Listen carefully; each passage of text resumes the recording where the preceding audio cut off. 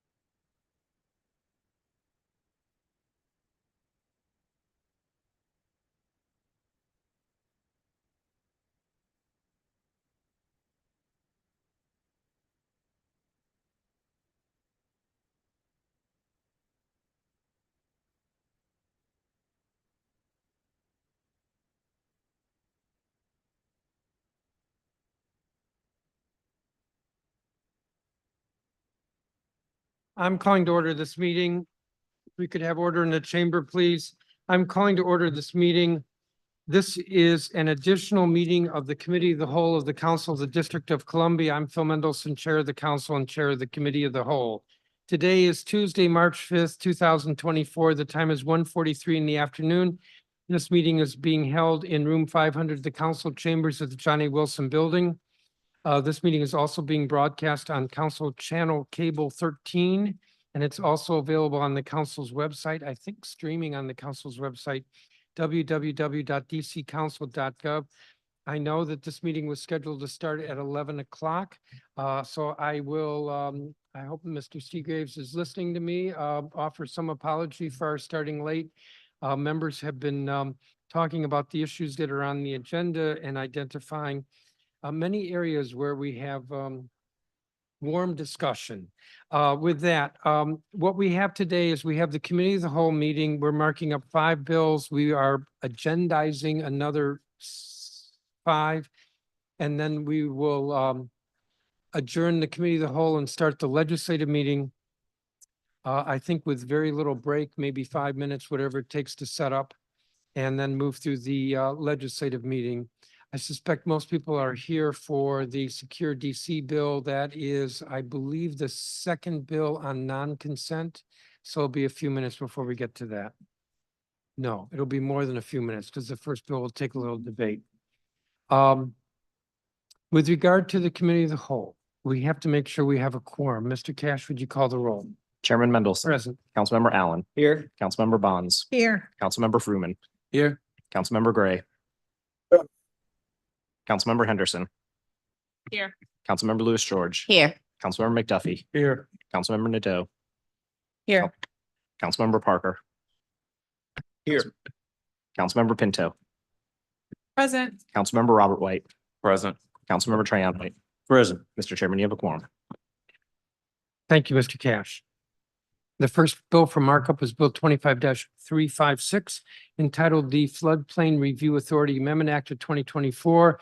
This bill would repeal a section in the District of Columbia Applications Insurance Implementation Act, which was added to that act as a conforming amendment when we adopted the Department of Buildings Establishment Act.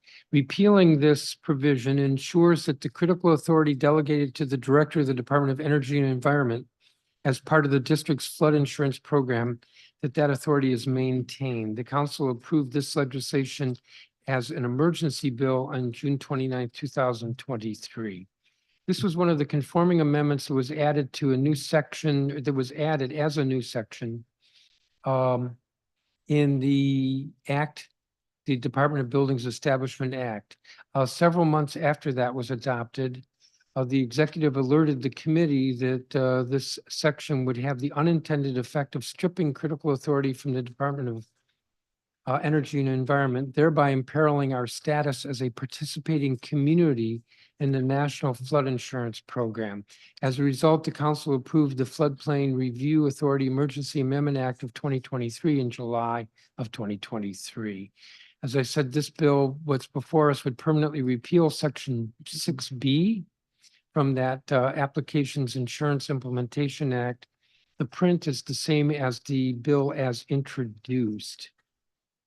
Yes, we do have floodplains, and so it's important that we're part of the national program. The bill was introduced at the request of the mayor on June 29th, 2023. The Committee of the Whole held a public hearing on January 18th, 2024, and the committee has received no testimony or comments in opposition to this legislation. I move the print with leave for staff to make technical and conforming changes. Is there discussion? Hearing none, by voice vote, all those in favor of the print say aye. Aye. Aye. Aye. Are there any no votes? The print is approved unanimously. I move the report with leave for staff to make technical, conforming, and editorial changes. Is there discussion? By voice vote, all those in favor say aye. Aye. Aye. Are there any opposed? The ayes have it unanimously. Madam General Counsel, is the measure legally and technically sufficient for our consideration? Yes, it is. Madam Secretary, is the record complete? Once the report is filed, Madam Budget Director, does the measure's fiscal impact statement comply with council requirements? Yes, it does. Is there a fiscal impact? There is not. Without objection, this measure will be placed on the consent agenda for today's legislative meeting. The next measure for markup is Bill 25-533 entitled St. Luke's Way Designation Act of 2024. This and the following three bills are symbolic designations. The symbolic naming is for ceremonial purposes and shall be in addition to and subordinate to any name that is an official name. Bill 25-533 would symbolically designate Church Street between 15th and 16th Streets Northwest as St. Luke's Way. The location is in Ward 2. St. Luke's Episcopal Church is home to the oldest African-American Episcopal congregation in the district. St. Luke's was established in 1873 by Reverend Dr. Alexander Crummell following the Civil War. The church advocates for civil rights, liberation, educational and economic equity, and social justice reform. The church will celebrate its 150th anniversary in the coming years. Designating signage on this street will serve tribute to the church community that has endured at this location. The bill was introduced by Councilmember Pinto and several other council members on October 3rd, 2023. The Committee of the Whole held a hearing on December 15th, 2023. The committee has received no testimony or comments in opposition to the legislation. I move both the print and the report with leave for staff to make technical conforming and editorial changes. Is there discussion? The vote will be on the print and report with leave for staff by voice vote. All those in favor say aye. Aye. Aye. Are there any opposed? I don't hear any opposed. The ayes have it unanimously. Madam General Counsel, is the measure legally and technically sufficient for our consideration? Yes, it is. Madam Secretary, is the record complete? once the report is filed, Madam Budget Director, does the measure's fiscal impact statement comply with council requirements? Yes, it does. Is there a fiscal impact? There is not. Without objection, this measure will be placed on the consent agenda for today's legislative meeting. The next measure for markup is Bill 25-534, Annie's Way Designation Act of 2024. Bill 25-534 would symbolically designate the portion of the public alley system within Square 179 as Annie's Way. The location is in Ward 2. In 1948, George Katinas, the son of Greek immigrants, opened a beer joint on the corner of 17th and Church Streets Northwest. The extensive bar was the main feature in the dark wood paneled restaurant where guests from all walks of life were welcomed in a convivial atmosphere. The restaurant was given the name Paramount Steakhouse. At the time, the neighborhood was more residential than today, and there were many boarding houses with a mix of construction workers along with immigrants from Ireland, Italy, and Greece. Mr. Katinas' sisters, Sue Stouts and Annie Taylor, helped run the Paramount Steakhouse. Their demeanor of acceptance soon made the restaurant a place where anyone from the community could feel comfortable and safe without being harassed or discriminated against. The all-female service staff, most of whom were mothers, provided guests with a home away from home. In the 1960s, Annie's name was added to the name, becoming Annie's Paramount Steakhouse. Annie, by which the restaurant is commonly known, Annie's, witnessed the civil rights riots of the 60s and the decline of 17th Street, but remained committed to the neighborhood and the community, bolstered by the Stonewall riots in New York City. The local LGBT community claimed Annie's as their own. In the 1970s, brought mail servers for the first time, and Annie's reputation continued to expand. In 1985, Annie's Paramount Steakhouse moved a block up 17th Street to its current location. Annie celebrated 75 years of service to the neighborhood and the community in 2023.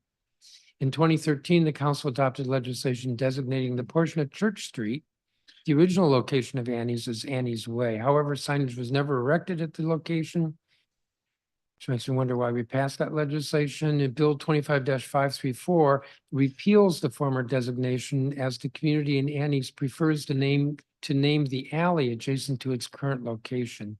Notably, 17th Street fronting Annie's is already named ceremonially for Frank Kameny, an important figure in the LGBTQ plus history in the district. And in 2023, the council officially redesignated Swan Street, 2 blocks north of Annie's, for William Dorsey Swan, who was a pioneer of Black drag queens in the district. This bill was introduced by Councilmember Pinto and co-introduced by several other council members on October 3rd of 2023. Committee of the Whole held a hearing on December 15th, 2023. The committees received no testimony or comments in opposition to the legislation. Without objection, I move both the print and report with leave for staff to make technical, conforming, and editorial changes. Is there discussion? The vote will be a Mr. voice Chair. vote. Yes, Councilmember Pinto. Just want to speak briefly in favor of this legislation that I introduced and think it's really important that we honor Annie's Paramount Steakhouse for its many contributions to the district over the last 75 years. And has really become an icon for our community. So thank you for you and your team's partnership in advancing this bill. Looking forward to get this designation up. Thank you, Councilmember. There's no further discussion. The vote will be on both the print and report with leave for staff. All those in favor, say aye. Aye. Aye. Are there any opposed? I don't hear any no votes. The ayes have it unanimously. Madam General Counsel, is the measure legally and technically sufficient for our consideration? Yes, it is. Madam Secretary, is the record complete? Once the report is filed, Madam Budget Director, does the measure's fiscal impact statement comply with council requirements? Yes, it does. Is there a fiscal impact? There is not. Without objection, this measure will be placed on the consent agenda for today's legislative meeting. The next measure for markup is Bill 25-535, Pastor John W. Davis Way Designation Act of 2024. Bill 25-535 would symbolically designate 14th Street Northwest between Gallatin and Hamilton Streets as Pastor John W. Davis Way. John W. Davis was born in Ghent, Kentucky on April 7th, 1922. Pastor Davis joined the ministry in 1972. He attended the Washington Baptist Seminary and graduated in 1977, serving as student council president for 3 years. He graduated from the Liberty Bible College in Lynchburg, Virginia in 1979. He obtained the Bachelor of Bible Theology from the International Bible Institute and Seminary in 1984. And in 1985, he was honored with the Doctor of Divinity. He became the senior pastor of Mount Zion Baptist Church in 1981. Pastor Davis taught weekly Bible study and held prayer service faithfully. Sunday school was a priority for him. His ministry took him to hospitals, nursing homes, and prisons to visit and pray for others. Pastor Davis passed away at the age of 99, making him one of the oldest active service pastors in the region. The street proposed for designation fronts Mount Zion Baptist Church at 14th and Gallatin Streets Northwest. Designating signage on this street will serve as a reminder of Pastor Davis's dedication to the community next to the church he led for 40 years. This legislation was introduced by Councilmember Louis George on October 3rd, 2023. Committee of the Whole held a public hearing on December 15th, 2023. Committees received no testimony or comments in opposition to the legislation. Without objection, I move both the print and report with leave for staff to make technical, conforming, and editorial changes. Is there discussion? Chairman. Councilmember Louis George. Yes, very briefly, just want to say thank you and your team for getting this resolution done. Pastor John Davis was a senior pastor at Mount Zion Baptist Church in Ward 4 from 1981 until his death on September 21st, 2021. At the age of 99 years old, he was still serving our Ward 4 community and serving his church community. As pastor, one thing that is noted is just that he welcomed everyone to his church, specifically those who may have been suffering from substance abuse issues. He welcomed them into his church. He also created a store in his church to feed the homeless and established so many programs for the youth in our community.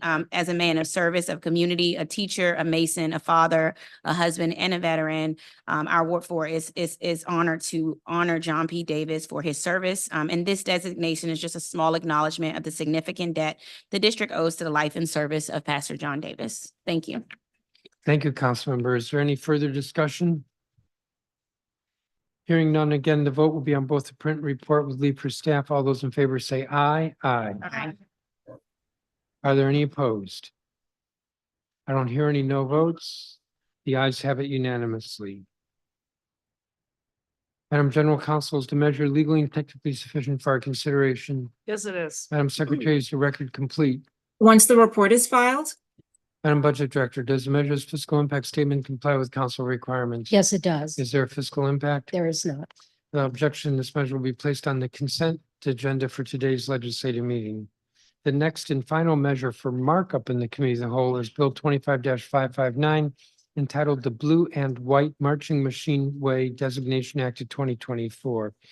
Bill 25-559 would symbolically designate a street northeast between North Carolina Avenue and 17th Street as Blue and White Marching Machine Way. The location spans wards 6 and 7 and is near Eastern High School. Eastern High School was established in 1890. Eastern has occupied its current building at 17th Street and East Capitol Street since 1923. The school has long been a pillar of the community, providing education and fostering a sense of pride among its students. The Blue and White Marching Machine, which is the school's marching band, was officially formed in the mid-20th century and quickly gained a reputation for its musical prowess and dynamic performances. Over the years, the Blue and White Marching Machine has become an integral part of Eastern High School's identity, representing the school at various events, parades, and competitions. The band has consistently demonstrated excellence in both music and marching, earning accolades and championships throughout its history. Beyond its musical achievements, the Blue and White Marching Machine has played a vital role in fostering a sense of community and camaraderie among Eastern High School students, instilling discipline, teamwork, and a strong work ethic. Today, the marching band continues to be a source of pride for the school and the broader Washington community, showcasing the talent and dedication of its students. The committee print was amended to extend the boundaries of the dedication from North Carolina Avenue all the way to 17th Street, where Eastern is located. Designating signage on the street will serve tribute to the hundreds of band members, past, present, and future, who have marched and practiced on these blocks on A Street. This bill was introduced on November 3rd, 2023 by council members Vince Gray and Charles Allen, and joined by 7 other council members. The committee of the whole held a public hearing on the bill on December 15th, 2023. Committees received no testimony or comments in opposition to the legislation. Without objection, I'll move both the print and report with leave for staff to make technical conforming and editorial changes. Is there discussion? Mr. Chair. Councilmember Allen. Thank you, Mr. Chair. Very excited about this. And I know my Ward 7 colleague is as well. Eastern High School was located in Ward 6 for a long time until redistricting moved into Ward 7, but it is a special place to both Ward 6 and 7. And this stretch of roadway is where the marching machine performs, practices, brings community together in music and celebration. And I'm really excited about this, as well as appreciation for our ANCs that also brought this to us and helped make sure that we pass this legislation. So I know the whole community is going to be excited about seeing this Blue and White Marching Machine Way designation and seeing those signs go up. Thank you, Mr. Chair. Thank you, Councilmember Allen. Is there further discussion? Councilmember Gray? And welcoming and saying thank you for the work that's been done to make this happen. I know we're all happy to see this coming to pass, and I am delighted to be a part of it. Thank you very much, Mr. Chairman. Thank you, Councilmember Gray. If there's no further discussion, we have the print and report before us with leave for staff. All those in favor by voice vote say aye. Aye. Opposed? I don't hear any no votes. The ayes have it unanimously. Madam General Counsel, is the measure legally and technically sufficient for our consideration? Yes, it is. Madam Secretary, is the record complete? once the report is filed, Madam Budget Director, does the measure's fiscal impact statement comply with council requirements? Yes, it does. Is there a cost? There is not. Thank you. Without objection, this measure will be placed on the consent agenda for today's legislative meeting. I will turn now to measures from other committees. Members will remember that we cannot debate, but questions may be asked. The first three measures were reported out of the Committee on Business and Economic Development, chaired by Councilmember Kenyon McDuffie. The first is PR 25-520, People's Council Sandra Matavu Fry Confirmation Resolution of 2024. Councilmember McDuffie. Thank you, Chairman. PR 25-520 would confirm the reappointment of Sandra Matavu Fry as People's Counsel for a term to end on June 13th, 2027.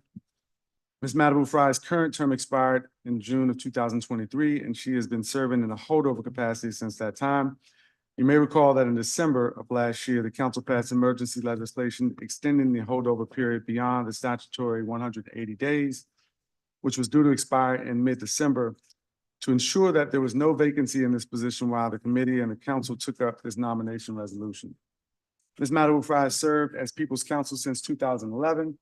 She has capably led this office through significant changes in the energy and utility industry. The committee received many letters of support on behalf of her continued leadership. She's a member of the DC and Maryland bars. She is a graduate of Howard University and Antioch Law School and a Ward 5 resident. With that, I move that the resolution be placed on the consent agenda for today's legislative meeting. Thank you, Councilmember McDuffie. Are there questions from members? Madam General Counsel, is the measure legally and technically sufficient for our consideration? Yes, it is. Madam Secretary, is the record complete? Yes, it is. I'm supposed to ask the Budget Director, but resolutions don't have required FISs. Correct. Without objection, this measure will be placed on the consent agenda for today's legislative meeting. The next two, if there's no objection, will be considered together. They are both confirmations related to the Washington Convention and Sports Authority Board of Directors.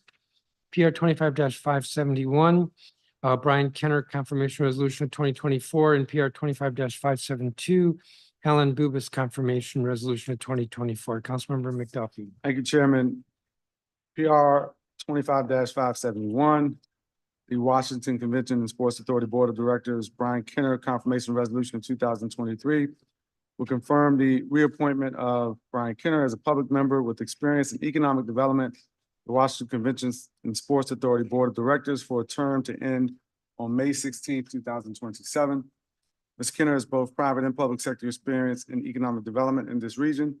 He's currently the Director of External Affairs for Amazon, where he leads policy and community engagement efforts for the company nationwide. Before that, Mr. Kenner served as the Deputy Mayor for Planning and Economic Development for the District of Columbia under Mayor Bowser. He was initially appointed to the Washington Convention and Sports Authority Board of Directors in 2019. Mr. Kenner received a Bachelor of Arts in Biology from the University of Iowa and a Master's in Public Policy from Harvard University. He's a resident of Ward 1. Proposed Resolution 25-572, the Washington Convention and Sports Authority Board of Directors, Alan Bubis, Confirmation Resolution of 2023, will confirm the reappointment of Mr. Bubis as a public member with experience in tourism for the Washington Convention and Sports Authority Board of Directors for a term to end on May 16th, 2027. Mr. Bubis operated Linens of the Week, which became one of the largest linen supply companies serving the hospitality industry. He sold his business more than 10 years ago, but remains active in the district's hospitality industry. He has served as a member of the Washington Convention and Sports Authority Board of Directors since 2007.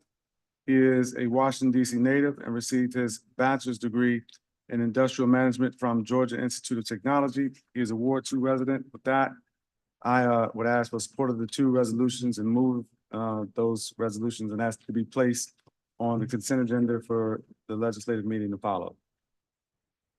Thank you, Councilmember McDuffie. Are there questions from members? Madam General Counsel, are these two measures legally and technically sufficient for our consideration? Yes, they are. Madam Secretary, are the records complete for each Yes. and fiscal impacts aren't required? Correct. Without objection, these measures will be placed on the consent agenda for today's legislative meetings. The next two measures were reported out of the Committee on Transportation and the Environment, chaired by Councilmember Charles Allen. If there's no objection, they'll be considered together. They both concern appointments to the District of Columbia Water and Sewer Authority Board of Directors. PR 25-567 would confirm Richard Jackson. PR 25-568 is the Keith Anderson confirmation resolution. Councilmember Allen. Thank you, Mr. Chairman. As you noted, I'm going to be moving these two in block. The Committee on Transportation and the Environment considered these proposed resolutions to name Richard Jackson, the Director of the Department of Energy and Environment, or DOEE, and Deputy Mayor of Operations and Infrastructure, Keith Anderson, in his private capacity as a DC resident, to the DC Water Board of Directors. These measures were introduced at the request of the mayor on December 12th, 2023. Committee held a hearing on January 18th, 2024, and these two proposed measures were unanimously approved by an additional meeting of the committee on February 14th. DC Water is governed by a board of directors of 11 principals and 11 alternate members. 6 board members must be district residents appointed by the mayor with the advice and consent of the council. Of those 6, 1 must be the DOEE director or a cabinet level officer, but no more than 4 may be district employees or officials. DOEE Director Jackson is nominated to fill an unexpired term to end on September 12th, 2024, led by the departure of Tommy Wells. Director Jackson is highly qualified for the board, having served at DOEE since 2008 and worked in various roles where he has interfaced with DC Water on a host of issues and initiatives, most recently serving on the DC Flood Task Force and facilitating DOEE's role in the district's lead pipe replacement efforts. Director Jackson is a retired naval submariner. His extensive professional experience that is both timely and applicable to the work of DC Water, including hazardous waste and toxic substances management and environmental protection monitoring. Director Jackson will be able to apply his vast experience and expertise to this new board role as we work to make the Anacostia River swimmable and all of our waterways cleaner and sustainable for years to come. And Deputy Mayor for Operations and Infrastructure, Keith Anderson, is nominated to fill an unexpired term to end on September 12th, 2027 as a principal member of the DC Water Board. Mr. Anderson will serve in this capacity as a DC resident rather than formally as a cabinet level district government official. However, like Director Jackson, Mr. Anderson has the requisite expertise and experience to effectively serve on the DC Water Board. Having ably led the predecessor agency of DOEE as director from 2012 to 2014 and served in other capacities, including chief of staff and deputy director of the Energy Administration and chief of the Energy Affordability Division, Deputy Mayor Anderson has also served in several notable capacities, including DPR and DGS, and as the interim deputy mayor for planning and economic development. Mr. Anderson's experience creating, leading, and sustaining many of the district's environmental and sustainability programs during his tenure as DOE director and as a former member of the DC Water Board of Directors makes him uniquely qualified, as he is intimately familiar with the board's operations and its mandate.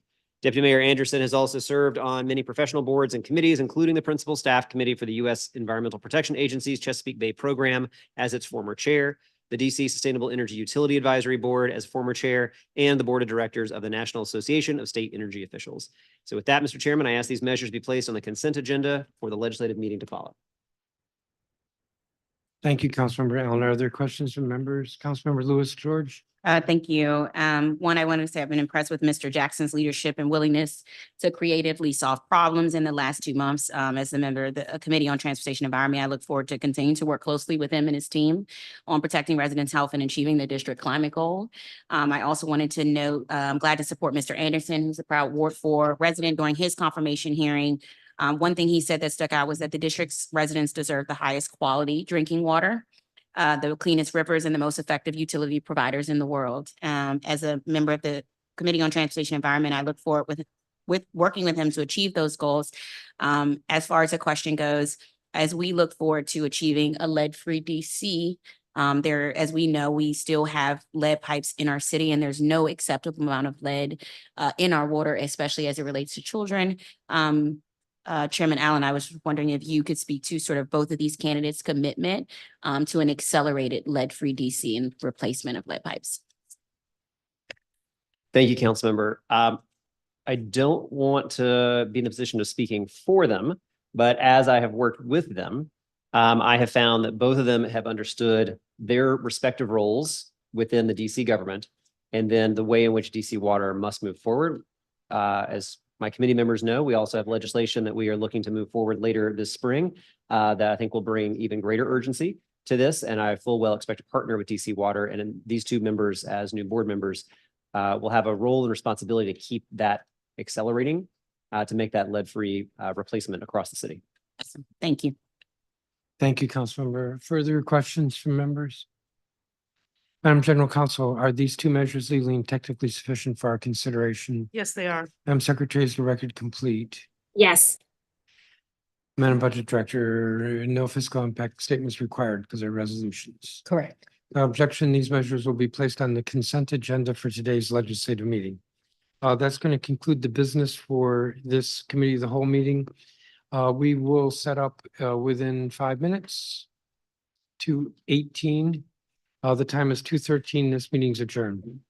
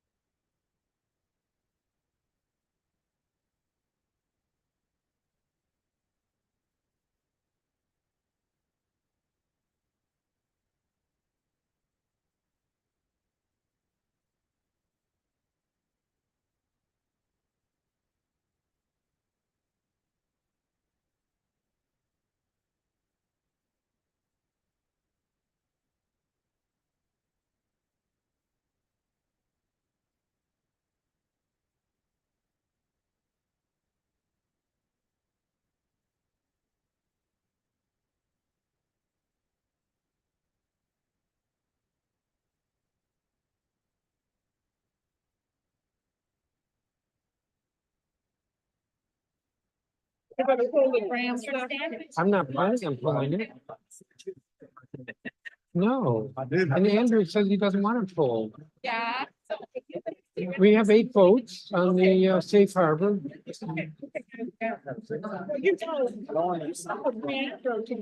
What? You sent a reaction to me. It's like, she wrote saying that she wants to vote it down and wants to know if I would be willing to.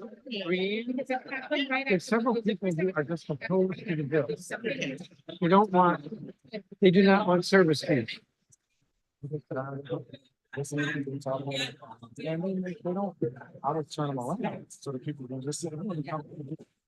I'm calling to order this meeting. This is a regular monthly meeting of the Council of the District of Columbia. If we could have order in the chamber, please.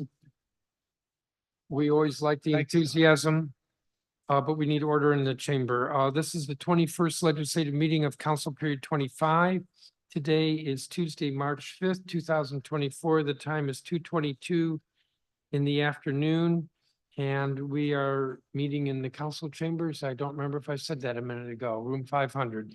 The meeting is also being broadcast live on Council Channel 13 and on the council's website, www.dccouncil.gov. We always begin our legislative meetings. This is going to be a little bit of a challenge, but we always begin our legislative meetings with a moment of silence. That's members on the dais as well as in the audience for reflection.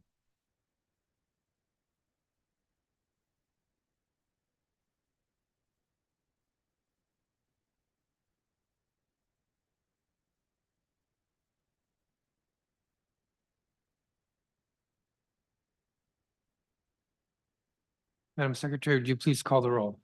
Councilmember Allen, Here. Councilmember Bonds. Here. Councilmember Freeman, Present. Councilmember Gray, Here, Councilmember Henderson, Here. Councilmember Lewis George. Here. Councilmember McDuffie, Here. Chairman Mendelson, Present. Councilmember Nadeau, Here. Councilmember Parker, Here. Councilmember Pinto, Present. Councilmember Robert White, Present. Councilmember Trayon White. Councilmember Trayon White. Mr. Chairman, you have a quorum. Thank you, Madam Secretary. We have the Secretary's report of committee filings. I'm going to recognize the Chair Pro Tem, Councilmember McDuffie. Thank you, Mr. Chairman. I will move to waive the reading of the Secretary's report. There's been a motion to waive the reading of the Secretary's report. Is there discussion? On the motion to waive the reading, all those in favor say aye. Aye. Are there any opposed? Ayes have it unanimously. We Mr. also have Chairman, the Secretary's report of introductions and referrals, and I will recognize the Chair Pro Tem again, Mr. McDuffie.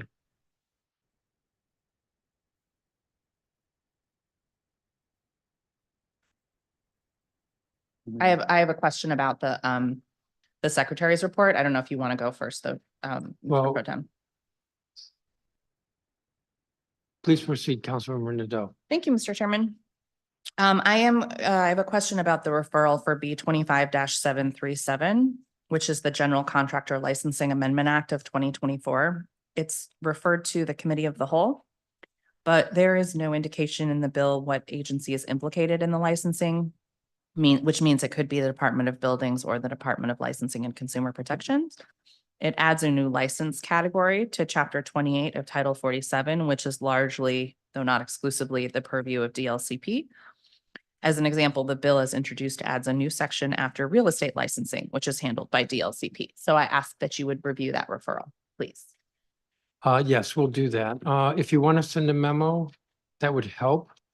But I understand what you're asking. The bill was drafted by my staff, so I have some familiarity with it, and we work closely with the Department of Buildings on it, but that doesn't mean that I won't look at the referral. Thank you, sir. Yes, thank you. Councilmember McDuffie? Yes, thank you, Chairman. I move to waive this reading of the Secretary's report of introductions. There's been a motion to waive the reading of the report. Is there discussion? By a voice vote, all those in favor of the motion to waive the reading, say aye. Aye. Opposed? The ayes have it unanimously. Give me just a moment here. I'm going to turn to the consent agenda in a moment.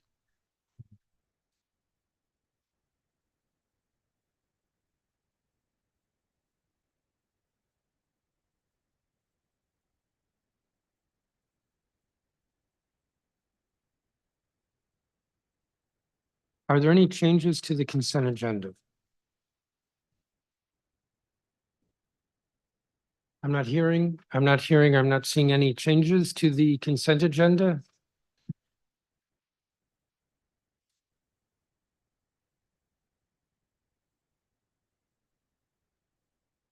I will, we have the consent agenda before us with no changes. We'll have a roll call vote on that. Councilmember Nadeau, Yes. Councilmember Nadeau votes yes, Councilmember Parker, Yes. Councilmember Parker votes yes, Councilmember Pinto, Yes. Councilmember Pinto votes yes, Councilmember Robert White, Yes. Councilmember Robert White votes yes, Councilmember Trayon White, Yes. Councilmember Trayon White votes yes, Councilmember Allen, Yes. Councilmember Allen votes yes, Councilmember Bonds, Yes. Councilmember Bonds votes yes, Councilmember Freeman, Yes. Councilmember Freeman votes yes, Councilmember Gray. Is that yes? Okay, Councilmember Gray votes yes. Councilmember Henderson, Yes. Councilmember Henderson votes yes, Councilmember Lewis George, Yes. Councilmember Lewis George votes yes, Councilmember McDuffie. Yes. Councilmember McDuffie votes yes, Chairman Mendelson. Yes. Chairman Mendelson votes yes. Mr. Chairman, there are 13 yeses. Thank you, Madam Secretary. The consent agenda is approved unanimously. We'll turn to the non-consent agenda. And the first measure is the Restaurant Revitalization and Dram Shop Clarification Amendment Act of 2024, Bill 25-56. Councilmember McDuffie? Thank you, Chairman. As we consider this measure for its second and final vote, I want to remind my colleagues why this restaurant revitalization legislation is so necessary. There's a narrative out there that the hospitality industry has bounced back in the District of Columbia with growth in revenues, employment, and sales tax collections.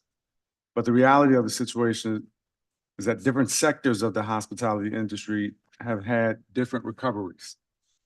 Food service employment, which the Office of the Chief Financial Officer reported at 53,600 for December 2023, is still below the 56,500 jobs reported in late 2019. And while sales tax collections have recovered from restaurants year over year, even the Office of the Chief Financial Officer acknowledges a large part of that is likely due to inflation, which ultimately strains restaurants and consumers. I want to review some of the information from the Federal Bureau of Labor Statistics about the DC restaurant job market that I shared last month. Full service restaurant employment has dropped sharply. Between May and November 2023, full service restaurants in DC cut 1,300 jobs, a decline of 4.4%. In the same 6 months period in 2022, full service restaurant employment grew by 2,000 jobs, a 7.5% increase. Looking at the same 6 months from May 2023 to November 2023, in the DC suburbs, full service restaurant employment is rising. The DC suburbs added 2,000 full service restaurant jobs, an increase of nearly 3%.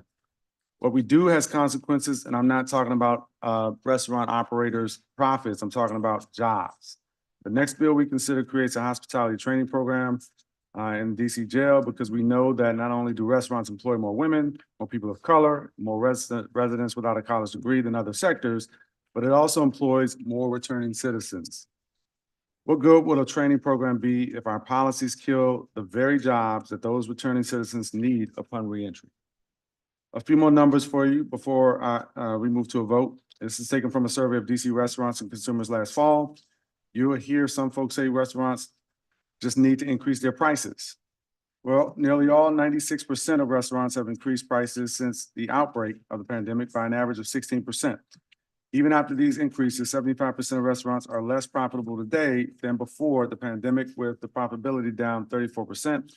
Restaurants reported that they were paying on average 25% more in wages. I'm not going to get to the end of this statement because it's going to exceed my 3 minutes allotted time, but I do want to say the bill that we're considering now doesn't fix everything. It does not change how restaurants and consumers navigate service charges, although I recognize that some amendments offered today may try to clarify aspects of that. This bill did not take that up because the issues are complex. Just another. Without Second. objection. Restaurants are struggling already to find business models that work for them after Initiative 82 and post-pandemic shifts in consumer preferences. And ultimately, this matter needs to be resolved in a way that does not exacerbate the competitive disadvantage that exists between the district restaurants and those in nearby Maryland and Virginia. And so I would ask that we have support for this measure. And I'm actually going to be moving an amendment today, Mr. Chairman, to require that. Actually, no, that's for the next bill. So I would ask for support of the measure. I know there's some amendments that our colleagues want to move. We have the measure before us. This would be the engrossed version. Councilmember Fruman, do you have an amendment? Thank you very much, Chairman Mendelson. My goal in this process is to ensure that to the extent there are service charges, it is very clear to the consumer, the worker, and the restaurant how they're being used.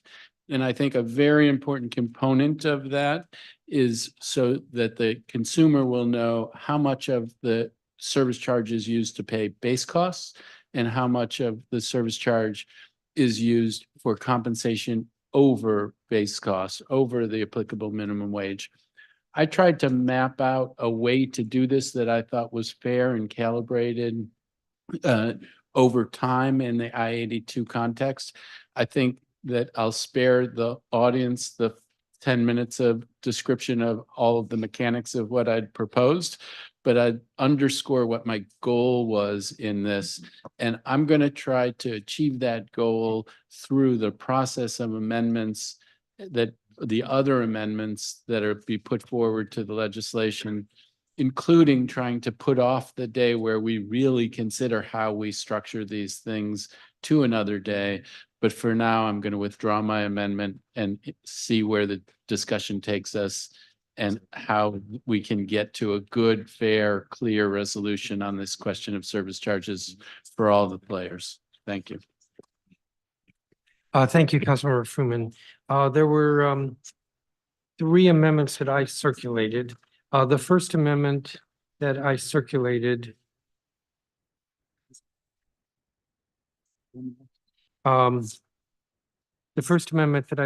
which says amendment number 1, would amend section 10A of the Minimum Wage Revision Act by repealing that provision, section 10A of the Minimum Wage Act. This concerns a tip reporting portal that was required by the 2018 Tip Workers Fairness Amendment Act. It has not been created by DOES, despite repeated promises from DOES that it is forthcoming. And it would soon be out of date because the tip minimum wage is going to go away. So this amendment would repeal that provision.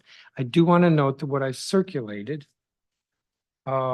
simply said Section 10A of the Minimum Wage Act, Minimum Wage Revision Act of 1992, DC Law 9-248, DC Official Code 32-1009.01 is hereby repealed in its entirety, and General Counsel asked that it say add a new section 204 to read as follows, and the citation would be to DC Code 32-1009.01A.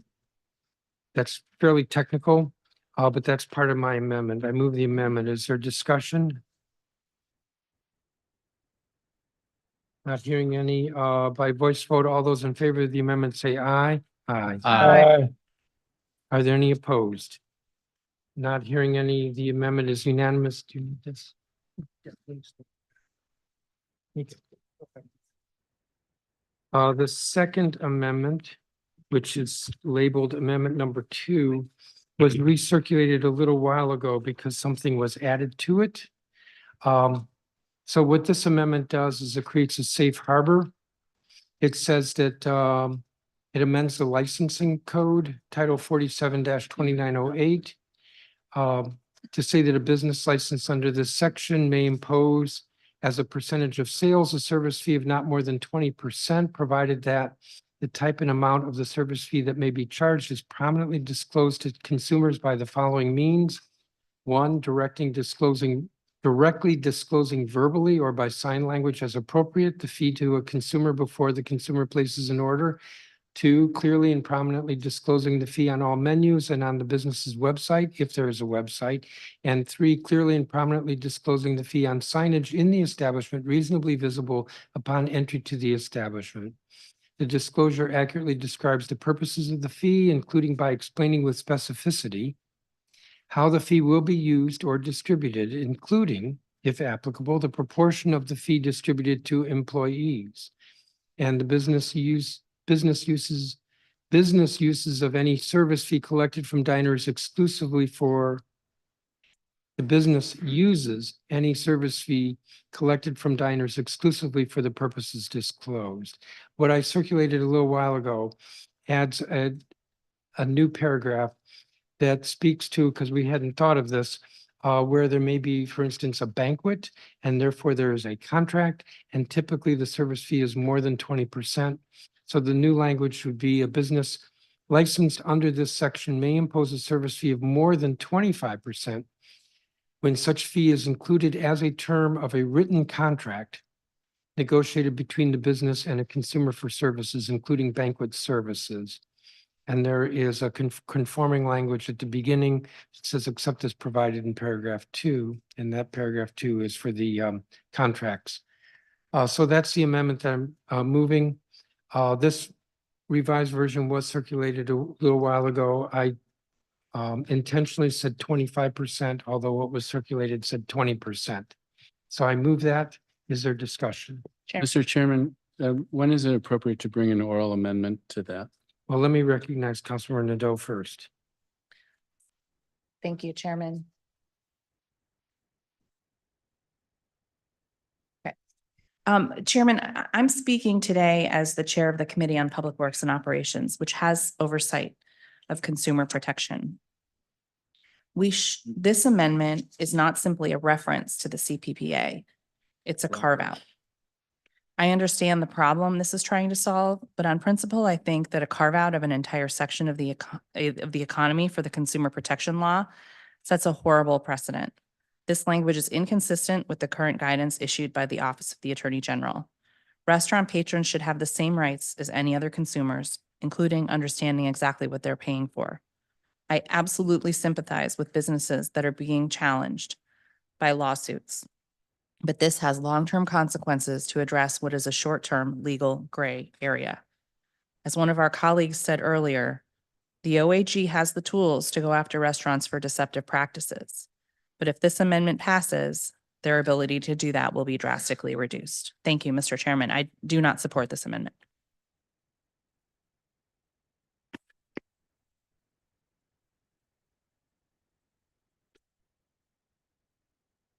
I'll speak to that later. Councilmember Fruin. Thank you very much, Mr. Chairman. As you know, I think a very important element of this is that this disclosure not simply say that the dollars are going to employees, but say the extent to which those are base costs and the extent to which their compensation over and above the applicable minimum wage. That's what the consumer wants to know. That's important, I think, for the workers. So I would propose an oral amendment to your paragraph B. The disclosure accurately describes the purposes of the fee, including by explaining with specificity how the fee will be used or distributed, including disclosing the portion of the fee used for base operating costs and the proportion distributed as compensation above the applicable minimum wage. And I would hope that you would accept that amendment as a friendly amendment. Before I agree to it, what is your thinking with regard to the verbal disclosure? So the amendment, that is the amendment that I moved, requires 3 disclosures. 1, directly disclosing verbally to the fee to the consumer before the consumer places an order. So that comes from like the wait staff. And then 2nd, prominently disclosing the fee on menus, website, and then the fee on signage. So is your expectation that the wait staff would go into this detail? I think that if it is printed on the menu and it's on the website, that satisfies the clarity that I'm talking about. I have no objection to this. Is there objection to Councilmember Fruman's amendment? Not, Mr. Chairman, can you repeat what the request is? Is it to essentially strike the oral no, disclosure, no, or it's what's just been circulated? what's been circulated. Councilmember Fruman referred to it as an oral amendment. I'll wave the piece of paper around so everybody realizes that we actually have it written. That would be the amendment. And I'm saying I don't have an objection to this after Councilmember Fruman answered my question regarding what's expected of a server. Which I think I sort of interpreted that as maybe the server referencing the menu, pointing out service fee, look at the menu.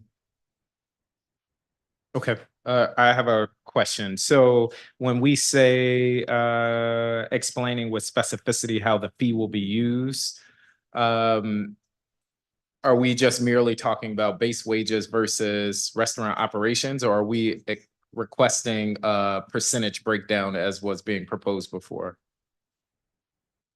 Councilmember Fruman? I think to the extent that the restaurant is using it for two things, for base wages and compensation above, that being specific about it requires saying what percent is used for what and what percent is used for the other. Okay. I also would, Councilmember Allen, given what you said about would this be required in the oral disclosure, maybe the way to get at that would be to say that any written disclosure must specify these things. That way it's clear that the server doesn't have to go into that level of detail, but it's there on the menu in the written disclosure, and it's there on the website in the written disclosure. Yeah, I don't feel like doing more drafting. I think it's clear from the discussion here, and I would note, Councilmember Parker, that proportion is a little bit looser than the word percentage, but it's to get at like half of it's going to the server. So if there's no objection, Mr. Chairman, Councilmember Allen? not objecting. I had just talked to Councilor Fruin about this. This language, we're trying to create clarity. We're trying to create clarity for our restaurants, for the attorneys that may be involved in any of the suits coming up. So while our discussion here will create the legislative record that the intent is the written disclosure, I would ask you to think, should we just put the word written between the and disclosure, just so that we create the clarity that I think will likely be needed? There's no objection. Councilmember Fruman? All good. Thank you. Councilmember Allen, you're thinking faster than the rest of us. Speak for yourself. Well, you didn't say anything, so He'd already thought of it. I'll accept an apology. I'll take one too. All right, so if there's no objection, the amendment to the amendment is Councilmember Fruman's with the word written added. So it's the written disclosure accurately describes the purposes of the fee. Mr. Chairman. Are we still on this amendment before I say it's accepted? Yes. Councilmember Bonds? I would like to have a clear understanding for the public as to how this process will be handled administratively as it relates to the accounting of the service charge, as we've collectively been calling it. And I'd like to hear from Councilmember Fruman as to how that will be handled, how he sees it handled. Councilmember Fruman? So to the extent that there was a challenge that a restaurant was not appropriately distributing the service charge dollars, I think it would be pretty easy to verify, because what you can do is you can figure out how much has the restaurant charged in service charges. That's a thing that their books can push out pretty quickly. And then how much have they paid over the applicable minimum wage to their employees? And that will tell you the proportion that is going to employees over the applicable minimum wage, and you can see if the claim in the disclosure has been complied with.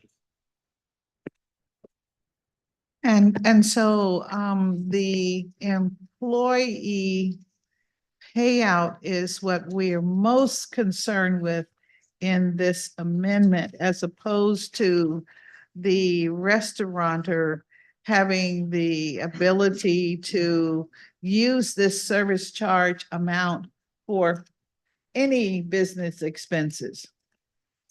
When, under this amendment, if the restaurateur said all of the service charge is used for base costs, then I, as a consumer, would know that's the case, and that the employees at the restaurant weren't getting any compensation above their minimum wage. That would tell me what I wanted to do in terms of a gratuity. To the extent that the restaurateur is sharing that service charge with the employee, they can spell it out and their employees can hold them to it. Councilmember Bonds? Yes, well, thank you. Thank you. Thank you. If there's no objection, Mr. Fruman's amendment will be accepted. It's accepted. We have the amendment number 2 from me and Councilmember Pinto and Bonds before us as amended. Is there further, yes, there is further discussion. Councilmember Henderson. Thank you, Mr. Chairman. So this amendment is a little bit different than the amendment that was proposed by you about a month ago. It didn't include the cap on service fees at 20% prior. I know that we're going to have a larger well, I was hoping that colleagues would be interested in a larger conversation about service fees as opposed to putting it right here. I think for most people, when you see a 20% service charge, you assume that is automatic gratuity. You are not assuming that you are expected to tip on top of that. And one of my concerns with us imposing a cap on service fees is that it will have the feeling that we have already determined this is the end of conversation. And so restaurants who don't currently have a 20% service charge might include it. We don't know where that money is going. And I feel like by doing this as an amendment without allowing for service workers or restaurant owners to have an opportunity to publicly weigh in and build a record is a little bit, I think we might regret this in the future. I think often people talk about it in terms of restaurants. You sat down, you had a meal, but I've been to bars where I didn't order food. I ordered a drink, and then you get a 20% service charge on that. And then people expect that you're going to tip on that. And so your $13 cocktail has now ballooned to $20 pretty much before you even had an opportunity to sort of determine. The last bar I went to, there was no pre-disclosure of a service charge before I went and ordered, my rum and Coke or whatever it was. That's what you order. I didn't ask for a menu. I didn't need to. So I think I feel like I know the service charge issue is something that folks want to deal with. I think 20% is high, but if we're going to do it, I feel like everybody needs to understand that the vast majority of people are not going to tip on top of 20%. And everybody needs to be comfortable that we are essentially going to be phasing out tips if we do this. And so with that, I was okay with the safe harbor language, but this addition of the cap on 20%, unfortunately cannot support this amendment. Thank you. Councilmember Robert White. Thank you, Chairman. And in a similar vein, when you go to a restaurant, the price you pay for food is not the price you pay at a grocery store. That's because you're already taking into account services, salaries, the cost of gas to get the food to the restaurant, everything else. And when people go out to eat, they just want to know how much the food costs. And that's what we need reflected on the menu. Right now, we are creating a Frankenstein of regulations on service fees, sort of signage, where that signage has to be, what it has to look like, the words on the menu, what you have to tell people when they sit down, regulating how those fees can be used. And this isn't the end of it. We're going to have to keep regulating it, as opposed to just moving away from service fees and telling us how much the food costs. This is not clarity for restaurants. This is not clarity for consumers. And by codifying this, we really are making the practice of service fees permanent, which is not the direction we should be going. So I think this is the point at which we pump the brakes and say, let's step back, not just pass more and more regulations to try to fix the last ones, because then we're going to do that again. It gets worse from here. It gets more messy from here. This is the point at which we pump the brakes. And I think we've got to separate the service fees from the dram shop legislation for sake of restaurant owners, for sake of customers who go to restaurants. I think this is the point at which we say, no, we're not trying to make service fees permanent, and we start to roll this back. So I would encourage us to take this part out of the bill. Thank you, Chairman. Thank you, Councilmember. Councilmember Parker. Thank you, Mr. Chairman. I appreciate the concern over the appearance or in effect incentivizing restaurants to enact a service fee. I would implore us to consider that without this addition of a service fee cap, in effect, what we are allowing restaurants to do is to apply any service fee at any amount. And I think in exchange for the benefit of exempting a portion of a restaurant's sales by way of the service fee from their rent calculation, a cap on service fees is fair. There has been negotiation around what is the right number. I would agree we should have more robust discussion around it. I will tell you, some within the Restaurant Association wanted it to be much higher than 20%. And so that 20% number is in effect a compromise. But I worry that if we strike this from this amendment and for some reason this doesn't pass today, we could see some restaurants, given that we're likely to pass the underlying measure, apply service fees at 22%, 25%, and there will be no measure or method for us to stop that. So I would encourage us to pass a cap and have more discussion around what is the right number if 20% doesn't.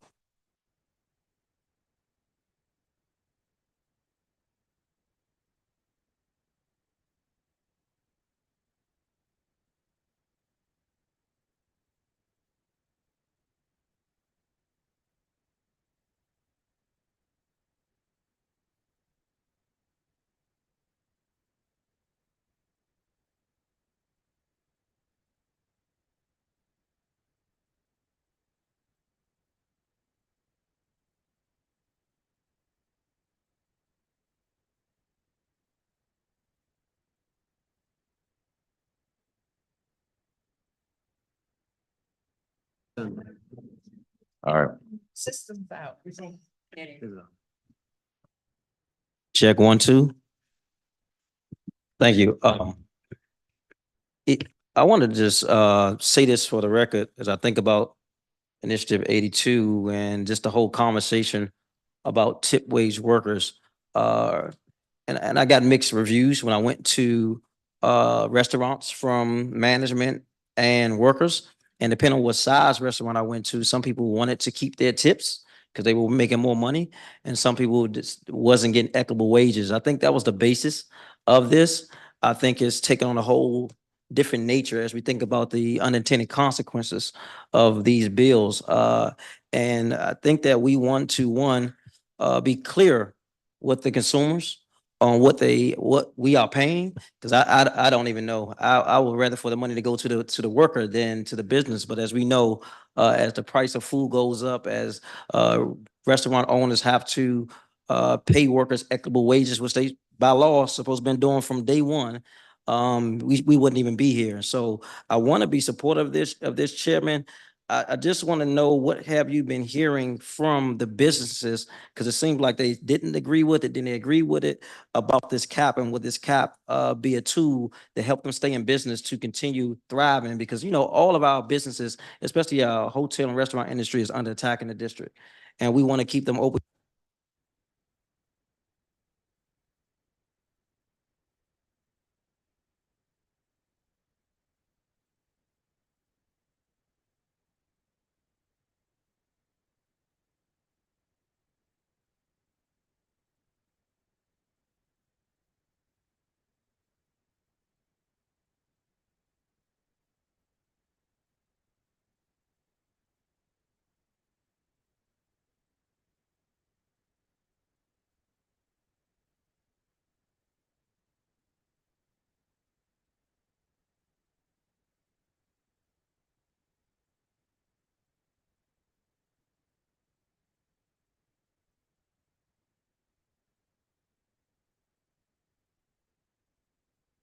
No.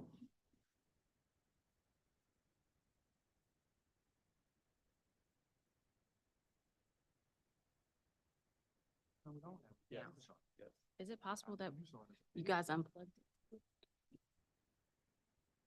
Check 1, 2. There we are. Thank you. So Chairman, what I wanted to know from you, because I heard from representatives from the Restaurant Association that said they were not in support of this. So just want to hear from you, what are you hearing from them as we think about getting to our intended goal to make sure the services people are receiving equitable wages, but and also our businesses can stay open. We've been working closely with a representative of the Restaurant Association. Now, the association doesn't represent every single restaurant in the city, but it is the industry group for restaurants.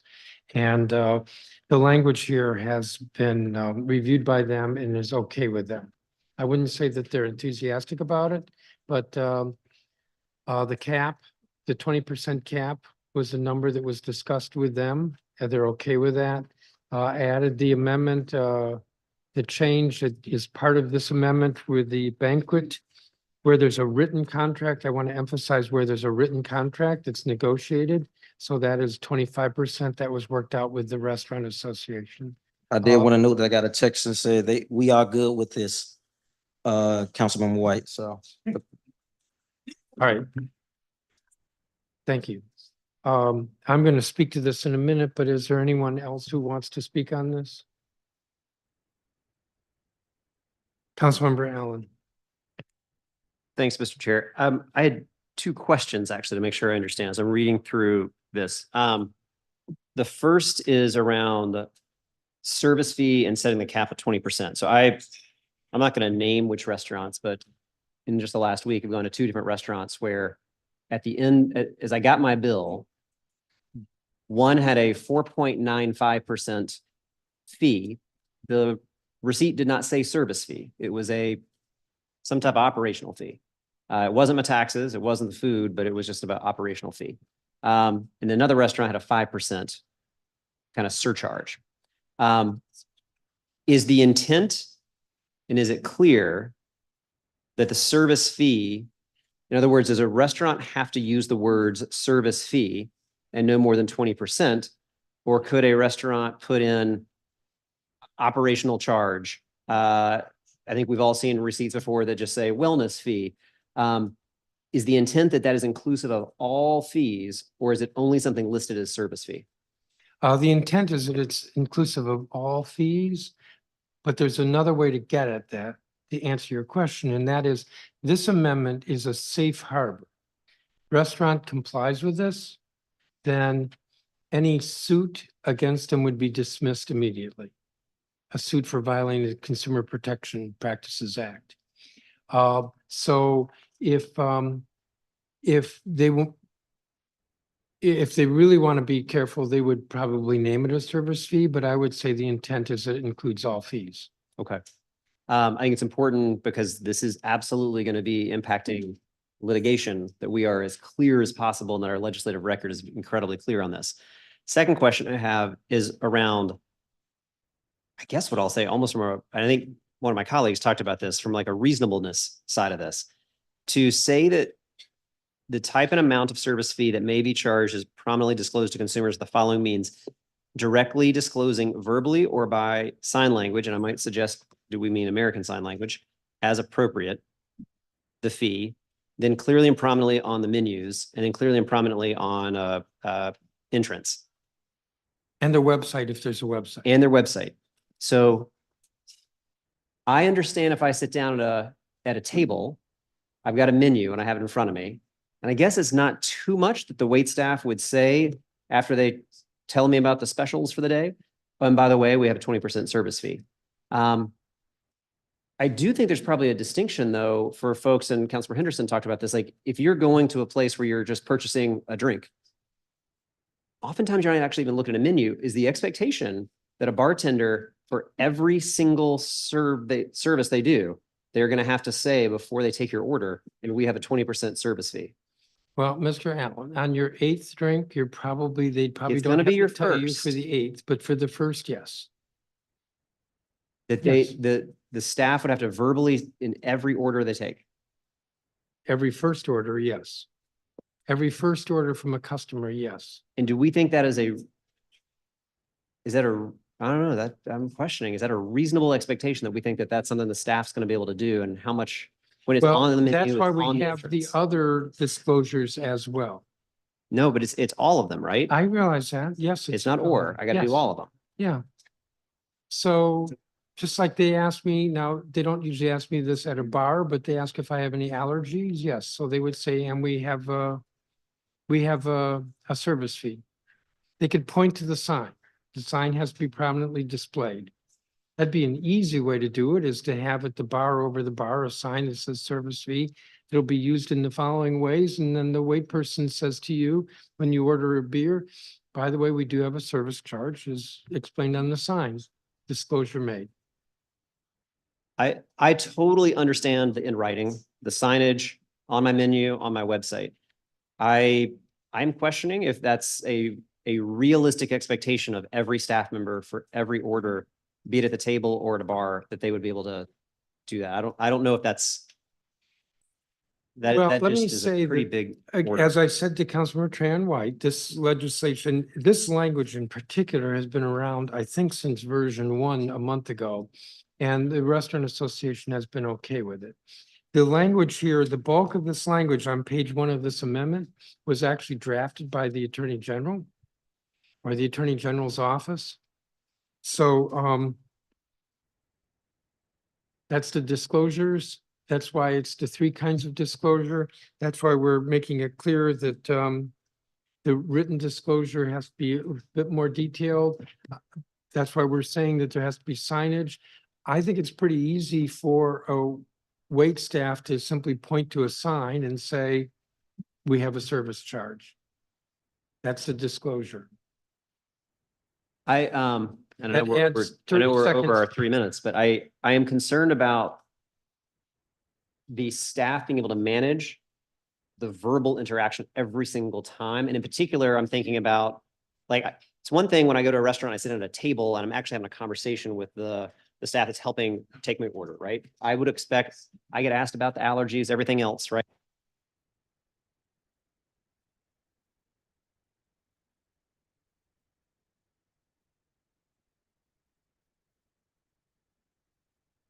Turn mics down.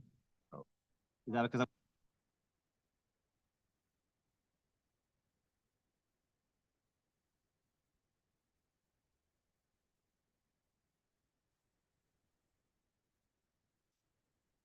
testing? Councilmember White is favored, so his mic is still working. So I will say that I'm just concerned from like how manageable it would be for the staff to be able to have that. And I guess I can even draw a distinction between my table service and a different, and I'm ordering a different space. I'm just concerned from managing that expectation. The written expectation I totally get on a menu, on my website, or a signage. That's a lot to ask, I think, of a staff. That gives me pause.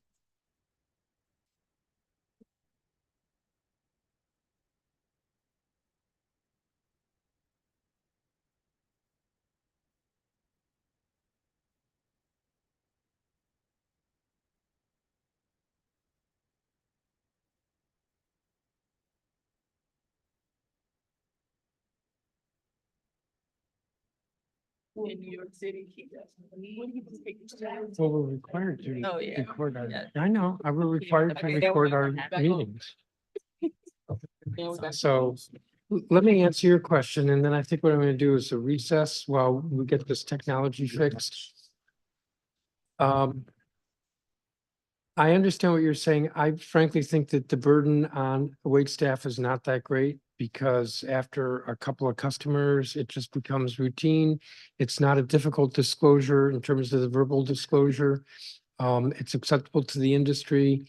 I don't know what else to say here. I will add this, that I'm finding this amendment super interesting because I'm trying to negotiate people who hate fees and want more disclosure and want less disclosure and no fee and more fee and the caps. And if there were caps, I support this. If there are no caps, I would support this, but I won't support it if there are caps. And It's just interesting, So, Mr. Chairman, if I can ask one quick question, I know as long as the microphone's going. it is working for the Without moment. objection, as long as the So microphone's working. when I'm talking to a lot of my local restaurants and my smaller spaces, I think they are generally supportive of this amendment. I will say that I am hearing from them that piece around they must disclose verbally to every order, that gives them pause. And that is from a just pure managing this perspective. Yeah. And I don't know if you're willing to take that piece out, but that I think gives people pause, especially a lot of our smaller businesses where it's just a handful of employees. And I think that is just a concern of mine. Okay, Mr. Chairman. I don't think it'll work to take it out. Trust me, there'll be some other folks who will then have objections. So, Mr. Chairman. is there anyone who has not spoken? Councilmember Parker, so let me just say, the next time the system crashes, we're gonna recess for about 5 or 10 minutes. Until then, we'll keep going. Councilmember Parker. I wanted to speak on Councilmember Allen's point, and I agree. You will recall I brought up concerns over the oral disclosure. I support striking it for the reasons he mentioned, but it also strikes me that we accepted Councilmember Fruman's amendment, which means that wait staff would have to orally disclose with specificity how the fee would be used. And so we're raising the bar for what would need to be disclosed orally. And I think we clear a lot of this up by just striking that from the amendment altogether.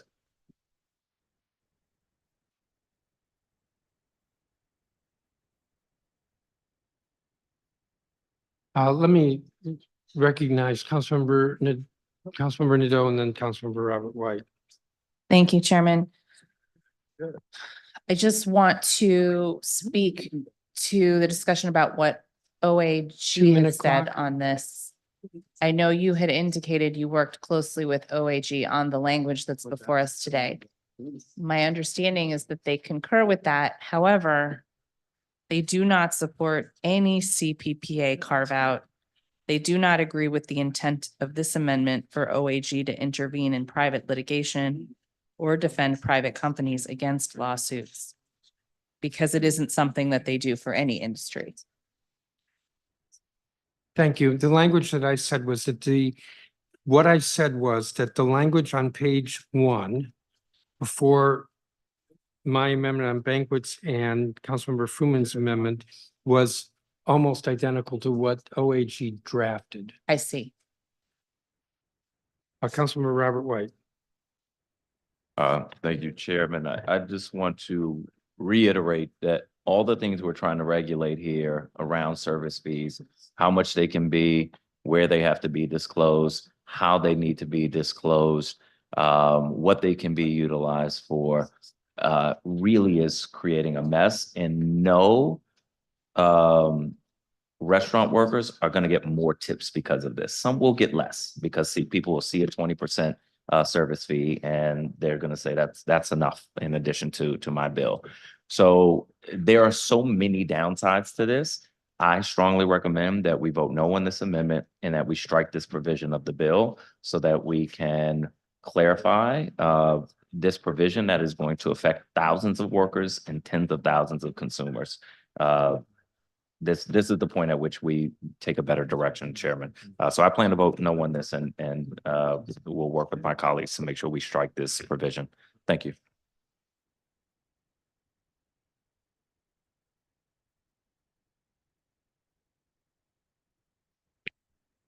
All right, I think everybody who's asked to be recognized has been recognized.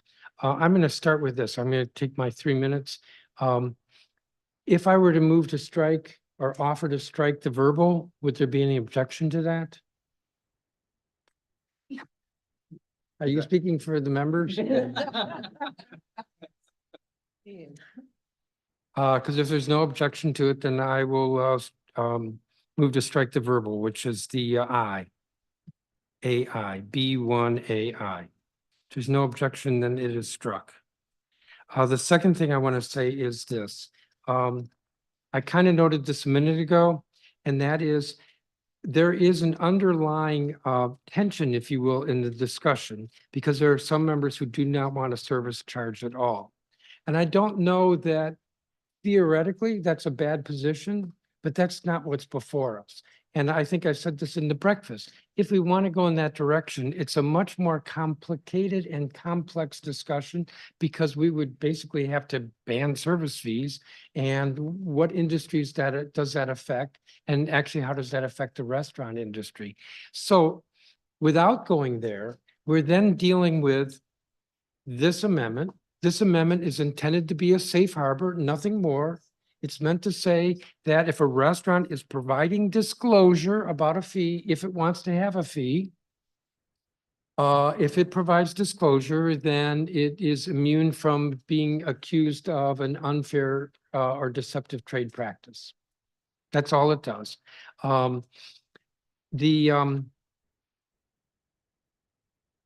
I already spoke with regard to the Attorney General, and Councilmember Nadeau did as well. I think I'll leave it at that. So if there's no further discussion, we have the amendment before us by a voice vote. Mr. Chairman, could we have a roll call vote, please? Are you asking permission? I would like to request a roll call vote, Mr. Chairman. It's a wonderful proposal. I got you, Mr. Chairman. You do?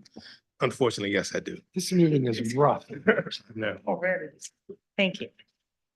Let me be clear before you call the roll. The amendment that we have before us is amendment number 2. At the bottom of the page where it talks about negotiated contracts, instead of 20%, it says 25%. 2/3 of the way down the page, the paragraph that says B has been amended by Councilmember Fruman's amendment, which was amended by Councilmember Allen's oral change suggestion. And the paragraph that's B1AI has been, which is verbal disclosure, has been struck. So that's what's before us. A point of clarification, Chairman.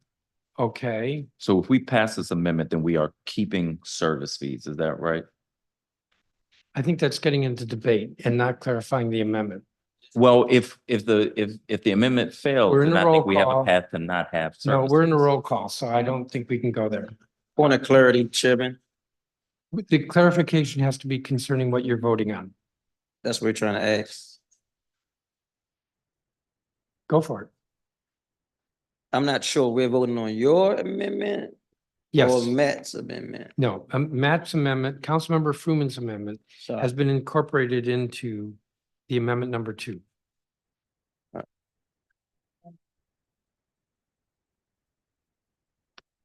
Please call the roll. Councilmember Allen, Yes.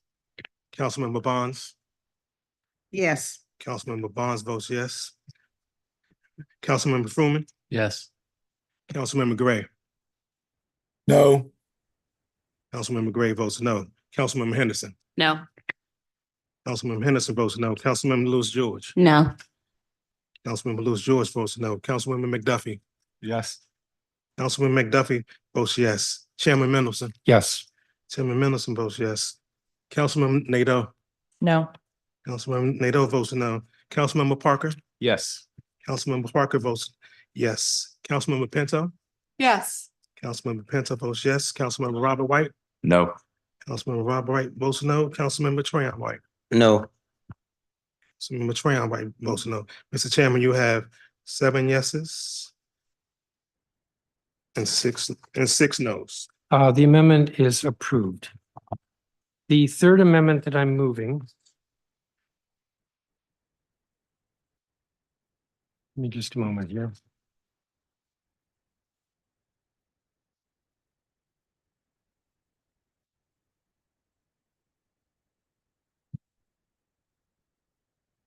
The third amendment, which I'm moving together with Councilmember Bonds and Councilmember Pinto, which was circulated yesterday, it's very similar. In fact, it's identical to the amendment that I circulated a month ago.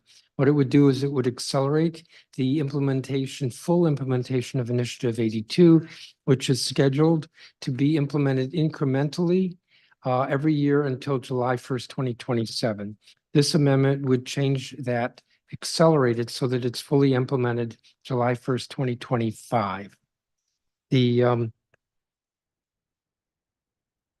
going to speak to some of the arguments against this, but I want to say that the reason for this is that the restaurant industry, as represented by the Restaurant Association, has said it would be far easier for them if the Band-Aid is ripped off at once, rather than this incremental torture of changes every year, which requires adjustments to each restaurant's business model. Now, I say that recognizing that I don't fully understand the economics of running a restaurant, and my understanding is that most restaurants kind of do it differently from each other. But generally, there is a complaint that these incremental increases is very difficult for them. So it would delay the increase this year, but then next year, 2025, it would be fully implemented as opposed to waiting another 2 years. Another benefit of this is that workers over the 3 years would get approximately $12,000 more in income. So those are the advantages, that the workers would get $12,000 more. It ends the pain of this incremental changes in the economic model for each restaurant year after year until 2027. The biggest argument I have heard against this, and I will just put this up front, I've said this over and over again, is that folks have said they don't trust the council, or more particularly, they don't trust me.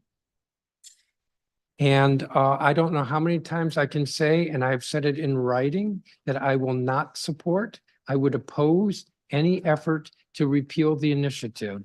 We've been through this twice. The initiative has been adopted. The issue here is accelerating it, which is a good thing, because I dare say that if I don't understand the economics, I would say most people, except for a restaurateur, don't understand the economics. And the restaurant industry, as represented by the Restaurant Association, believes that this is advantageous to them, even though it means $12,000 more per worker over the 3-year period.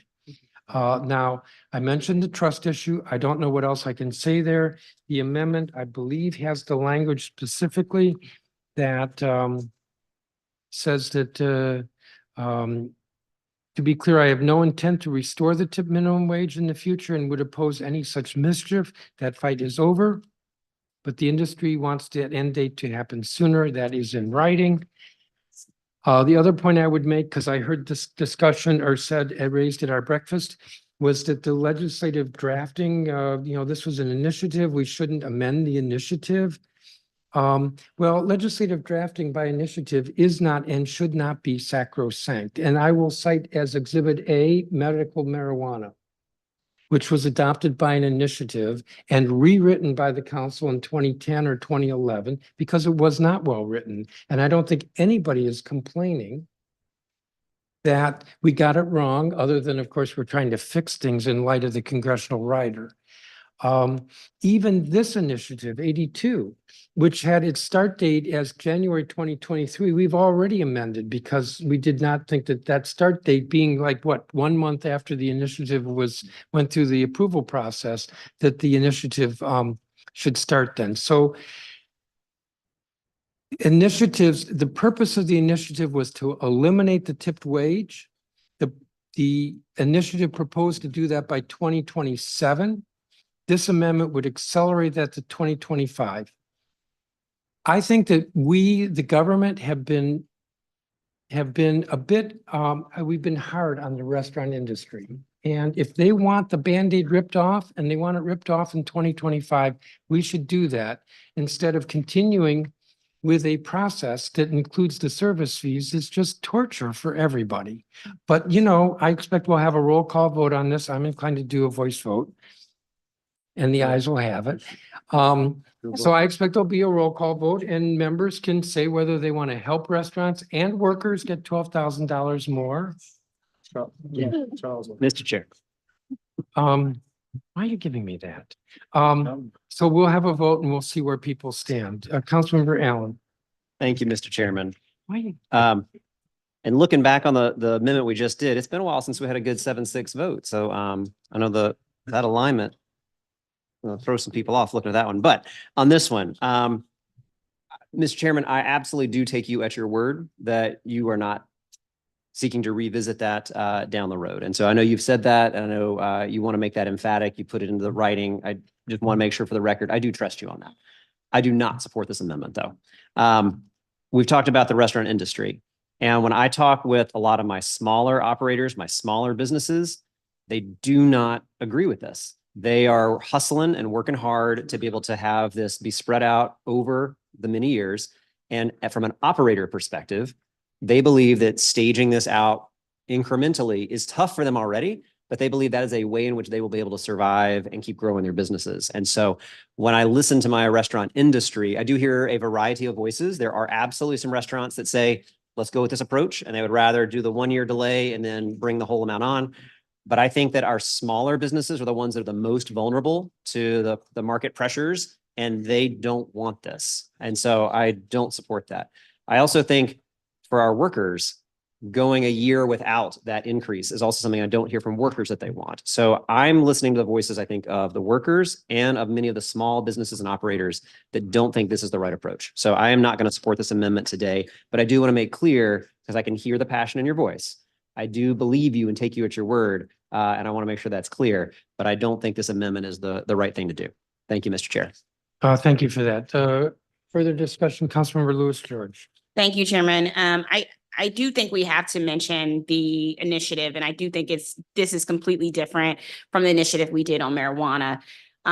When in November 2022, when 74% of DC voters voted for the District of Columbia Tip Credit Elimination Act of 2022, also known as Initiative 82, people didn't just vote on to give tip workers the full minimum wage. They also voted on a very clear timeline for the change to be implemented. That was a part of convincing some people. In the conversations that were happening, people were like, you know what, actually, I can get with this because of this timeline. And so moving up this timeline contradicts what the majority of DC voters approved through Initiative 82. And I think yet this amendment, despite being well-intentioned, similarly imposes the council's will over what DC residents already approved. And we should not go down that path again. It's also worth emphasizing that stakeholders are not united behind this idea that restaurant industry requested it, but several restaurants have told me, other council members have their restaurants in their wards, so it's different among the wards, but have told us that it would hurt them. And this is supposed to help tip workers, but tip workers have come to us and asked us not to pass this amendment. And so let's stay the course on Initiative 82 and continue supporting our tip workers and our restaurants. It's not an either or, supporting both. Supporting workers is supporting restaurants. I urge my colleagues to reject this amendment, and let's not go down the road again of overturning the will of the voters. Thank you. Thank you, Councilmember. Councilmember Fruman. Thank you very much, Chairman Mendelson. I too, my initial reaction to the rip the Band-Aid off was concern about an effort to overturn I-82. And I completely accept all of your pledges that that's not a thing that we're going to do. But since then, I've heard from a bunch of restaurants who say, please do this. But I've also heard from a lot of restaurants saying, please don't do this. And a lot of workers saying, please don't do this, because of the havoc it could create in the marketplace if imposed too quickly. Part of what I was trying to do in my amendment was look at a way to buffer that, but that's not going to happen. But it's not about a trust issue. It's about the fact that a timeline was created, and if we go away from that timeline, what will be the impact in the market? And so I can't support this amendment and hope that that it won't go through. I just will use this moment to say I'm going to have one more formal oral amendment about taking out section 102 in the bill, but that'll come after we finish this. Councilmember Nadeau. Thank you, Chairman. Just to reiterate the words of other colleagues, moving up the timeline here literally undermines the will of the voters, because the initiative pretty much was only a timeline. The language voters saw on their ballot was 97 words long. 49 of those words explain how it would gradually eliminate the credit. If this amendment passes, many businesses that would not survive a sudden increase would have no other choice but to close. And I hope we aren't so naive to think that if we pass the bill with this amendment, we won't immediately have the finger pointed back at council when our smaller restaurants fail. Every minimum wage increase we've done, or probably any minimum wage increase in the country, has been phased in. This is the best policy practice, and there is no reason for this to be any different. Thank you, Chairman. I do not support this amendment. Thank you. Councilmember Robert White. Thank you, Chairman. I do also want to clarify, as Councilmember Allen had, I completely believe that you don't have any intention of undoing the will of the voters here. For restaurants that want to accelerate the timeline, they can do that now. I, like some of my colleagues, worry about the restaurants that cannot accelerate the timeline. And I want to make sure we're not doing something that's going to harm smaller restaurants. I think this is a time of great pain for restaurants. I think they're trying to figure it out. Costs have gone up. And many aren't able to survive this transition. We have an obligation to make sure they can, but it's all of them, the small ones too. And I'm not convinced that this change won't have a dire impact on our smaller restaurants. So I won't be able to support it. But for those that can accelerate the timeline, I hope that they will. Thank you, Chairman. Thank you, Councilmember White. There's no further discussion. We have the amendment before us. Chairman, I request a roll call vote, please. Madam Secretary, would you call the roll? Councilmember Parker, No. Councilmember Parker votes no. Councilmember Pinto, Yes. Councilmember Pinto votes yes. Councilmember Robert White, No. Councilmember Robert White votes no. Councilmember Trayon White, No. Councilmember Trayon White votes no. Councilmember Allen, Nope. Councilmember Allen votes no. Councilmember Bonds, Yes. Councilmember Bonds votes yes. Councilmember Freeman, No. Councilmember Freeman votes no. Councilmember Gray, Oh.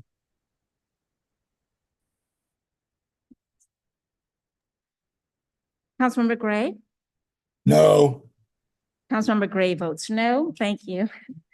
Councilmember Henderson, No. Councilmember Henderson votes no. Councilmember Lewis George, No. Councilmember Lewis George votes no. Councilmember McDuffie, Councilmember McDuffie votes no. Chairman Mendelson. Yes. Chairman Mendelson votes yes.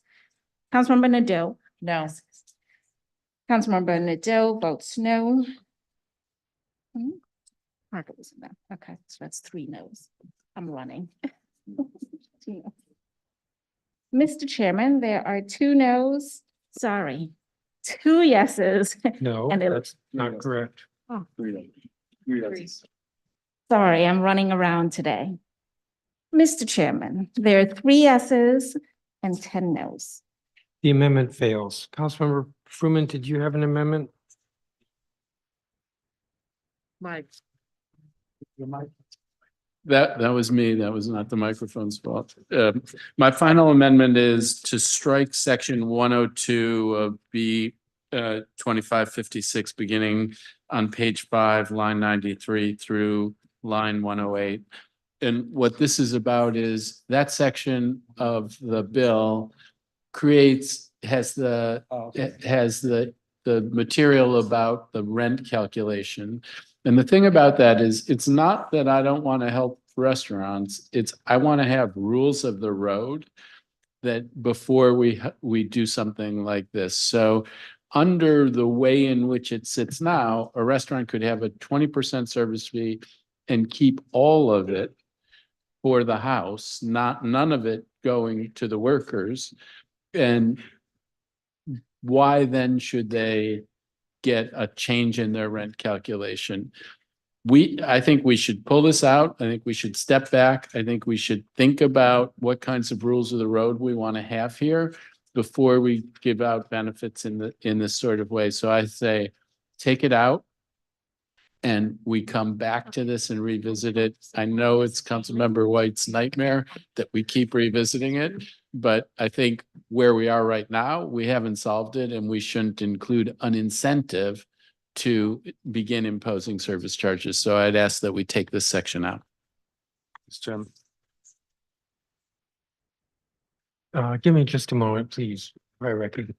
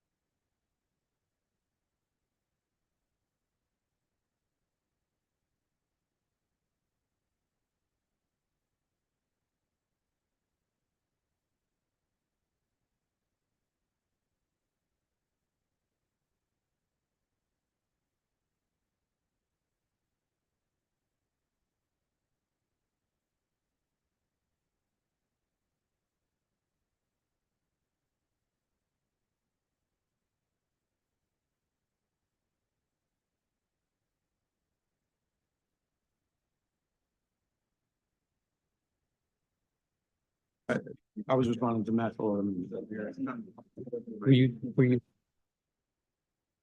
about what I was gonna say. if we could come back to order here.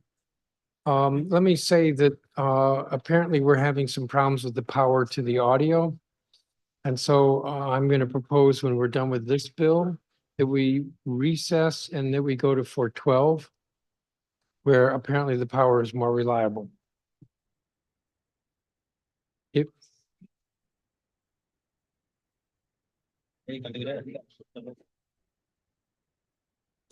so if we could have order, please. Councilmember Fruman, you presented your amendment. Probably a few members have forgotten what you said. Maybe you want to take a minute to just summarize what you said, and then Councilmember McDuffie will be recognized. Okay, thank you very much. So the amendment is to strike section 102 from the main bill, and that's the section of the bill that creates the carve out for the rent calculation for service fees. And I think what that does, and Councilmember Parker actually alluded to this before, is arguably creates an incentive for restaurants to begin imposing service fees, which I don't think we should do at this point. I'm all for finding ways to support restaurants, and I actually could support, as you may know from the proposal I made, exempting things from the rent calculation and frankly from sales tax if they followed rules of the road, but we don't have rules of the road. So I think until we have rules of the road, I don't think we should be creating an incentive. In the scenario that we have now, a restaurant could have a 20% service charge and all of it go to base costs, none of it to the workers. And in a setting like that, there's no rationale for keeping that out of the rent calculation. So let's take that incentive out. Let's come back to this another day and try to figure out rules of the road around service charges. Councilmember McDuffie. So I would ask my colleagues not to support this amendment. This amendment and this whole discussion, frankly, about service charges is taking on a life of its own. And it was not what was intended when we crafted this bill. This provision in particular that he's seeking to strike with this amendment was designed to provide relief to restaurants who are still struggling as a result of the pandemic and other challenges within our local economy. It does not incent and is not intended to incent restaurants to start having service charges. To be clear, I don't like service charges, just in case you were wondering. This was intended to speak to situations where leases were in place pre-pandemic. It was designed to speak to situations where leases were ambiguous on the point and where pre-pandemic leases or existing leases were silent on this issue, this provision would hold. But if you are an owner of a building and I'm a restaurateur and I would like to have the service charges that I charge not included in the rents, you can say no. And you can negotiate to include the service charge or not. So this is not designed to incent restaurant to start having service charges. And I want to be clear about that. This provision was designed to address situations where leases that have been negotiated did not speak to this issue. It was designed to provide some relief to restaurants. And I just wanted to make sure that we were not conflating the issues that we heard earlier around service charges, which I think are important for us to discuss, debate, and at some point address perhaps even more than we did through the amendment, but was not designed, and I don't think it is written in a way that should incent restaurants to start using service charges. So I would ask people, my colleagues, not to support this oral amendment. Can I just say? You're not recognized yet. Councilmember Nadeau? Yes, Chairman. I just wanted to briefly offer my support for the amendment. I don't have any additional remarks. If nobody else wishes to be recognized, second round, Councilmember Freeman. Thank you very much.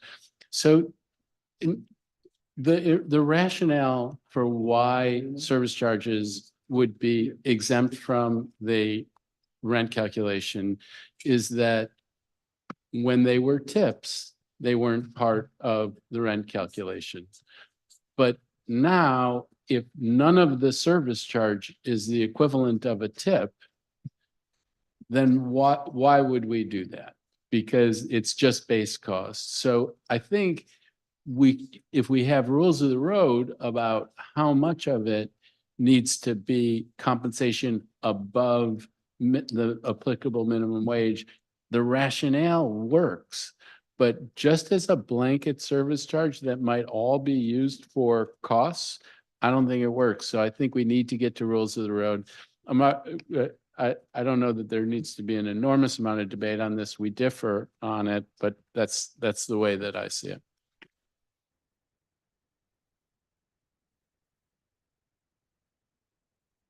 Councilmember Allen? I mean, yes, Councilmember Allen. Thank you, Mr. Chairman. I am going to encourage my colleagues to vote no on this amendment. This is language that's been in the committee print, so it was voted on by the full committee. We've had the first reading where we voted and approved this, and now we're at the second and final reading. I think striking this language at this last hour is not the right approach here. I think we absolutely need to include this language in the legislation. And if someone wants to introduce legislation to go before the committee to make further alterations, all for it. This has also been, I think, one of the provisions that's been not well described out off the dais. Like this is language that has been very focused on the lease relationship between a restaurant and the building in which they are located.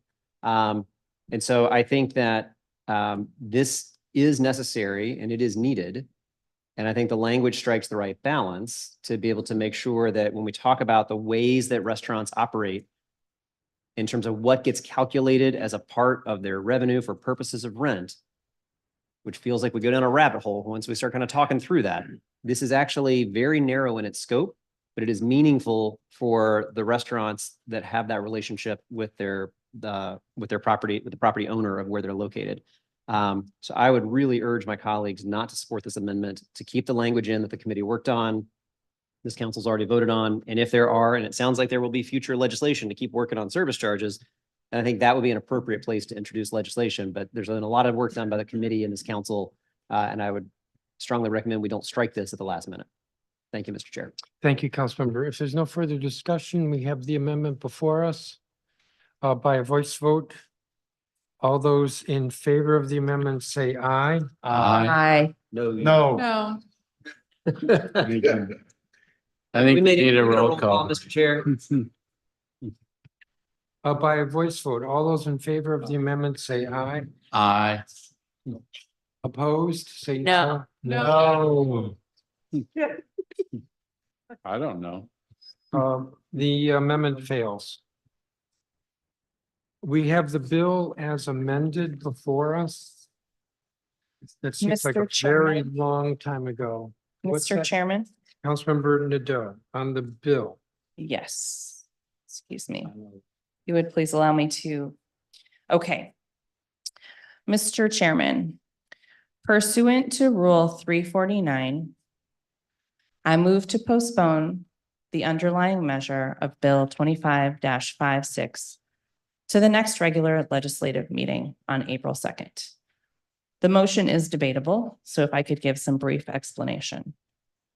If the intent of this bill is to give consumers and restaurants confidence and consistency, I don't know how anyone who's listening to our conversation can have any kind of confidence. We as a council need to sound confident first. Right now, we're drafting from the dais. Now, if this motion passes, I would also move an amendment to one of the emergency and temporary bills on today's agenda, which I believe can be considered germane. That amendment would add the dram shop and fair meals delivery language, both of which do not have a fiscal impact. It does seem there's consensus among us for these provisions, and I want to recognize that there's a desire to get that done as soon as possible. With that, Chairman, I move to postpone the bill. Councilmember McDuffie. I would urge my colleagues to oppose this amendment. And I disagree with the characterization that we're legislating from the dais. The underlying amendment is actually something that the committee has worked on for nearly a year. And I think that is something that should be noted and recognized by my colleagues, that this is not something that is happening on the fly. And even the amendments that were included earlier, whether or not you're for or against them, I believe had been brought up at the previous breakfast meeting and then moved properly at this legislative meeting. And so I think all those were properly considered today and properly voted on. And so I would encourage my colleagues that if there are additional issues that pertain to service fees that they would like to take up at a future date with a future bill, I'm open to having. Testing, 1, 2, 3, 1, 2, 3. And 2, 1, 2. 1, 2. Keep going. Okay. All right. So I would urge my 1, 2, colleagues. 1, 2. 1, 2, 1, 2. 1, 2, 1, 2. Makes sense. Nice. That's 412. I know. I know where it's coming from, but it was a little distracting. Sorry, Chairman. It's actually Chairman Pro Tem. It's coming from 4. It's a joke. All right. I'll continue, Bill. Yes. Yes. So I'm gonna try this again. I would urge my colleagues to vote no on this particular motion, as this matter has been properly introduced, discussed, debated, and the committee spent a significant amount of time on crafting the underlying measure. And even when it comes to the amendments, whether or not people were for or against them, they were moved in proper fashion, at least the ones that were incorporated into the bill today. So I would urge everybody to vote no on this. Further on the motion to postpone? I will concur with Councilmember McDuffie, who is the sponsor of the bill as it came out of his committee, that we not postpone it. There's nothing further. We'll have a vote on the motion to postpone.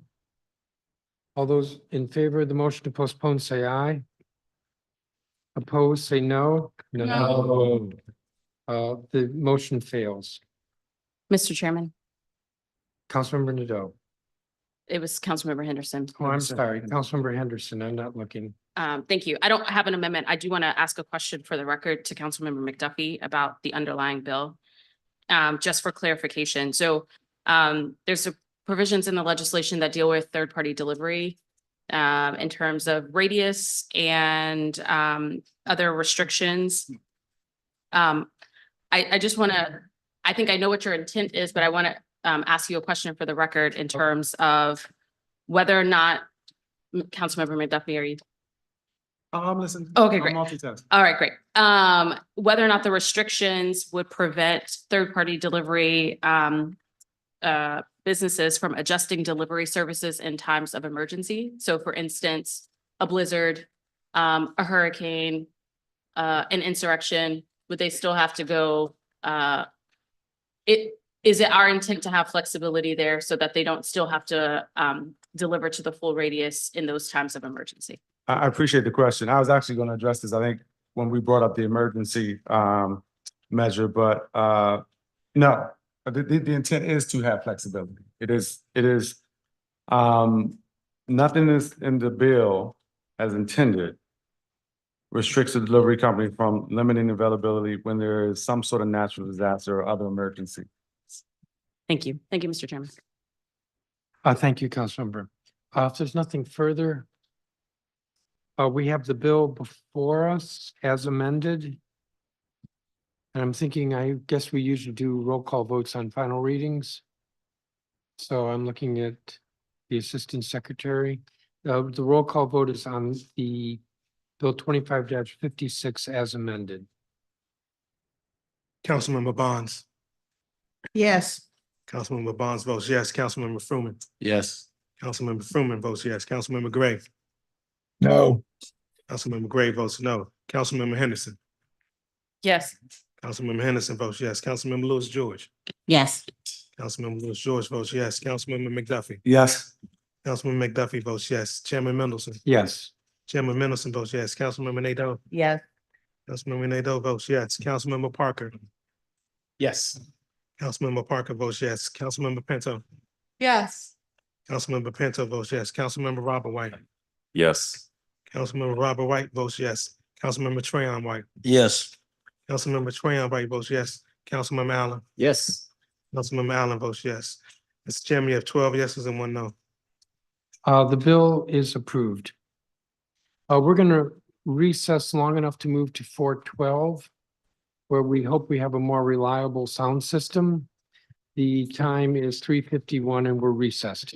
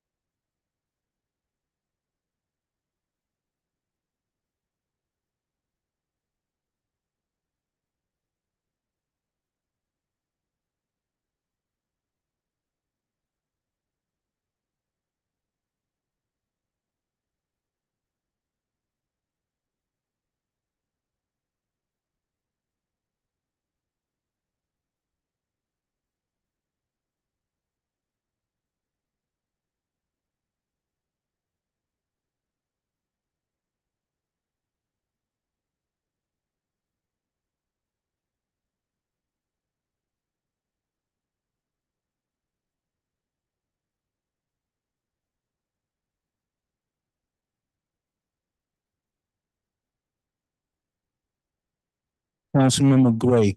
Can you come on the Zoom for me? This is Marquez.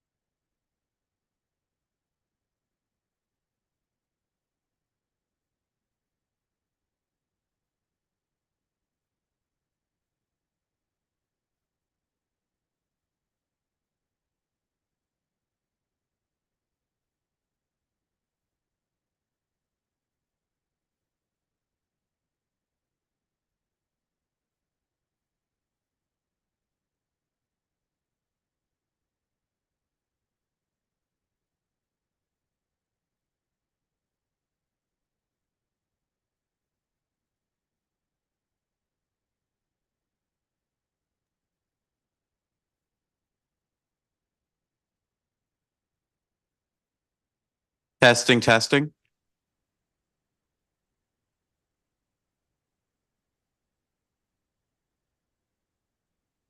Testing, testing, testing, testing.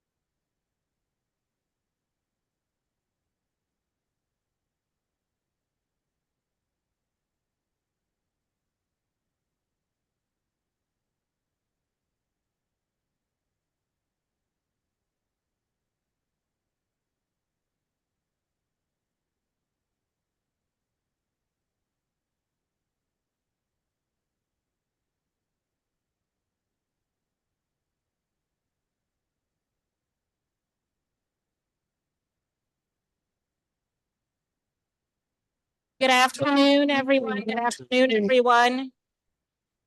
Thank you for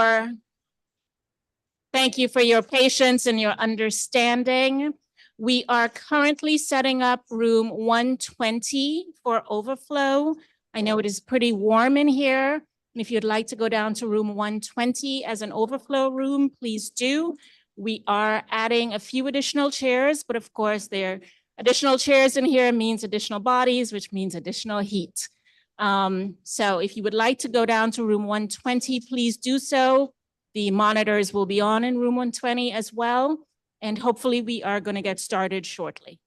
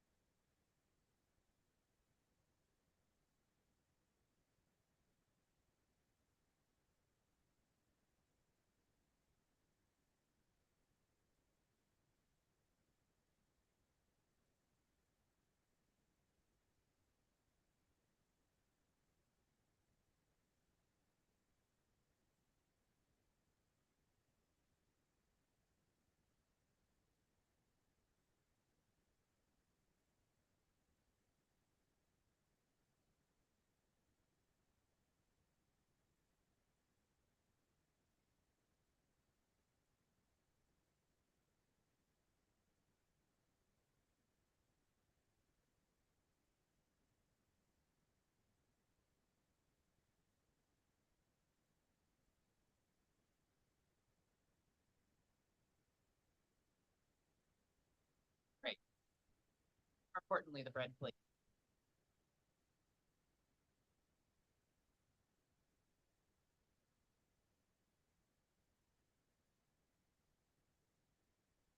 Oh, there isn't any.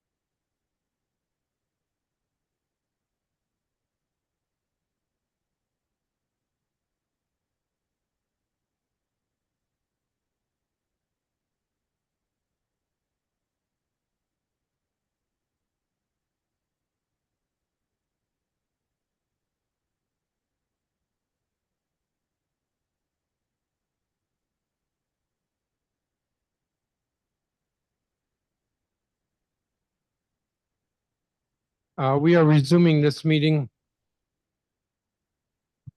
Just in case anybody's forgotten, this is our regular legislative meeting for March. The time is now 4:10 in the afternoon. We have just completed our work on final reading of Bill 25-56. And we will turn now to final reading on Bill 25-345, the Secure DC Omnibus Amendment Act of 2024. Councilmember Pinto. Thank you, Mr. Chairman. Today, I am moving Secure DC along with an amendment in the nature of a substitute. The district has experienced a steep increase in crime and violence. In 2023, we saw a devastating 39% increase in violent crime and a 26% increase in crime overall in our city. We saw 274 people lose their lives to homicide just last year, the vast majority of these in gun violence. Residents are in fear across our city of carjacking, thefts, and falling victim to crime. This is not acceptable. Today, the council has the opportunity to make the district safer and more secure with the passage of Secure DC. I am confident in the robust public engagement and collaborative effort that the committee undertook to get to this point, and that Secure DC will make residents, visitors, and businesses safer and more secure. Secure DC has over 100 different interventions in it. Things like methods to prevent violence by creating grants for all of our commercial corridors, by setting up a hospitality training program in our DC jail so that when folks come home, they have the skills they need to be successful. Improving measures to hold perpetrators of crime accountable, like having new gun violence offenses, changing the definition of carjacking, and giving judges more discretion to hold violent offenders before their trial. Methods to improve government coordination and services by creating an annual firearm tracing system, by improving our 911 call center and data sharing, not only within our local government agencies, but between local and federal government.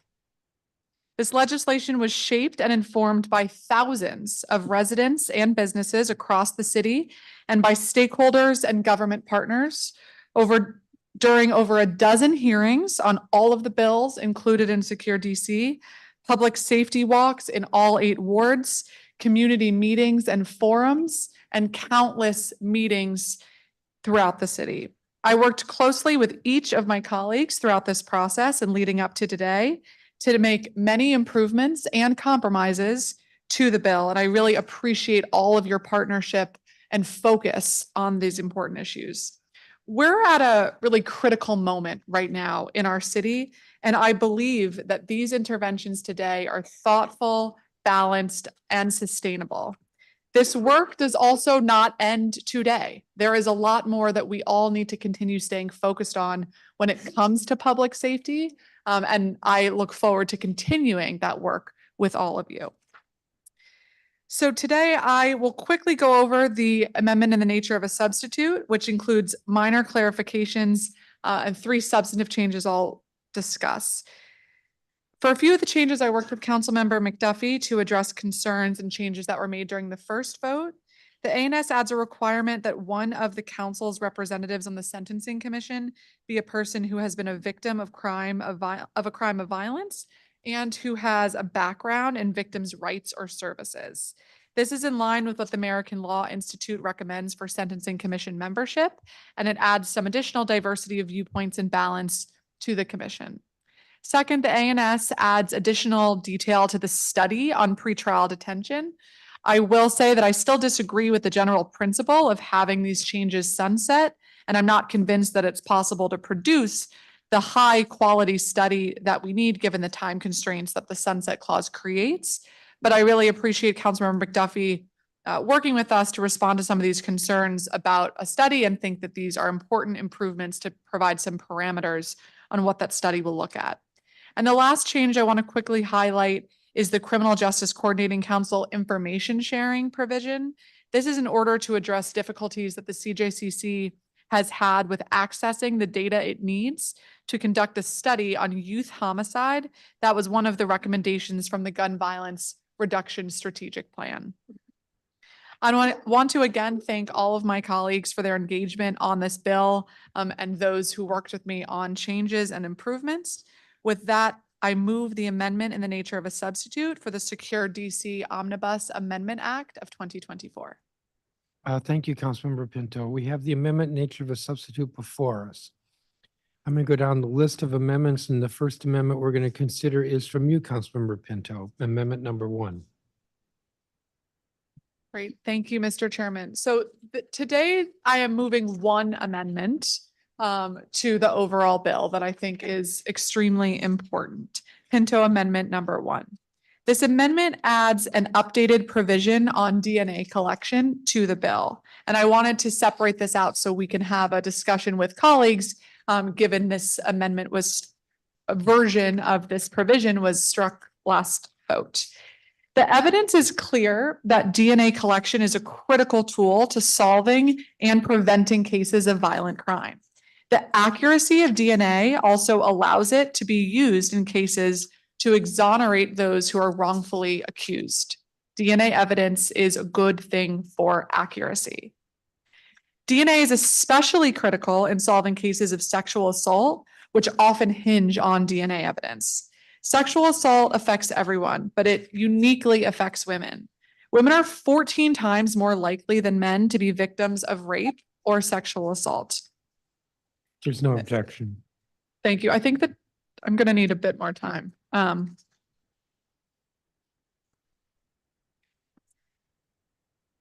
Women are 14 times more likely than men to be victims of rape or sexual assault. And when the victim of a sexual assault is an elderly woman, her assailant is much more likely to be a stranger. It is for these reasons that all 50 states and the District of Columbia currently require DNA collection for those who are convicted of certain crimes for the purposes of adding that evidence to the federal DNA database, which is known as CODIS. It's also why 31 states and the federal government require DNA collection prior to conviction in certain cases. It's time for us to join the majority of states in using this evidence-based policy that, according to extensive research, will prevent violent crime in the district. And we know this works. When California enacted its pre-conviction DNA collection law, the average number of monthly hits that they got, which is a match that can lead to proving a crime, went up 51%. Given that those who commit rapes and other sexual assaults are more likely than others to be serial offenders and to commit other violent crimes, the timing of this DNA evidence is really crucial to solving cases of sexual assault and preventing more sexual assaults in the future. Let me just share one example of how this provision will prevent violent crime and sexual assault. In the district in 2012, an unidentified assailant raped a 26-year-old stranger at gunpoint in the district. DNA evidence from the crime was entered into CODIS, but no matches resulted and the case went unsolved. In 2014, 2 years later, a man was arrested and charged with an assault with a dangerous weapon. He was released pre-trial, and in 2015, while his trial was pending, he raped an 11-year-old girl. Using the evidence from the 2015 rape, the police discovered that this was the same man who had committed the 2012 rape.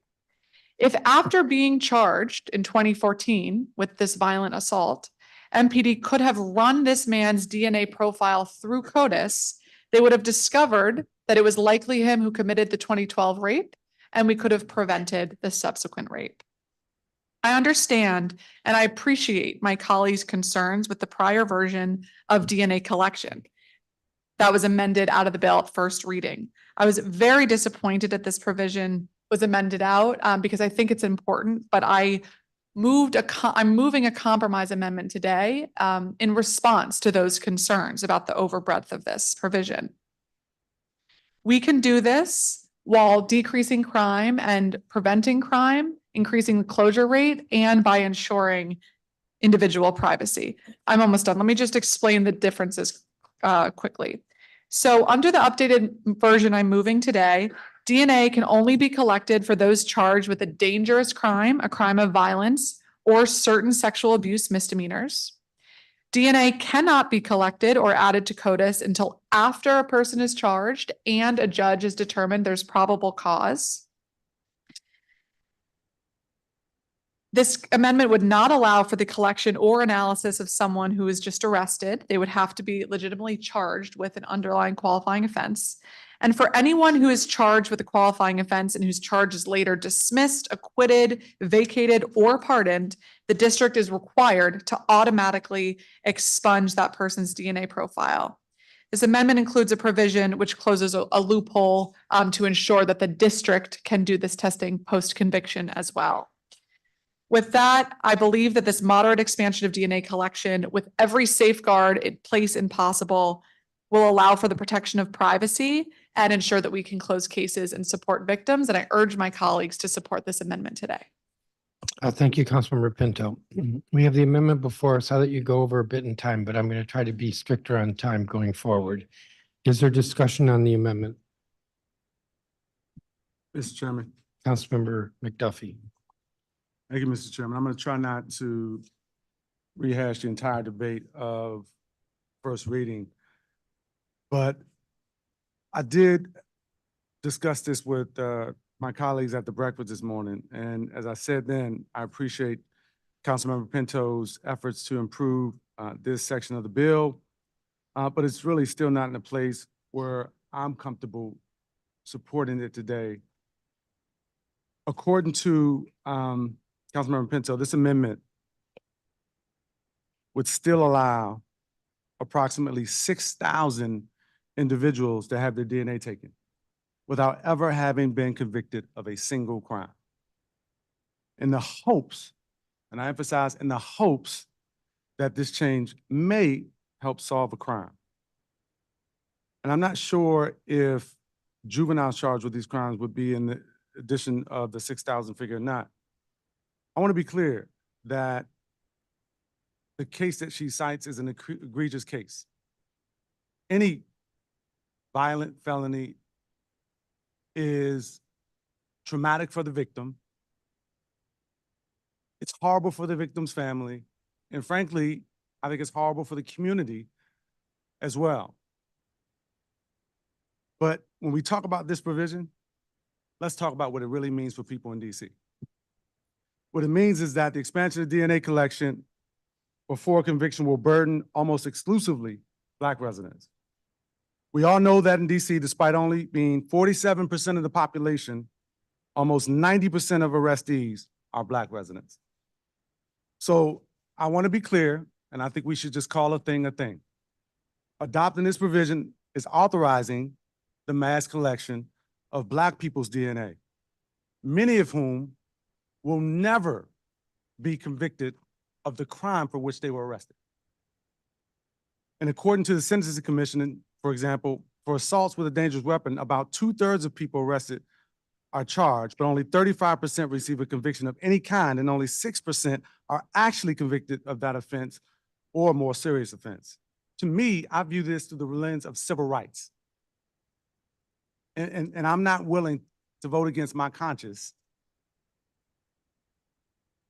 even despite the changes that have been made. And I would argue it gets down to a fundamental truth of who we are as Washingtonians, as Americans. Are we allowed to search people solely because we think they may have done something wrong? That's essentially where we're getting. And as I said during first reading, I believe a fundamental tenet of our criminal legal system is that we are all innocent until proven guilty. I felt that way then, I feel that way today. I appreciate that there have been modifications made, but I am going to vote respectfully against this amendment. Member's time has expired. Further on the amendment? Councilmember Lewis George. Thank you. I appreciate Councilman McDuffie sentiments. I want to ask about the practicality of this. And when USAO reached out, I also asked them, and I have not been able to get sort of answers.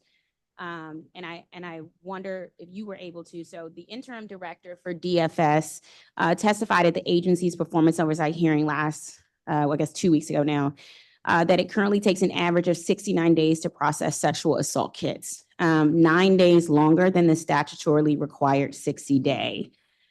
With this expansion, I'm concerned that actually what you're getting to is we need to do a lot about our sexual assault cases and take them very seriously in this city. All branches of government need to take sexual assault seriously. And I am wondering if we're going to be actually hurting our ability to prosecute sexual assault cases by adding and expanding right here. There's already a 1,100 sample backlog at DFS for CODIS right now, which they're trying to contract out to get done. But if there's limited contracting capacity, how could that possibly keep up with sort of the breadth of this provision? Sure. Thank you so much for the question. So the backlog of rape kits and what's going on at DFS is going to be moved through in the next several months because of the reaccreditation that moves us to the top of the line. And that we will continue to urge that needs to be a priority. And sexual assault cases are often prioritized within the system to make sure that the evidence is collected. What we're talking about today is totally different. It's a totally different system. It's a totally different collection. This is a database that just collects a piece of the DNA, not your name, not your race, not your background, a piece of identifying information that can just be used to compare to other pieces of identifying information to get matches. But it's a totally different system than our rape kits and the backlogs that they're dealing with. Understood. And as far as the changes that you've made to the provision, because we talked through some of these changes, what, as far as when will the DNA collection be collected at this point? So under this amendment, the DNA would be collected after charging and after a judge has determined that there's probable cause to move forward with the case. So at a probable cause hearing? Yes, most likely. Okay. No further questions. Thank you. Thank you, Councilmember Lewis George. Councilmember Parker, then Fruman. Thank you, Mr. Chairman. At the first vote, I supported the amendment striking the DNA collection provision, in part because of concerns that it was too broad, in part because of when the collection happened. At that time, the proposal was for DNA collection at arrest. And since what the amendment we have now is that the DNA collection will happen after charging and after a probable cause hearing. And to me, that is persuasive. I also keep in mind that we're talking about those charged with violent crimes and sexual assaults. And I am sensitive and sympathetic to the fact that there's a chance that a large number of people that will not be convicted may have their DNA collected. On the flip side, there are a number of cases that might be solved with this collection. This would bring DC in alignment with, I think, some 30+ other states. And I think there's a level of thoughtfulness and nuance here that with this amendment that is very different than the original. So I do plan to support this amendment because I think it will support the district in solving cases or closing cases. The last thing I would say, I asked the question during breakfast, what separates the district's collection of DNA versus the federal government's? The federal government collects DNA, as I understand it, at conviction. And this would allow us to collect DNA after being charged and someone had a probable cause hearing. And so that gap, there exists a number of individuals that may pose harm to communities, to young people, both for violent crime and sexual assault issues that I think we should take very seriously. And so I just wanted to go on record saying, I think this strikes the right balance where I did not think the original amendment did, and I do plan to support it. Thank you. Thank you, Councilmember Parker. Councilmember Fruman. Thank you, Chairman Mendelson. So I'm curious, when does fingerprinting happen? How is fingerprinting used and when are fingerprints gotten rid of if there's not been a conviction? And then also, can you talk about the procedure of how the DNA test is done physically, how it's done, and how it would happen at the probable cause founding? What's the mechanics of that? Sure. Thanks for that. So fingerprinting is done upon arrest at booking and it is never deleted or expunged. So that's the current system. So this is much more safeguarded than fingerprinting ever is. You're arrested, you get booked, you get fingerprinted, and it's always on record there.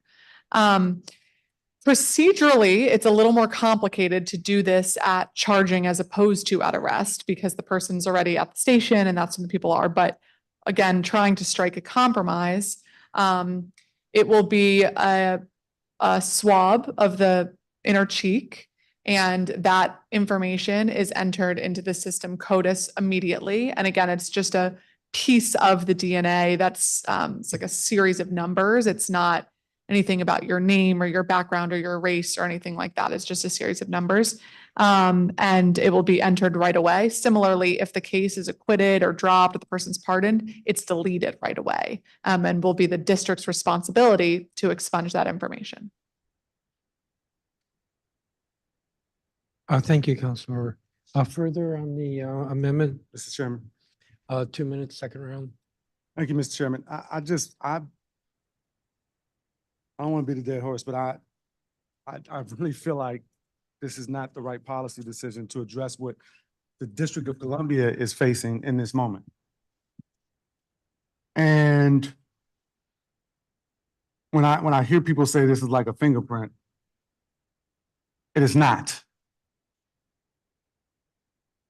And this notion that it is used like a fingerprint for the purpose of identification, it's not.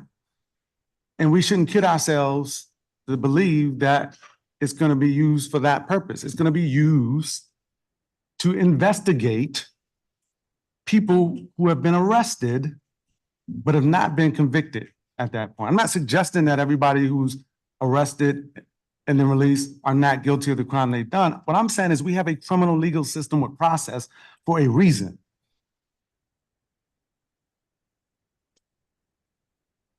We have rights that shouldn't be infringed on. We have a system where a lot of people of color already feel is suspect because it targets them in a way that it doesn't certain other communities. And when I hear that 31 other states have done this, how is it helping in the cities that look more like the District of Columbia? For example, Maryland has done this. What has it done for crime in Baltimore? What has it done for crime in Prince George's County? How many cases do you, it's a question, Spearman, how many cases do you expect will be solved in the District of Columbia as a result of doing this, Councilmember Pinto? So a couple of things there. I am not comparing it to a fingerprint. It's much more accurate than a fingerprint. But I know it's a different process than a fingerprint. Of course, it's a different process to swab the inside of someone's cheek than it is to take a fingerprint. We have seen major reductions. So I talked about California when we see the hits. This is only allowed to be used for a very particular reason. This is not allowed to be used for other broader investigations. This is only to see if there are matches in a system. There are very intense safeguards around who can use this information and for what. Mr. Chairman, Members, no, your time is. Mr. Chairman, please No, do your time has not. expired. She was answering my question though, Mr. Chairman. All I Your want to time has say expired. You had is 2 minutes. that Mr. McDuffie. in Maryland, Mr. McDuffie, you're out of order. I'm sorry, but the time limits are set. You had 3 minutes for first round, 2 I'll say minutes for this. second round. Mr. McDuffie. Is there further on the amendment? If there's nothing further on the amendment, we'll have a vote on it. I have a roll call vote, Mr. Chairman. Madam Secretary. Councilmember Pinto, Yes. Councilmember Pinto votes yes. Councilmember Robert White, Yes. Councilmember Robert White votes yes. Councilmember Tran White. No. Councilmember No. Brown White votes no. Councilmember Allen. Yes. Councilmember Allen. Councilmember Allen votes yes. Councilmember Bonds. Yes. Councilmember Bonds votes yes. Councilmember Fruman. Yes. Councilmember Fruman votes yes. Councilmember Gray. Yes. Councilmember Gray votes yes. Councilmember Henderson. Yes. Councilmember Henderson votes yes. Councilmember Lewis George. No. Councilmember Lewis George votes no. Councilmember McDuffie. No. Councilmember McDuffie votes no. Chairman Mendelson. Yes. Chairman Mendelson votes yes. Councilmember Nadeau. Yes. Councilmember Nadeau votes yes. Councilmember Parker. Yes. Councilmember Parker votes yes. Mr. Chairman, there are 10 yeses and 3 nos. Thank you, Madam Secretary. The amendment is approved. The next amendment is by Councilmember Nadeau. Thank you, Mr. Chairman. In our ongoing efforts to increase public safety, we must take a balanced approach that tackles the complex challenges inherent in law enforcement. One of those challenges lies in closing cases, especially homicides, which demands our utmost attention and effort. Back in November, I introduced the Case Closure and Witness Support Amendment Act of 2023, a robust step toward enhancing MPD's capability to solve more murder cases. This legislation aims to bolster our efforts by not only increasing the reward amount for witnesses who provide testimony in homicide cases, but also initiating a comprehensive study to assess the effectiveness of witness assistance programs in the district. Today's amendment marks the continuation of that effort, representing the second component of my original bill. With the closure rate for DC homicides lingering at a mere 45%, it's evident that we need to do more to encourage witnesses to come forward, and the district must provide them the necessary support when they do. Therefore, I urge Councilmember Pinto to grant my permanent bill a full hearing this year to delve deeper into the issue of DC's case closure rates. My amendment today is straightforward yet crucial. It would launch a comprehensive study to evaluate the effectiveness of the district's existing witness assistance programs.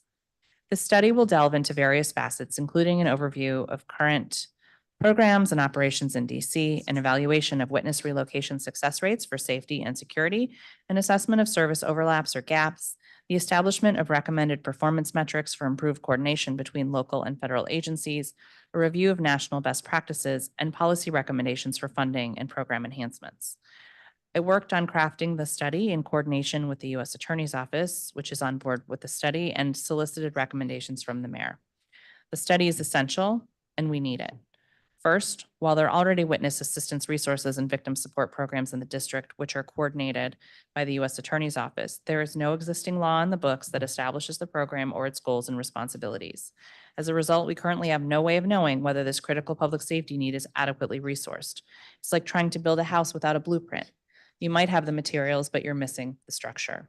Second, before investing in any multi-agency approach to witness assistance and services, it's imperative that we base our decisions on thorough research aimed at bolstering our success rates. So yes, another study is indeed warranted. Unlike other states, DC's lack of statehood imposes a much more complex and overlapping system of agencies and offices. With over 30 law enforcement entities functioning within the city's confines, delivering services in DC demands a heightened degree of coordination and communication, surpassing what might be expected under typical circumstances.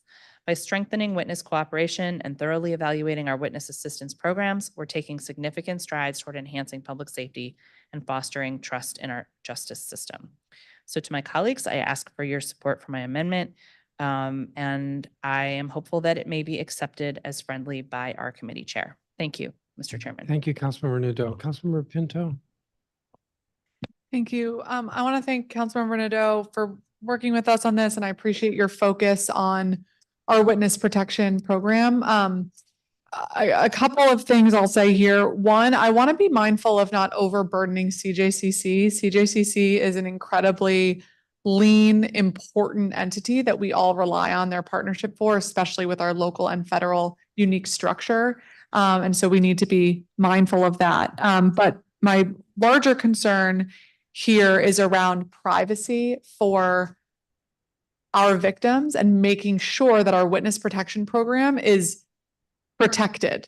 And so any information that gets shared with the public about how that program works and operates could undermine witness safety. And so I'd ask that we strike the end of lines 49 through 53 of this amendment so that we can have CJCC submit a confidential report to the council. But I cannot stress enough to this body how important it is to keep that report confidential.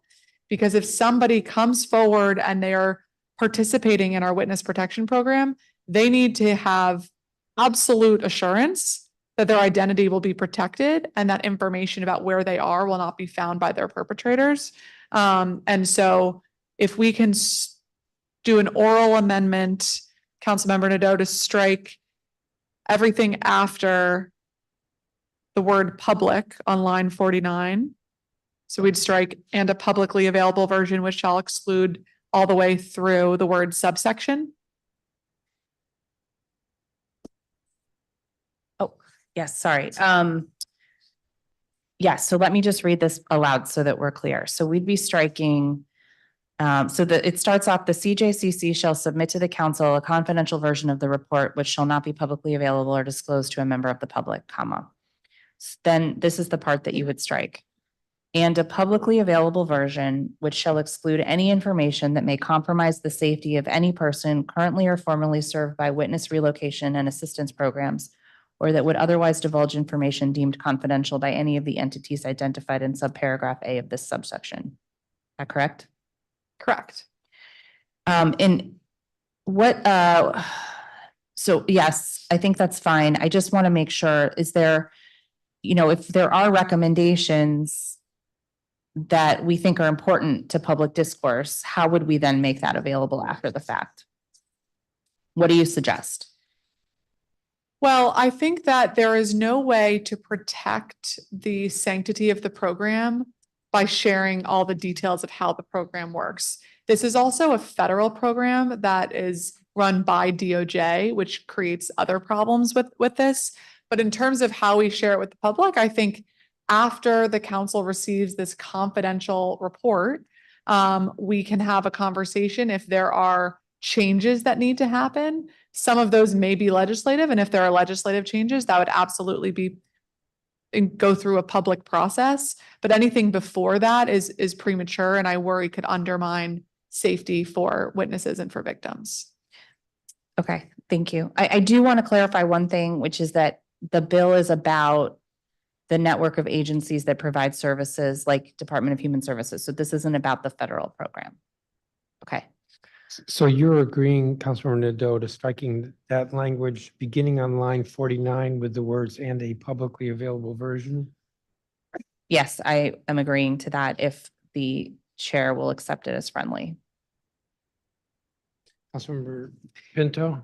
Yes, I will accept this amendment as friendly. So if there's no objection, the amendment will be accepted. Hearing no objection, the amendment is accepted. Thank you. The next amendment, there are two, is from Councilmember Louis George. Amendment number 1. Thank you, Chairman. At this time, I'd like to move my circulated amendment number 1. My amendment would maintain a threshold for felony theft that is currently in law, which is 1,000. It would also apply the same total felony threshold when someone commits multiple thefts within the 6-month period. I want to be clear, my amendment does not weaken or change any new provisions in Secure DC aimed at retail theft, which has been falsely stated repeatedly by the executive, or any of the penalties that we already have in place. Secure DC includes the new organized retail theft offense proposed by the mayor, which my amendment does not change in any way. Secure DC also increases penalties for repeat theft offenses to be charged as a felony when they happen in a 6-month period and the total value reaches the threshold. That is still in the bill and remains unchanged. DC also has a unique shoplifting charge that has its own penalties that can be applied to retail theft.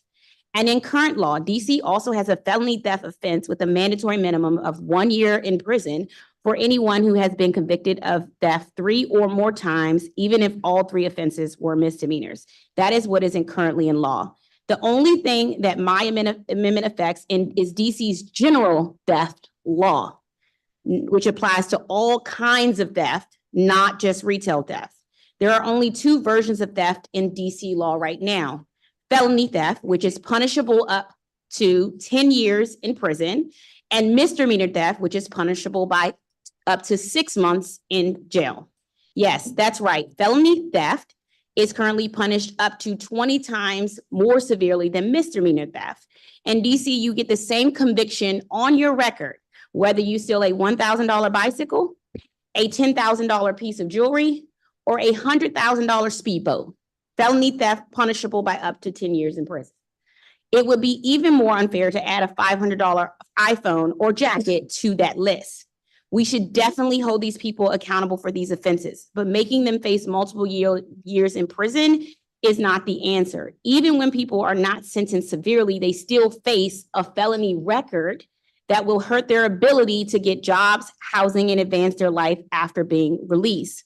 A felony record is particularly destructive to the lives of our young people who may lose the opportunity to go to college or build a career that brings much needed stability to their lives and their families. This will in turn have a negative impact on our city's long-term safety. And here's the key truth. A lower felony threshold does not actually deter or decrease theft. How do we know? Pew Research Center conducted an analysis of 37 states that increased their thresholds for felony theft. And they did 3 years before and 3 years after. So the subgroup could be an even group. And they found that the change had no impact on property crime or larceny rates. Councilmember, So we have, I would like more time, Chairman. without objection. Thank you since so you're much. The maker of the motion. Thank you. So that is so we have data that has already been studied by 37 other states. We also know lowering the felony threshold would also make DC an extreme outlier compared to nearly every other state. If we look just in our own DMV, our neighbors, Maryland and Virginia, have felony thresholds of 1,500 and 1,000 respectively. If we look outside of our region, right now, only 3 states have felony thresholds of $500 or less. States nationwide are raising their threshold, not lowering it.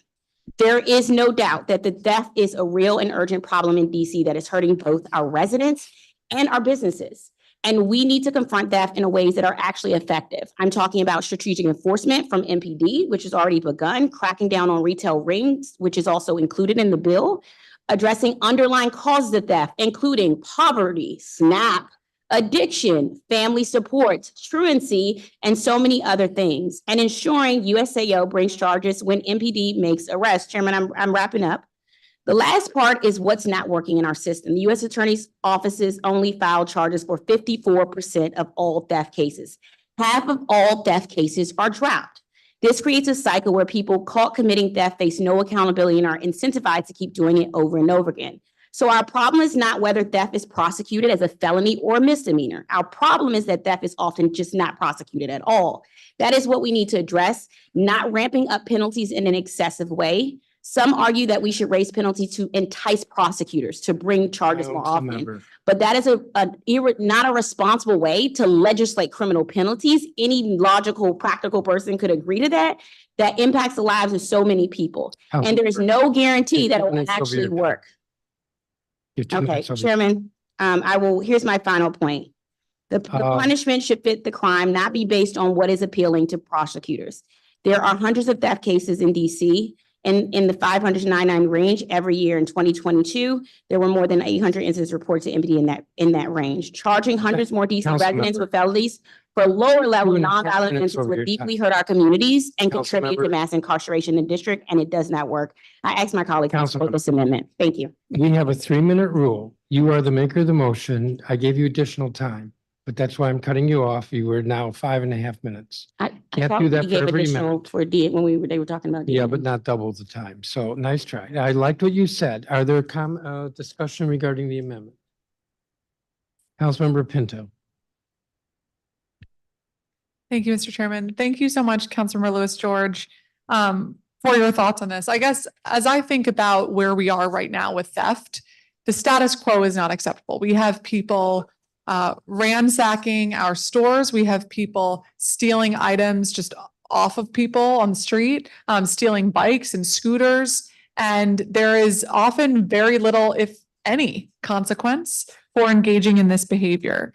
Some have suggested that this could be charged as burglary, but not all thefts involve burglary. Stealing someone's $800 bike, for example, off of a bike rack is not burglary. Right now, that would be a misdemeanor theft, which is a maximum 180 days in jail, but in practice usually leads to 0 because of the way that it's handled.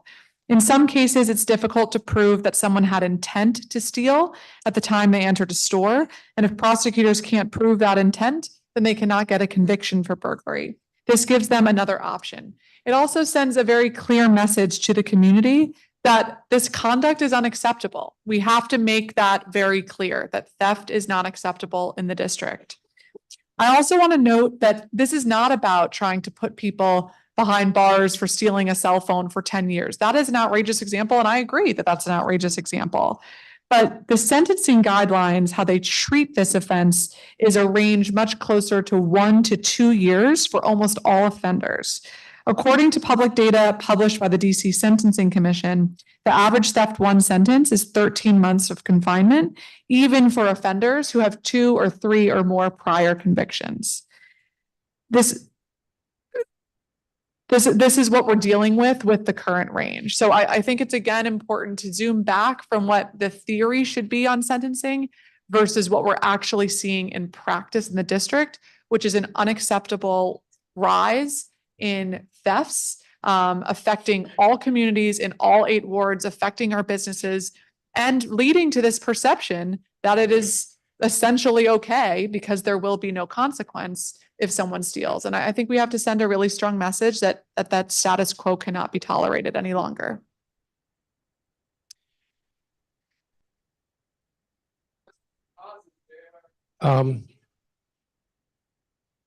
If we could have order in the audience, please. I'm going to speak next. I think Councilmember Lewis George got it right.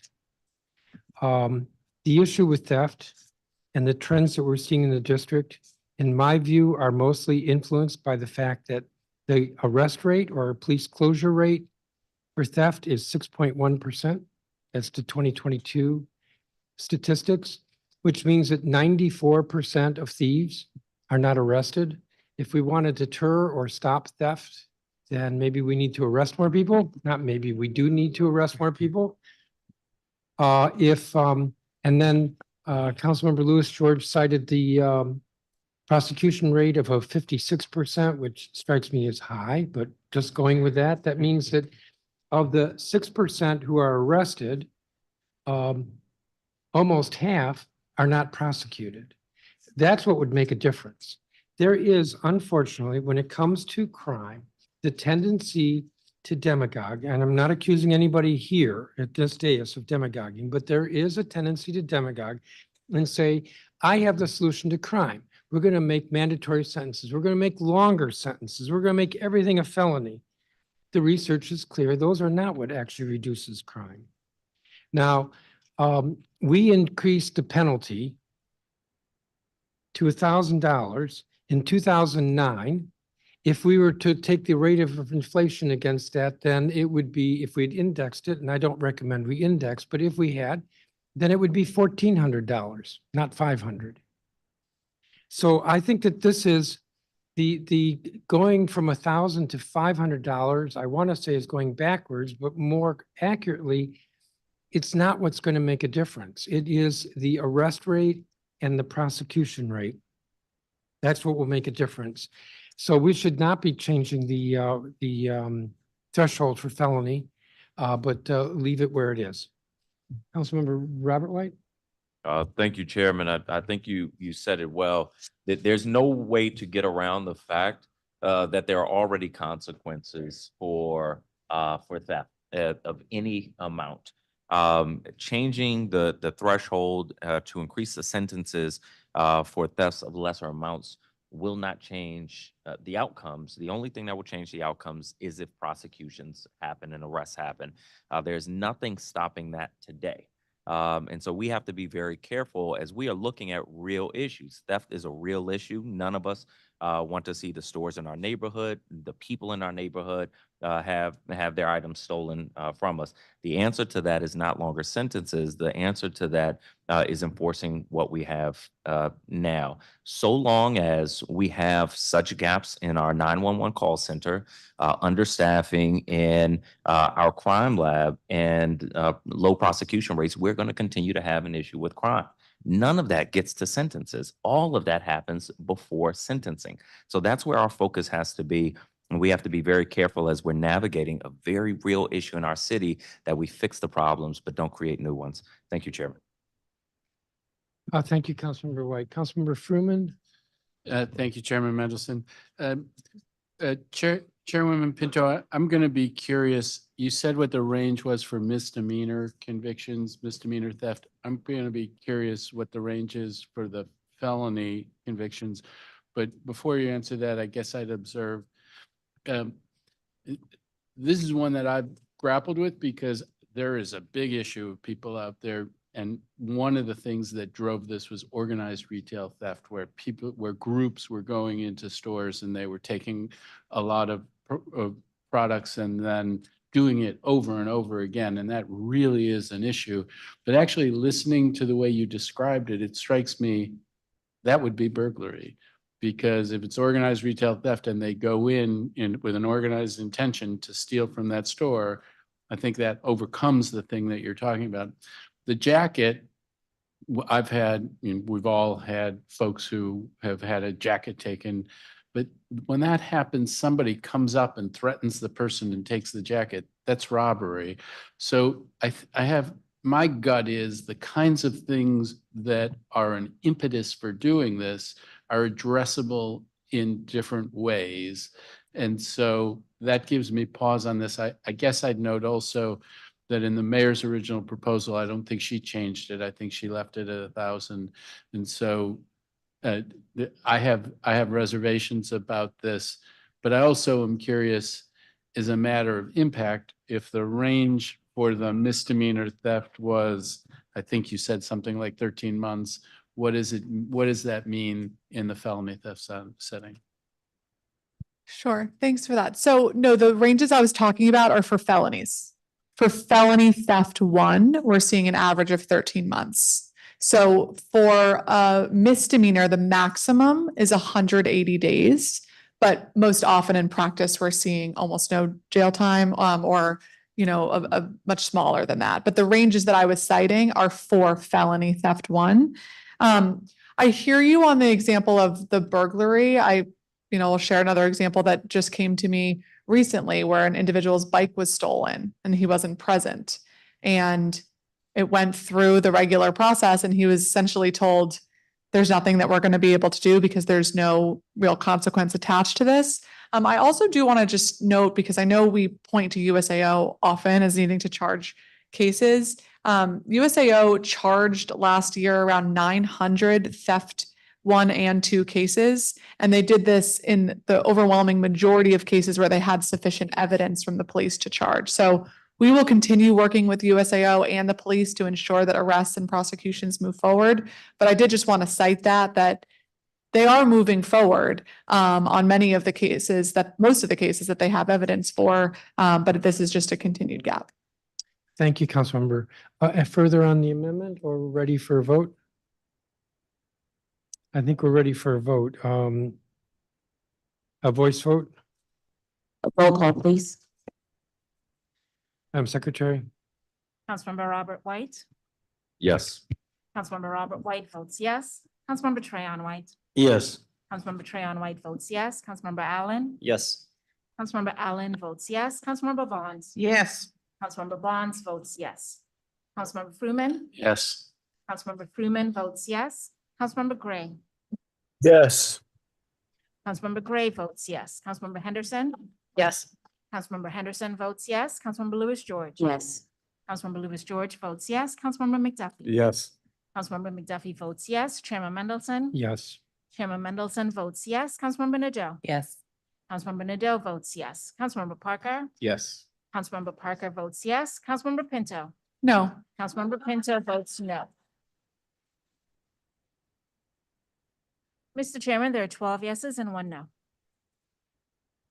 Our meetings are public, but it is not appropriate for demonstrations, and it is especially not appropriate to laugh at a member. The vote was a 12-1. The amendment is approved. Councilmember Lewis George.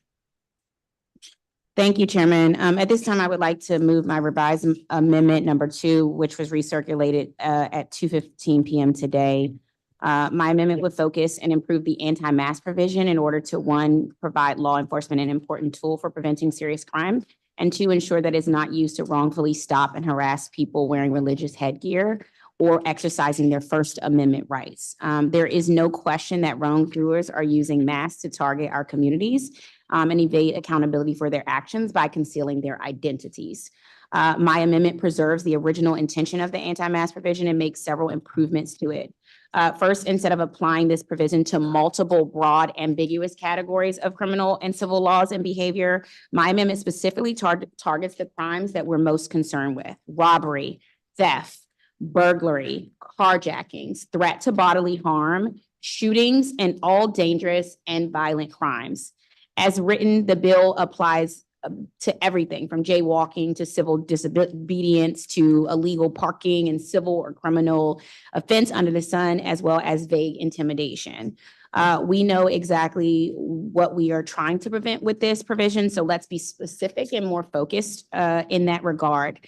Secondly, my amendment removes subjective language targeting anyone who, in quotes, intimidates to another person, and instead uses objective language focusing on an intent to commit a crime. When we give law enforcement additional power to stop people, it should be based on an intent to commit specific offenses, not whether someone perceives you as intimidating. Using subjective language is an open invitation for racial bias and for Black children in our city to be targeted, even if they have not done anything wrong.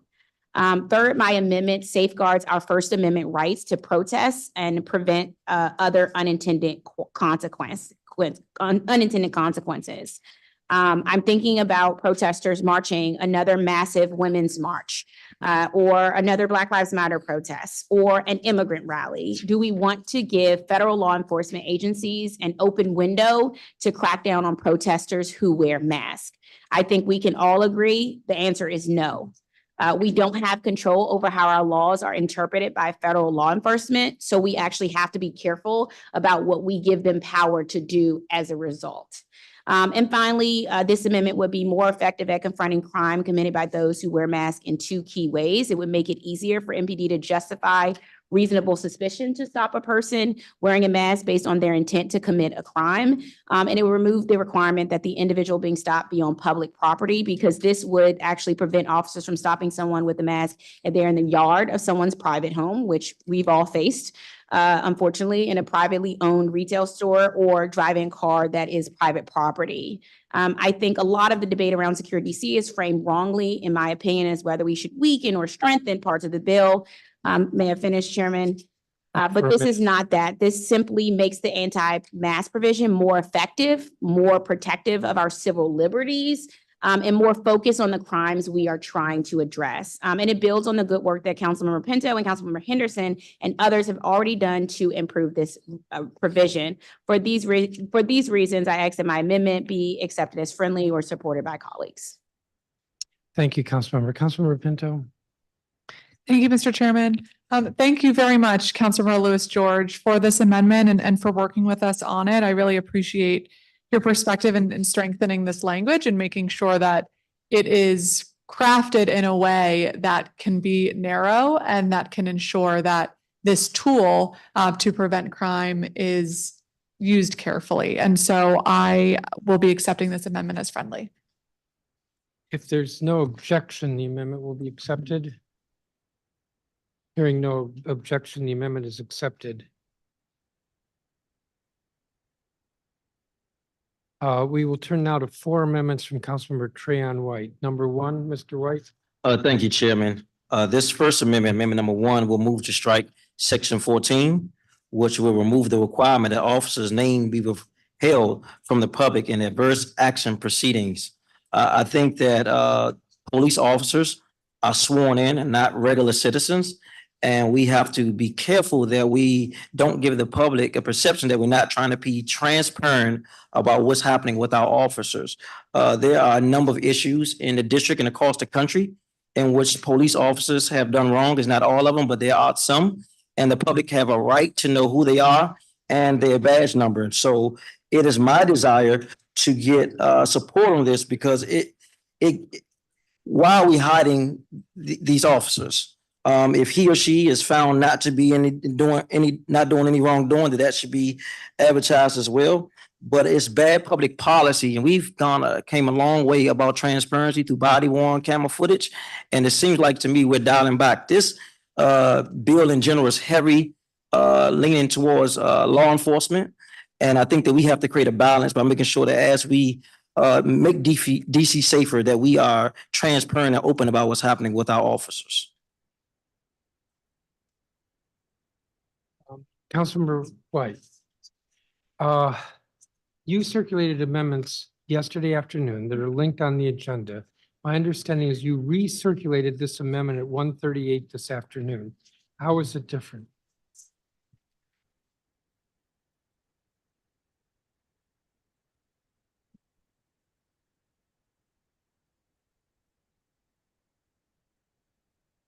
Yeah, but I don't see any difference in the bill.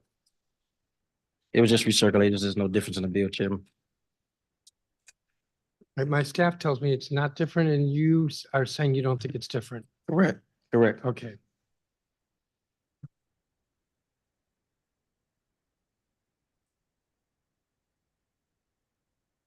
All right, Councilmember Pinto.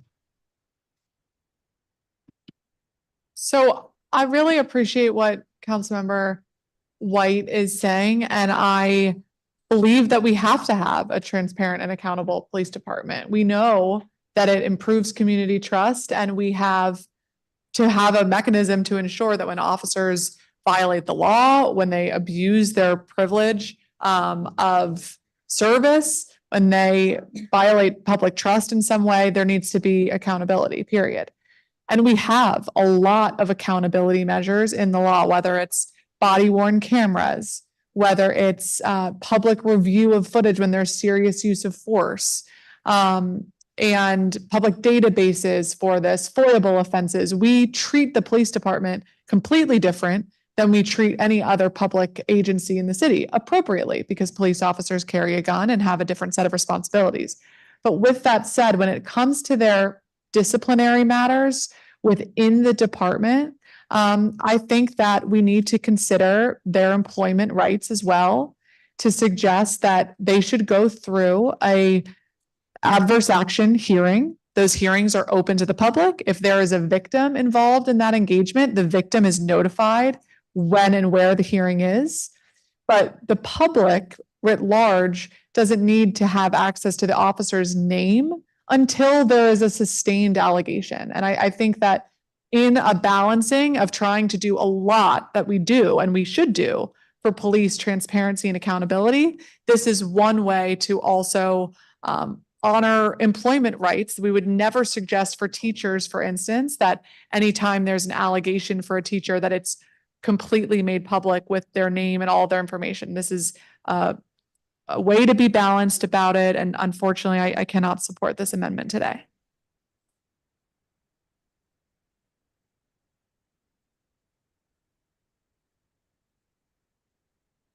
Thank you, Mr. Chairman. I wanted to ask a question in terms of Councilmember Pinto. So I believe that the requirement that the officer name and information and there be a public notice, we passed that a couple of years ago.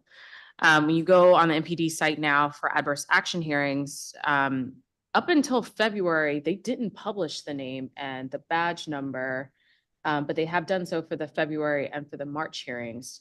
Do you know why they changed their action, even though this has technically been law for, I think, at least a year at this point?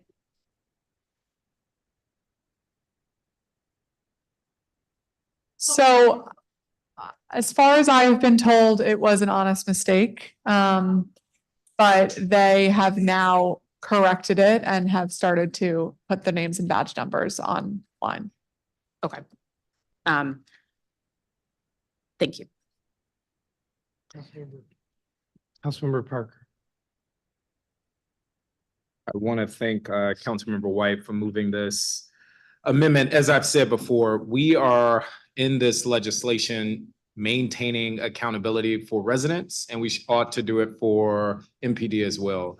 I am looking at an example of a calendar of adverse action hearings. And if we were to remove the name and the badge number, for one case, all that would remain is on February 23rd, this case involves a member who was engaged in a domestic incident. That's the extent of the information that is provided. By removing the name and the badge number, we create a significant barrier to informing the public around potential officer misconduct, and it's unnecessary. I would also just stress that there is no reason for this. No one can tell us how this direct action, removing the name and the badge number, improves public safety. What it seems to me, and I acknowledge that the police union may have made this request and/or police Chief Smith may have made this request.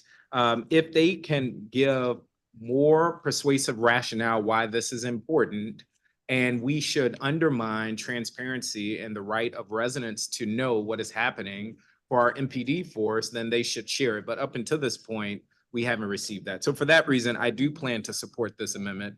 I hope the council supports this because it would be a horrible signal to say we are increasing accountability for residents while decreasing accountability for MPD.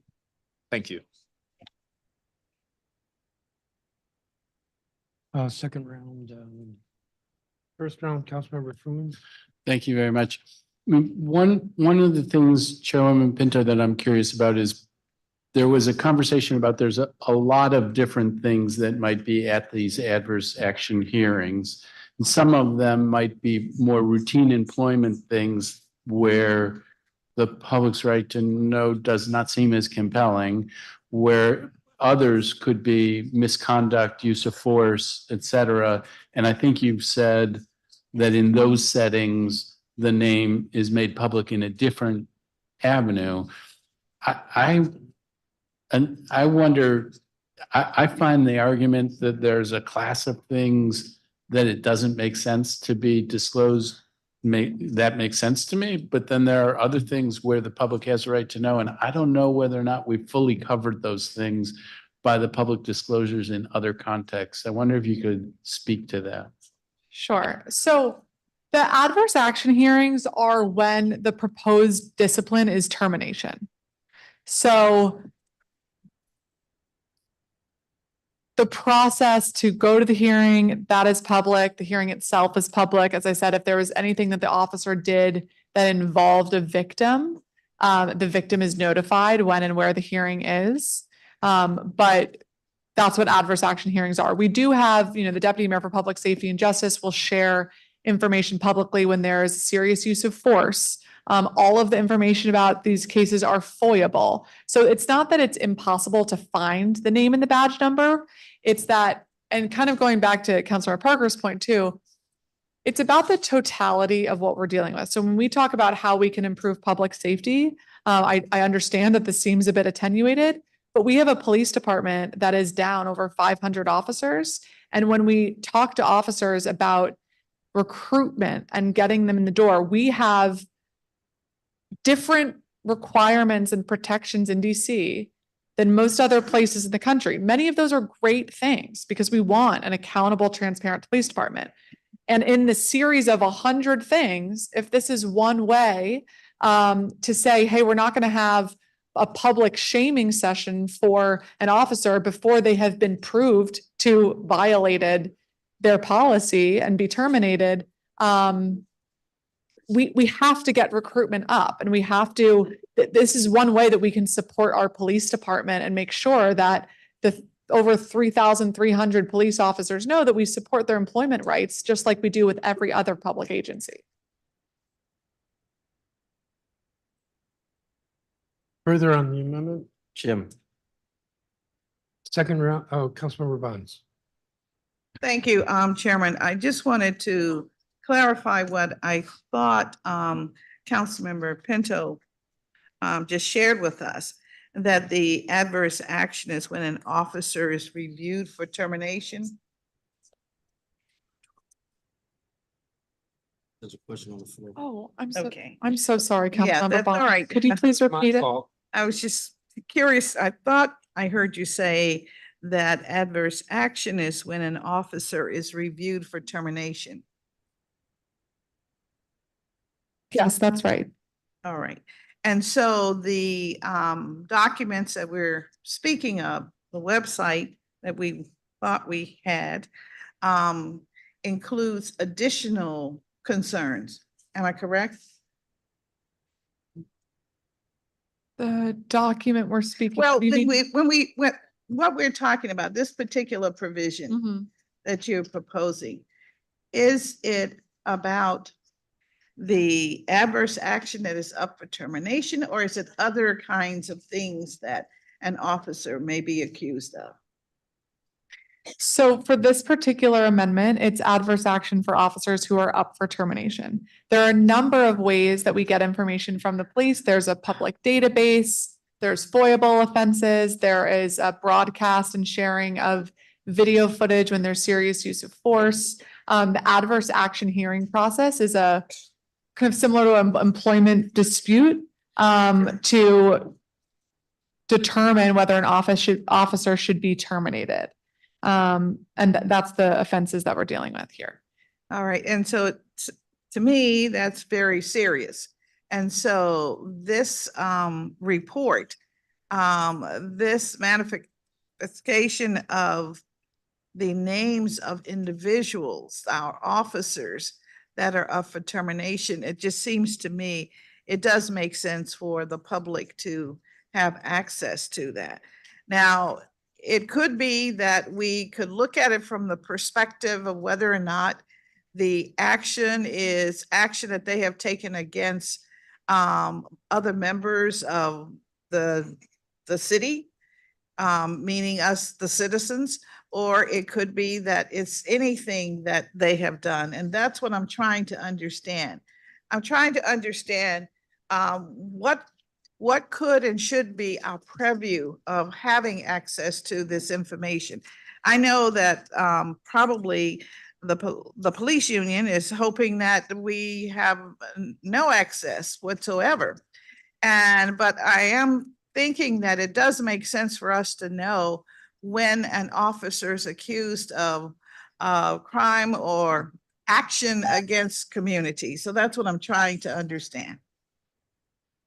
Further on this amendment.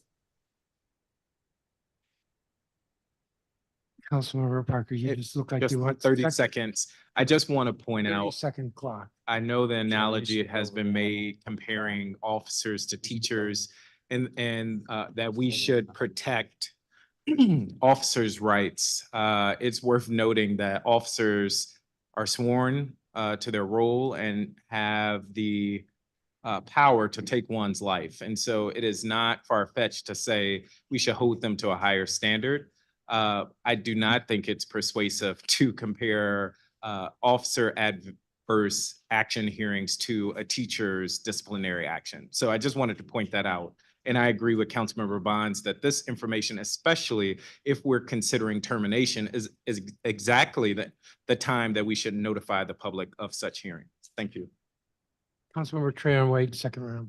Yes, I just want to give some clarity of the seriousness of some of these offenses. And so I gather some of the hearing notices for adverse action from the one I was able to recover was from 2022. And I'll start with some of the high-ranking officials. You have a lieutenant accused of mishandling of seized property. You have a lieutenant of stalking. You have a sergeant misuse of MPD email. You have a sergeant DUI, sergeant AOL, a sergeant assault. You have a detective negligent discharge of a firearm. And this is a 6-page document of 210 offenses. And so these are serious things. So I don't want the public to think that these are light offenses. There was a note that we don't, if someone's fell asleep on duty, that shouldn't be public information. Yes, it is. I've sent videos to the chief and sometimes the commander of people sleeping on duty. That's a serious offense. And out of all these allegations, there were only one on this document from 2022 that was an officer sleep on duty, and that was a detective. Thank you. Thank you, Councilmember. Councilmember Robert White, first round. Thank you, Chairman. Most of the arguments have been said at this point, and so I want to clarify something that I think bogged us down for a couple of years and moved us further away from progress. The notion that appropriate accountability for police is not anti-police, and I want to make sure residents are never put into this position where they feel like if they're asking for appropriate accountability for law enforcement officers that do have the power to arrest and take someone's lives, that is somehow anti-police. It is not. Lawyers, if they are disciplined, that is public.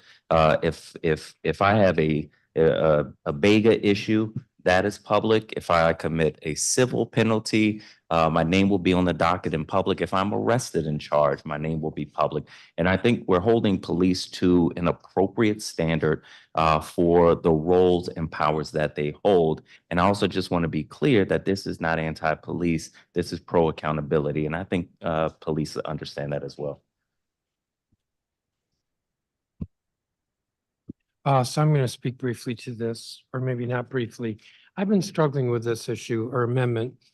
As I've indicated to members, I had discussed with Councilmember Pinto several weeks ago a number of accountability provisions, and there was some back and forth between us. And we, Councilmember Pinto made considerable changes to the bill since the committee print to ensure police accountability provisions. But this was one where she and I agreed that this change would not be made. And so Councilmember Trahan-White comes forward with this. And when I looked at it, I looked at the statute. The hearings are still public. There's still a requirement that the subject of the hearing is given in the publication. But, you know, Councilmember Parker makes a good point that when we publish our agenda, we don't publish the bill title without the bill number. Actually, we don't publish the long title without the short title and the bill number. And it's not a secret what these hearings. So all this about is just having a little bit more confusion or a veil over a public hearing, which if you think about it is kind of stupid. Now, my understanding is that the genesis of this comes from the FOP, one of my favorite organizations, because they have stood in the way of accountability. And so I'm just thinking as I'm listening to the debate, there was an officer, this was years ago, it's like number one on my list. He was caught drunk driving. He was on the wrong side of the road in Fairfax County, pulled over, drunk, co-ed in the seat next to him, half naked. The next day, she says he assaulted her. And the arbitration process that the FOP negotiated was such that when the chief fired this police officer, who's good for nothing because he has no credibility, could never show up in a court, the arbitrator ruled that the victim was, the alleged victim was too drunk to be a credible witness, and so the police officer could not be fired. Or looking at another issue that the FOP has a hard time with, and I might go over my time and I'll try not to, and that was the 90-day statute of limitations that was taken out of this bill early on. I think it was taken out before the committee print. I don't remember, but in any event. So we did a little bit of research on this 90-day statute of limitations. That is, discipline has to be brought within the 90 days, something that the union has insisted on. And we found out that there was a police officer who was arrested. I think he was convicted of burglary, not in the district in Maryland. And because the discipline wasn't brought within 90 days, he couldn't be fired. A burglar. Oh, there was another one, a car thief. He assisted a friend, right? Assisted a friend with stealing a car from a lot. And I think he was, did he plead? He pled guilty. Chief wants to fire him. The disciplinary process that the FOP defends this cop, and so he couldn't be fired. or DV abusers. You know, it's not uncommon, unfortunately. And the cop beats up his partner, throws her down the steps. That was one of them. Can't be fired. There was one police officer who the FOP defended who had been convicted of dealing in stolen property. This is the process that the FOP wants, and the FOP wants this, not the amendment, but this provision that says, no, we're not gonna have the badge number and name, which is inconsequential, as I said, because these hearings are public. So it's really hard for me to stand by where the deal that I had worked out earlier, because this is just too tough to swallow, which is a long way of saying that I'll be supporting the amendment. Further on the amendment. Mr. Chairman. Hi. Did you want to say something? Councilmember Pinto. I just wanted to note the list of offenses that Councilmember White read. I mean, there were a number of there that were particularly horrible. There was also misuse of email. Regardless of whether it was a terrible offense or an employment offense, all of that information is public. The hearing is public.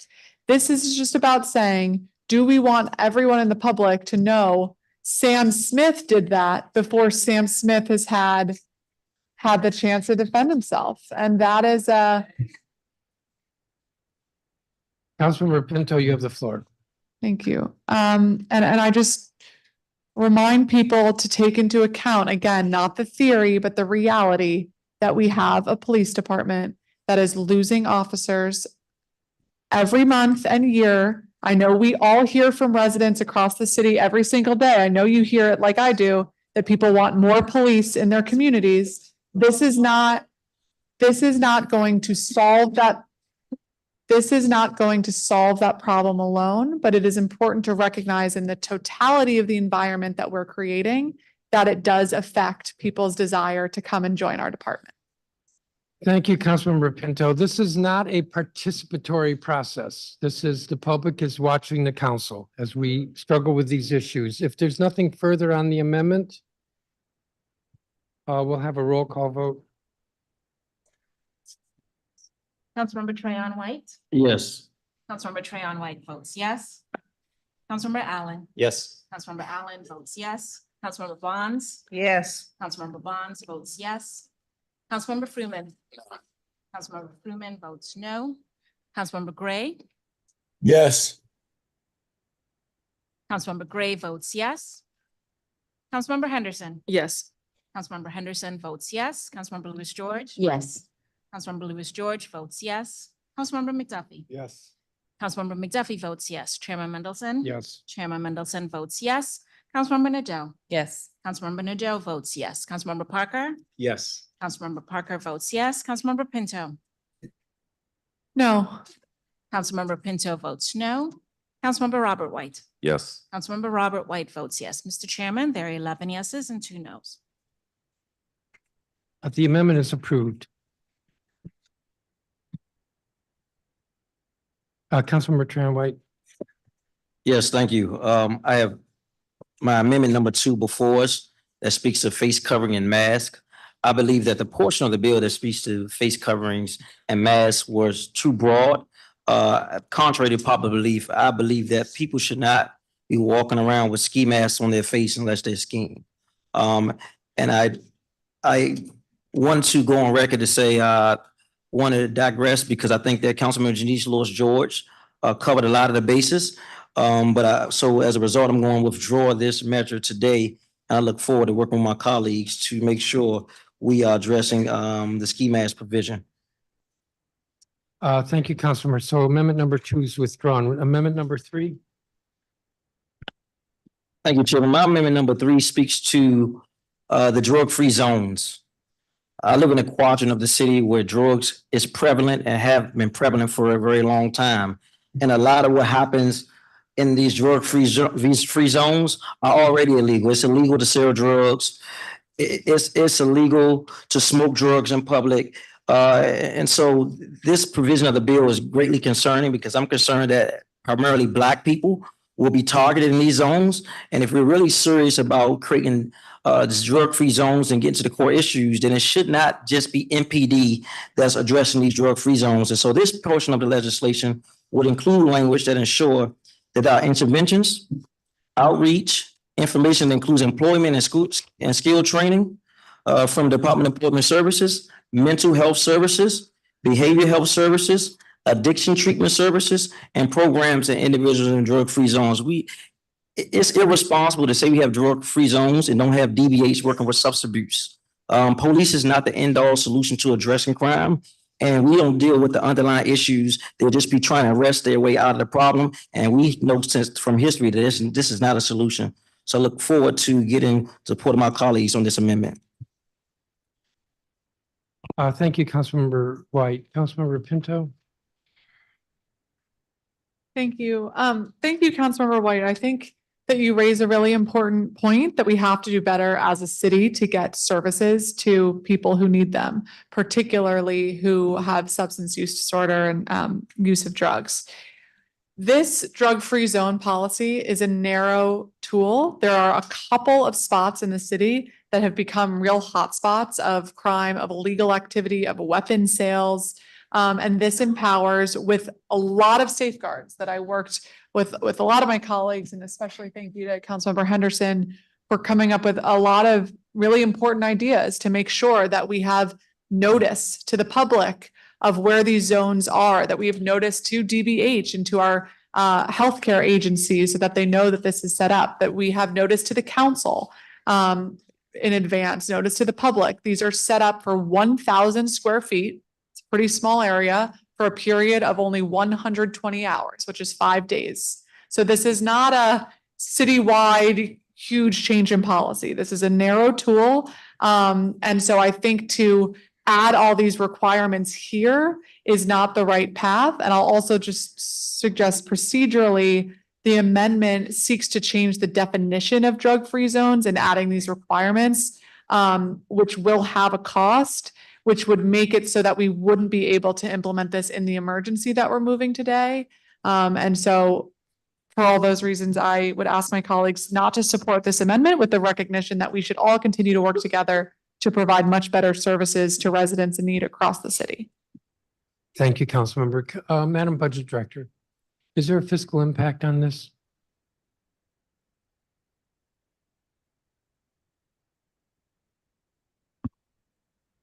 Mr. Chairman, yes, there is. We don't know exactly how much it will be, just given the short amount of time we have to determine these things. But it will have a cost, and the cost will be determined by the entity or entities that will be doing the outreach for within the future drug-free zone, and sort of, you know, the extent of that outreach, whether it's just a poster or if it is social workers, DBH social workers, DOES outreach, things like that. Thank you. Discussion on the amendment? Councilmember Robert White. Thank you, Chairman. I want to thank Councilmember Trayon White for offering this amendment. I just want to reassert what Councilmember Trayon White said. It is already illegal, arrestable, and prosecutable to do drugs or sell drugs in the city. And we have areas in the city where open air drug markets are taking place. And we have laws on the books right now that allow our officers and prosecutors to address that. So the idea of creating drug-free zones when the entire city already is a drug-free zone, I believe doesn't solve the issue. And what I worry about this amendment is I worry about a narrative from the mayor or others telling residents in neighborhoods where they're seeing these open air drug markets and are afraid to go to the store, well, we can't do anything because the council voted this down. And that's just not true. We have real issues in our city, public safety issues, drug use issues. We have real issues in our city, and we need to do more than send a message. We need to do more than sort of pass measures that sound good, but don't have the substance to do anything. At the end of the day, if 911 is not answering calls, if we don't have enough people collecting evidence, if prosecution rates are low, none of this changes. But if we start to fix those things, if we fix 911, if we have enough people collecting evidence, if prosecutors enforce what's on the laws now, things turn around tomorrow. And so I want to make sure we stay focused on what's broken, where it's broken, and who has accountability for the parts that are broken. So I look forward to supporting this amendment. Thank you, Chairman. Thank you, Councilmember. Further on the amendment, Councilmember Louis George. Thank you. I agree with Robert, and I obviously agree with Trayon. I do think that this piece of the legislation is probably going to face some constitutional challenges. And I think as a council, we leave it as it is, and let the chips fall where they may as it relates to what's the result the court is going to come to in relation to this. And so I fall in it for opposite reasons. I agree with Councilmember Robert White and Councilmember Trayon White. But I think we let it stand as it is on its face and face the challenges that I think that are going to naturally come. So thank you. Thank you, Councilmember. I want to note, because a question was asked to me. So there's a fiscal impact, and the way this is written is it's not distinguishable from the rest of the language regarding the drug-free zone.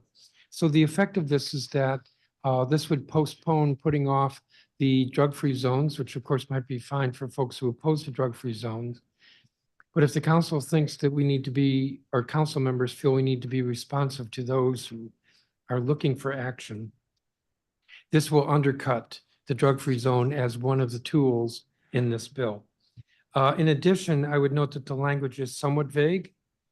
It says so it would be a drug-free zone could only be in which the district government has previously targeted for intervention at least twice a week in the 30-day period before the drug-free zone is declared, by providing outreach and information to individuals, what exactly that means, not clear, in that area about employment and skill training services. And it goes on about behavioral health, addiction treatment services, and so forth. So I think I have to agree with Councilmember Pinto that the correct way to provide these services is through the programs that provide these services, and that this amendment as written would at best delay the implementation of any drug-free zones until the fiscal impact was resolved and it was published in the register, funded by the council, published in the register. And even then, it's not clear exactly what it means implementing it. Chairman. There's nothing further, Councilmember Trayon White. Yes, I have to disagree on that. Some of these things already exist in agencies, and DOES has the employment van that goes into communities. DBH has the van that goes into communities. The sad reality that I even heard from the chief of police say that we can't do everything, that we need other agencies to get involved. And so when we legislate and get them involved, we're saying not right now, that this is not the time to do that. I think that we have to put our legislation where our mouth is. If we say we want drug-free zones, let's be intentional about what we want that drug-free zone to look like, not just arresting people, but ensuring that if someone has an addiction problem, that he or she gets treatment, ensuring that we give an alternative to those persons outside selling drugs, right? And if we want to take something out of their hand, it's imperative that we put something else in their hand. DC has a plethora of resources, but it's hard to reach those who are disengaged into government services. So I do this thing for a resource to the block. I've been doing it for 7 years. And the amount of impact we have in these areas, we go where people don't go, at the towns that people don't go, and people are happy when the government shows up. Far too many times we're showing up after something happens. So we're going to clear these zones. It's imperative to be intentional about getting all the government agencies to provide resources in those zones as well, Chairman. And it's not a budget problem. We have more money right now in the DC government than we have in DC history, 20 billion ever. And so it's about a matter of being intentional about how we spend our money if we say we really care about our residents and really want to address public safety. Thank you. Nothing further on the amendment.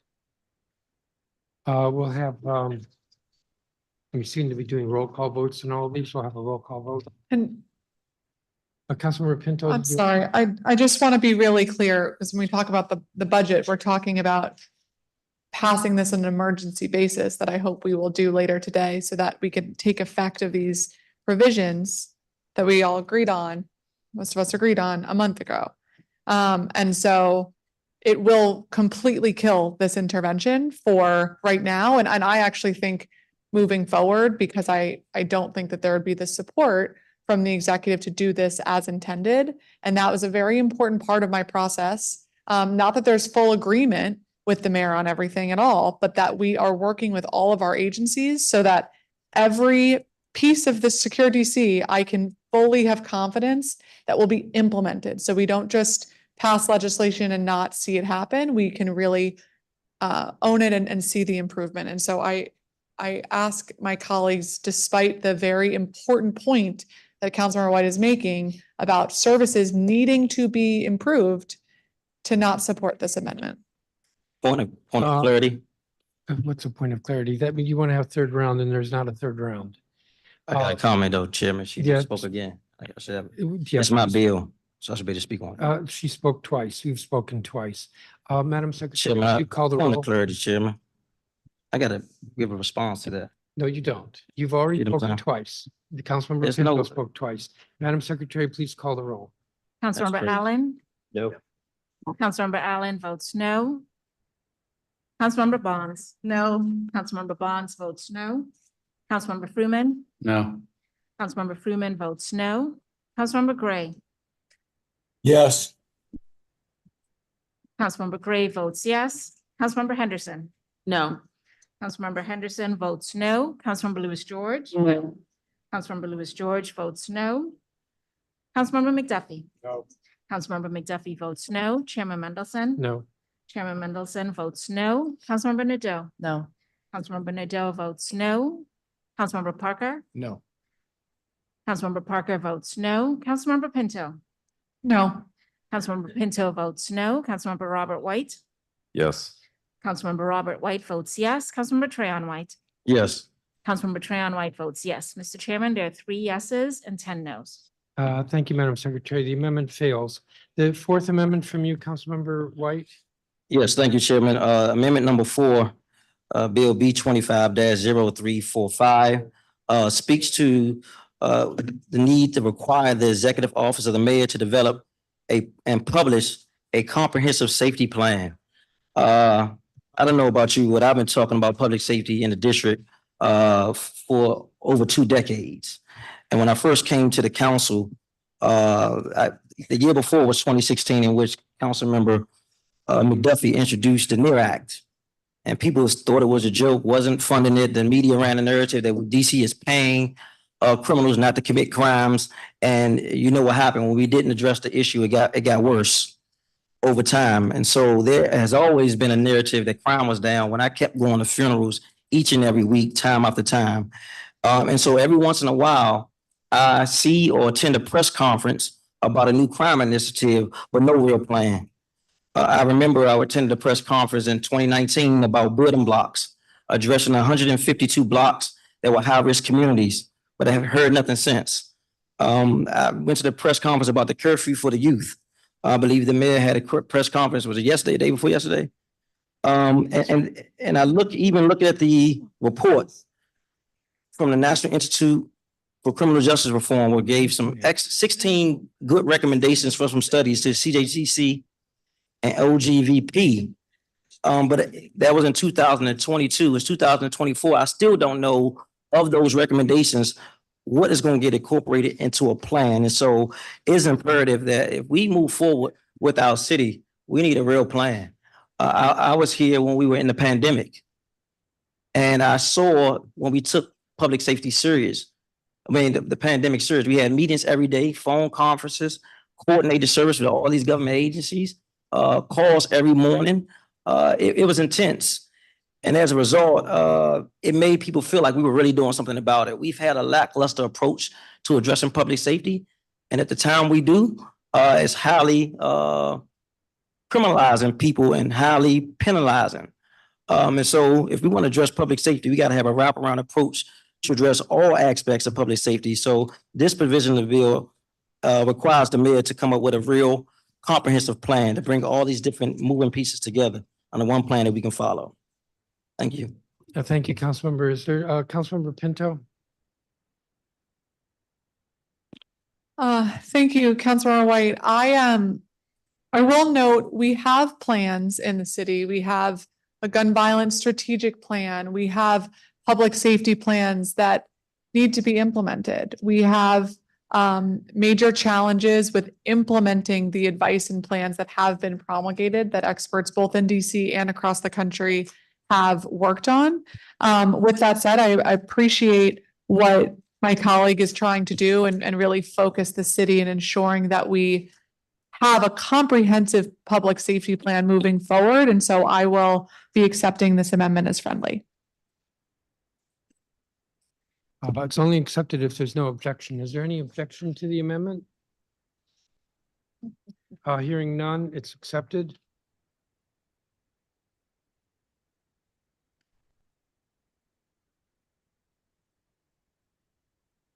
The next Mr. amendment. Chairman? And maybe this is late in the process. Can I offer an amendment to the amendment? It's already been accepted. Okay. Well, if I could just, for the record, yes, to add a time certain here so that it's not just floating in the ether. So it's a time ahead, Chairman. What is the In- time? I'm sorry? Say a year after the legislation is enacted. No It's later. 1 than year a after the effective date. Okay. got it. Security. Thank you. Councilmember McDuffie. Thank you, Mr. Chairman. I'm moving an amendment today that was previously circulated, and I believe if without objection will be accepted by Councilmember Pinto as friendly. It will require that the Criminal Justice Coordinating Council submit a report to provide the mayor and the council an analysis of the pre-hearing detention for juveniles provision in the Secure DC Omnibus Amendment Act. Councilmember Pinto included the adult pretrial analysis in the ANS, but due to the complex nature of the juvenile code, this is a separate study to ensure that CJCC has a proper legislative backing to conduct this particular analysis. And so I want to thank Councilmember Pinto and her staff for working with my team in coordination on this amendment. So with that, I would move the amendment. The amendment is before us. Councilmember Pinto. Thank you, Councilmember McDuffie, and I appreciate your work on this and distinguishing the studies, and I will be accepting this as friendly. And it's not accepted until there's no objection. Is there any objection to the amendment? Hearing none, it's accepted. I think that completes all the amendments that I'm aware of, assuming there are no other amendments. We have the bill before us. Is there discussion on the bill? Councilmember Truman? Thank you very much, Chairman Mendelson. This is the biggest challenge confronting the city, and passions run very, very high in all directions on it. And here we are in the stretch run. I want to take a moment. You may agree with her on some things, disagree with her on other things, but the job that Chairwoman Pinto has done on this, listening to hundreds of people over months and trying to stitch together something around which there can be as broad a consensus as possible, is extraordinary. So thank you very much for everything that you've done.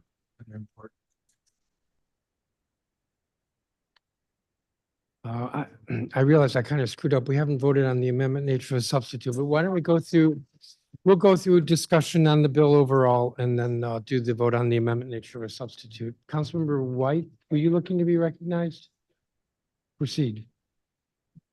Thank you, Chairman. As Councilmember Fruman said, this is not only an important bill. Public safety is the #1 issue for virtually everybody in the city. It's also a difficult issue. And I want to thank my colleagues and thank Councilmember Pinto for everyone's work on this. This is not easy to figure out how we balance safety in our city and doing the right thing with issues of sort of historic discrimination. And long before I was a council member wearing a tie, I was a young guy in DC streets who dressed like my peers. I remember what it was like to have people cross the street when I came by, to lock their car doors, to feel like the laws were not meant for safety, but to cause police interactions with people like me. And now I'm on this side of the dais trying to figure out what is the right thing to do in a time of a public safety crisis. What is important for us in moments like this, when people are scared and demanding that we do something, we have to make sure that the something we do fixes what's broken and doesn't create other issues. At the root of this problem, no matter what this bill does, if people don't get an answer when they call 911, if we don't have enough people collecting evidence, if we don't prosecute crimes, things don't change. And that has to continue to be our understanding of what is happening here in our city and where that accountability lies. We also have to be careful about the issue of false hope. There are a lot of things that we can do, like drug-free zones, that really don't change outcomes, right? Doing drugs in public is already illegal. Selling drugs is already illegal. It comes back to the issue of enforcing the laws that are on the books now. And I want to make sure we don't lose sight of that. But beyond how we respond to crime, we need to think about how we are proactive to protect and prevent our young people from going down this road in the first place. That's why I unveiled a series of bills that focuses on a massive expansion of vocational education for our young people so they can get into good paying careers, getting more mentors and tutors into the lives of young people across the city, and getting a better handle on truancy, not at the end of the school year, but month by month, school by school, so that we can intervene and help keep our young people on the right track.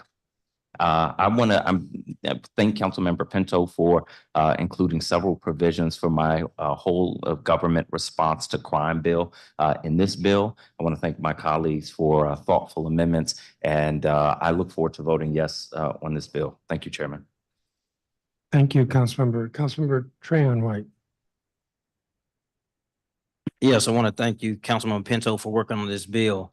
I believe this bill is a small part of a greater solution to what's happening with public safety. It has been neglected for far too long. And again, there is no real plan. And every month or every couple of weeks is something new that we're trying to throw against the wall and hope it stick. I was at the building blocks announcement. I was at the public safety announcement. I believe that if someone continues to break the law, he or she should not be allowed to come back into the community without going through the process of restitution, doing time, or just getting themselves together, for lack of better words. But I do want to note that this is how this legislation started. The legislation started that people were going to jail and coming home. In the data I read in 2023, 64% of those charged with violent crimes were detained. Now, even the percentage that did not get detained, it needs to be addressed. That's what started the crime bill. I just don't want to forget how we got here, right? It is known that early in the late 80s, late 90s,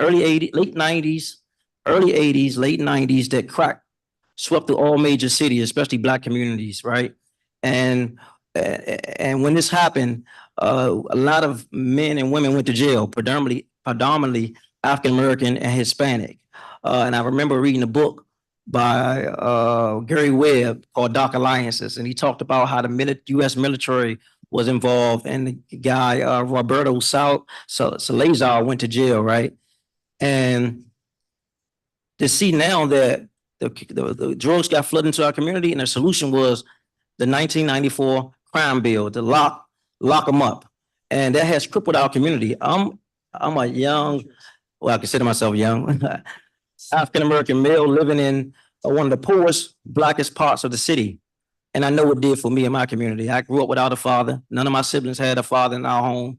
And I look around at my friends, and most of my friends didn't make it because the absence of leadership in our community was incarcerated or dead. I just want to say that we haven't done enough to address public safety in the city. And I say this because I introduced the Anti-Discrimination of Employment for Returning Citizens Act, and it's sitting on the shelf. I introduced record selling expungement bill B 24-0110 and it's sitting on the shelf. I introduced a 30-page public safety document in 2017 and it's sitting on the shelf. I introduced a number of measures, including building 6 brand new recreation centers in DC. And we have not done enough. I look at how much money we spend in the DYRS to lock a kid up. We are spending almost $80 million a year. I just want 1 minute, Chairman. Without objection, 1 minute. And when I look at how much we're spending for after-school programs, it's about $75 a day per child. And if I look at the money we spent in the last 5 years, we spent over $400 million to incarcerate our youth. When we look at the money to give them outlets and something healthy to do, it's a drastic comparison of how we spend our money. We put our money where our mouth is. Our budget is a moral document. I consider myself an expert on youth development. And I just know we have not done enough to ensure that we are caring for families and really doing what we need to do to turn public safety around. Prevention looks like stable families, positive role models, mentors, access to capital, careers, jobs, business ownership, a great education, stable housing, and real love for individuals who may not believe in themselves, and good parenting. We have to start holding ourselves and our kids accountable, and we got to get the village model back again. We've become too divided in our community, and a house divided against itself cannot stand. And we really talking about public safety. We need a public safety plan. And until we get that, we'll be here over and over again, throwing something at the wall, hoping to stick. I want to thank you all for working on this bill, and I hope that we don't stop here. We can do more to ensure real public safety in the district. Thank you. Thank you, Councilmember. Councilmember Parker. Thank you, Mr. Chairman, and I want to thank Councilmember Pinto for shepherding the council through this lengthy process. I know it's been a long time coming. And I will say, while today's vote is incredibly important, I regret that today's vote has been framed for residents as a panacea for DC crime in some ways. I know today is important and residents are desperate for relief, and today is the council is acting. Even still, and I will reiterate, district government needs to do more to address the underlying causes of violence, namely the economic disparities that exist in our city. From economic policy to the obscene accumulation of wealth in DC, where white households have 81 times the wealth of Black households, where there are less than 5 sit-down restaurants east of the river, where displacement of Black Washingtonians continue. We, through policy and practice, have upheld a system that benefits some residents at the expense of some others. And again, and I know I'm preaching to the choir, but if we want to get serious about crime and violence in the city, we must do a better job at addressing poverty. So I look forward to working with each of you to do just that. And I would just end by encouraging us all to elevate the discourse surrounding public safety. Residents, as I'm sure you all know, are tired of the finger pointing and the deflecting. That goes for the executive as well. And today the council is acting, and I think it is time we work together to address real solutions and put the bickering and finger pointing behind us. So again, thank you, Councilmember Pinto, and I look forward to working with you all moving forward. Thank you, Councilmember Parker. Councilmember McDuffie. Thank you, Chairman, and thank you again sincerely to Councilmember Brooke Pinto for your efforts. You know, we're a legislative body and we don't always agree on things, but I've been in the seat that you're sitting in now as chair of that Committee on Judiciary and Public Safety, and I know that it's challenging to put together a bill with as many provisions as you have, and I think you and your team deserve recognition and credit for doing that. I want to restate that, you know, and I said this during the first vote, there's no magic switch that gets flipped today, even though we're passing this bill with nearly 100 provisions. I think it's going to require a lot more, or probably less new bills and actually more action within the community and action by the executive to implement not only the things that we are putting in place today, but the resources necessary for individuals and families and communities that have been struggling with cycles of generational poverty. It is obviously root causes to a lot of what we're seeing, this culture of violence that pervades our city. It is incumbent upon leaders like the members of the council, the mayor, and other executive officials to make sure we are also addressing those root causes. You have heard me say it before. I know I sound like a broken record, but if you want to address crime and violence in our city or any city for that matter, you have to have a couple things. You've got to have accountability and opportunity. Accountability and enforcement is something that you see within this bill today. You see beefing up of enforcement. You see laws designed to address the use of guns, the pervasive nature of guns in the District of Columbia. But I hope we also are making sure that we are going to be beefing up the opportunities in communities across the District of Columbia. Making sure that the communities that have been plagued by violence for a very long time, who don't need to read the headlines, who don't need to read the papers to understand that violence is real and it affects families in a way that a lot of us are just not familiar with. I also want to just mention that although there are a lot of provisions in this bill, we have to make sure that the perspectives of individuals who don't make it down to the Wilson Building are reflected in the solutions. I believe the real solutions to violence are of the community, of the people who live in these neighborhoods. And I believe that the focus on resources is a real one. And that's one of the reasons why I introduced the Safe Neighborhoods Act. Mr. Chairman, if I can have an additional minute. Without objection, 1 minute.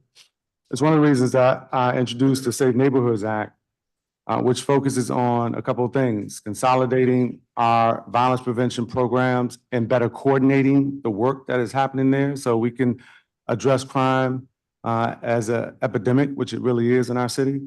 It also focuses on the retention and hiring of first responders and law enforcement in particular. We don't necessarily just need more police to show up in communities. I think when police show up, we would rather have police who are of these communities. Perhaps people who have gone to our schools, perhaps police who attend church in the community, perhaps police who play sports in the recreation centers throughout the District of Columbia, people who are familiar with the culture that exists in our neighborhoods across the District of Columbia. I think that is equally as important as we think about how we're going to make our city safer. And I hope that we can have a hearing on that bill and discuss the merits of it and how we can contribute to making our neighborhoods a lot safer today than they are. Thank you, Councilmember. Councilmember Lewis George. Thank you, Chairman.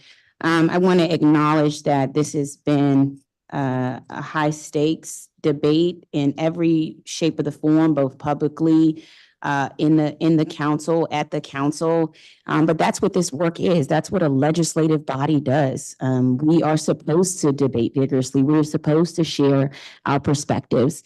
Everyone comes to this space differently. We have educators, former prosecutors, former civil rights attorneys, economists, youth development professionals like Councilman Trayon White. And so we are supposed to come to this body and debate and talk about policies and do the work that we just did, which is try to find a balance, because we represent an entire city of diverse backgrounds, diverse perspectives. And it's okay for us to show up as we are and who we are. And nobody should apologize for that, sort of showing up as you are and who you are and what you bring to this work.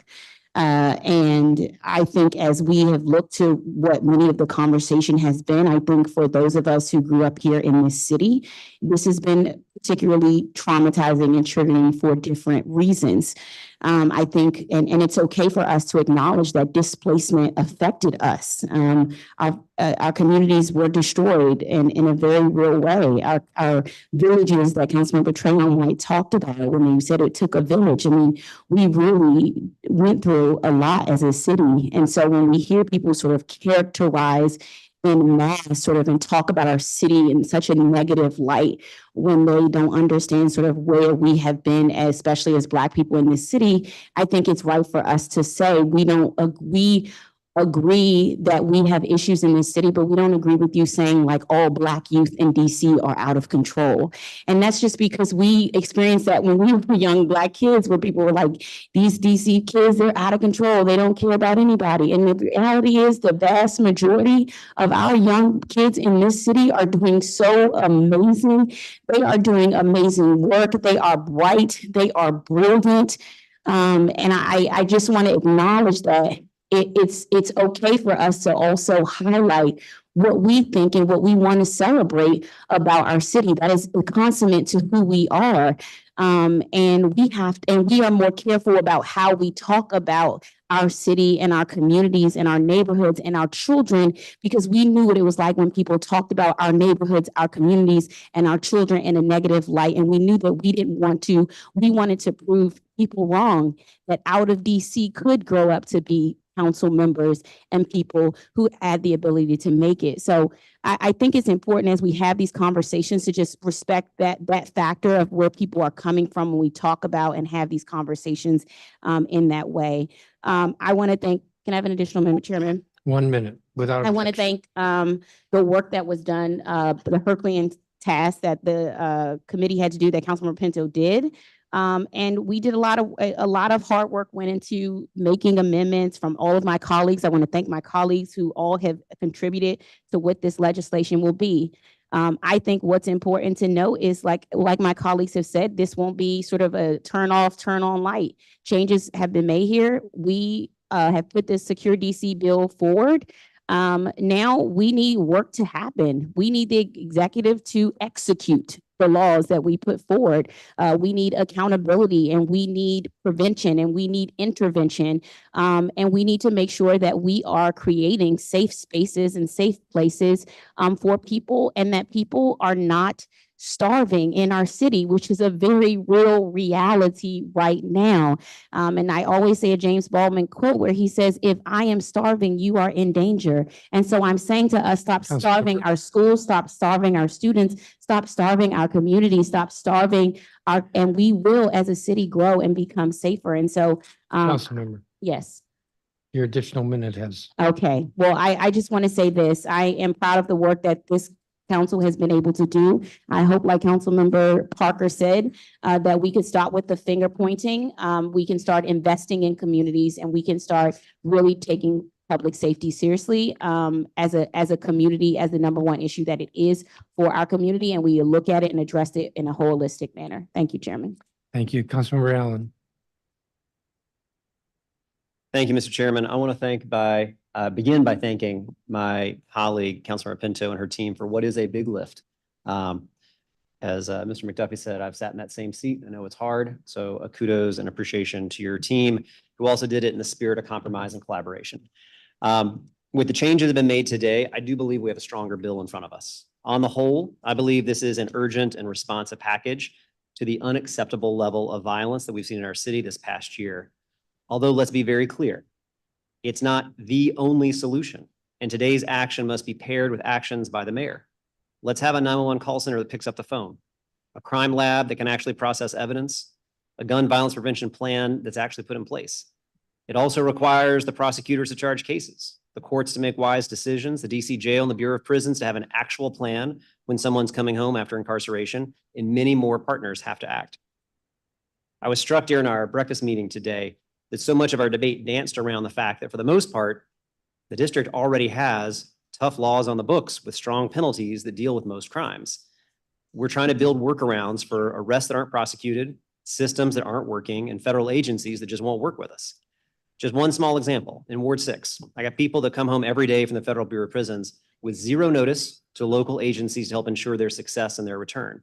And in some cases that I'm aware of, it has directly led to new crimes being committed, new harm that's being done to both a victim and a community that ends up being traumatized.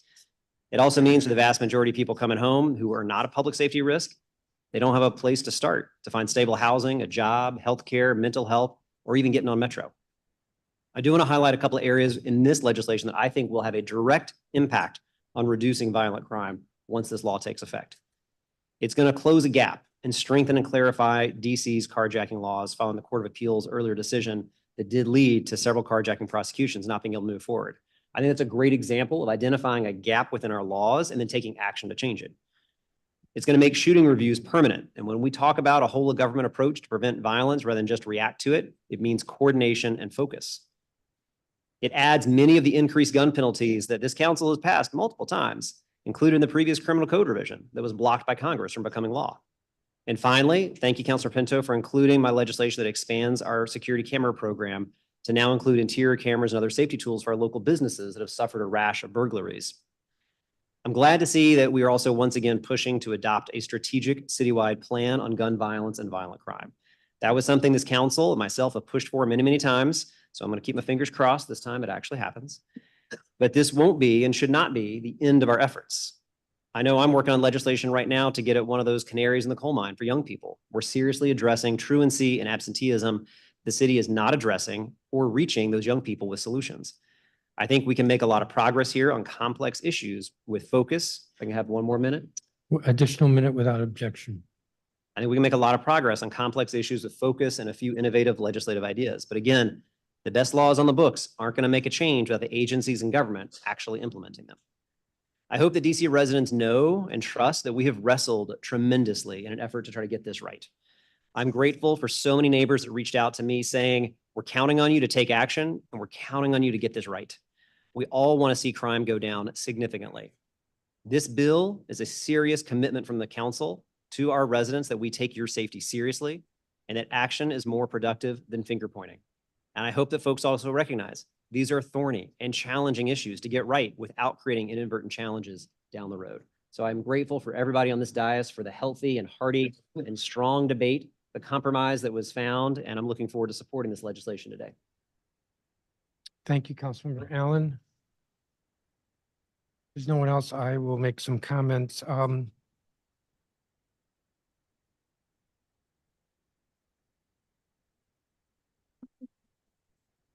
Good advice.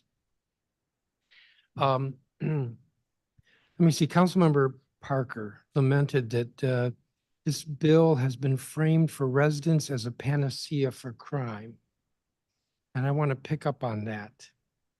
I think, and I'm going to be a little harsh here, that the mayor has passed the buck and misled the public that the solution to crime in the district is the council. We have stepped up. This legislation does provide additional tools. Colleagues have identified some of those. It's important that we did that. But there also has been throughout this debate, comments made about, for example, the case closure rate. In 2022, the last year for which I've got statistics, only 46% of homicides were closed with an arrest. Only less than half. 51.6% of rapes, 20% of robberies, 21% of burglaries, 6% of thefts, 2.3% of motor vehicle theft. Now, some of those crimes are hard to close with an arrest, but we need to increase the case closure rate, and the council doesn't do that. The council doesn't hire the police. The council doesn't supervise the police. The council isn't the police. Our job, among other things, is to fund the police, and we've done that. Contrary to some criticism that some folks continue to make, we have not cut the police budget in years. We have we have done our job. We have budgeted for public safety. That is our job. It's our job to do oversight. We've done that oversight. And in this case, we have this legislation, and we're moving forward with that. But there need to be arrests. If there aren't arrests, I'm hesitating because my staff hates it when I say this, so I'll use a different one, theft. 94% of thieves got away with thievery because they didn't get arrested. There needs to be higher incidence there. If you look at arrest per police officer, down. Over the last decade, down significantly. There are fewer police officers, so there ought to be actually more arrests per police officer, but actually it's down.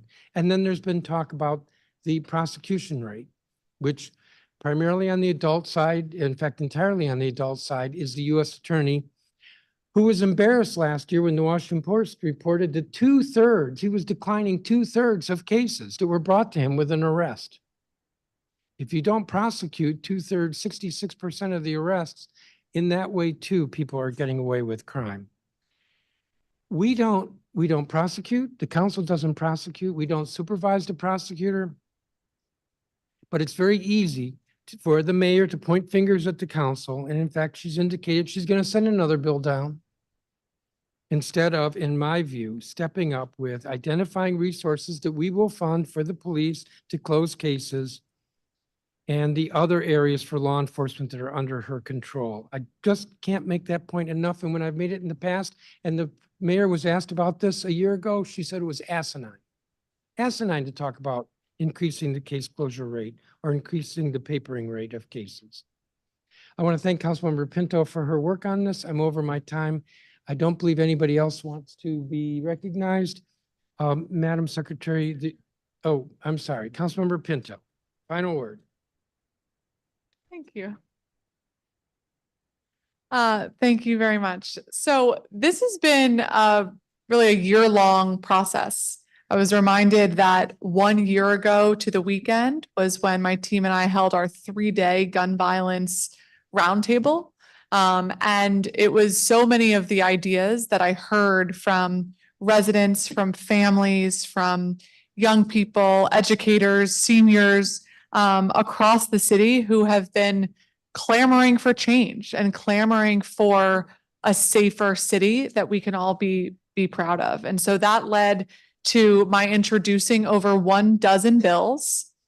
Mayor Bowser introduced 2 bills, one last spring and one this fall. And our colleagues across the dais introduced bills and ideas and provisions that all came together in this omnibus legislation called Secure DC. I think that this legislative process is one that we should all be extremely proud of, that incorporated not only working with all 13 of us, but working with thousands of stakeholders across the city with different perspectives and experts from the city and around the country on a lot of these interventions.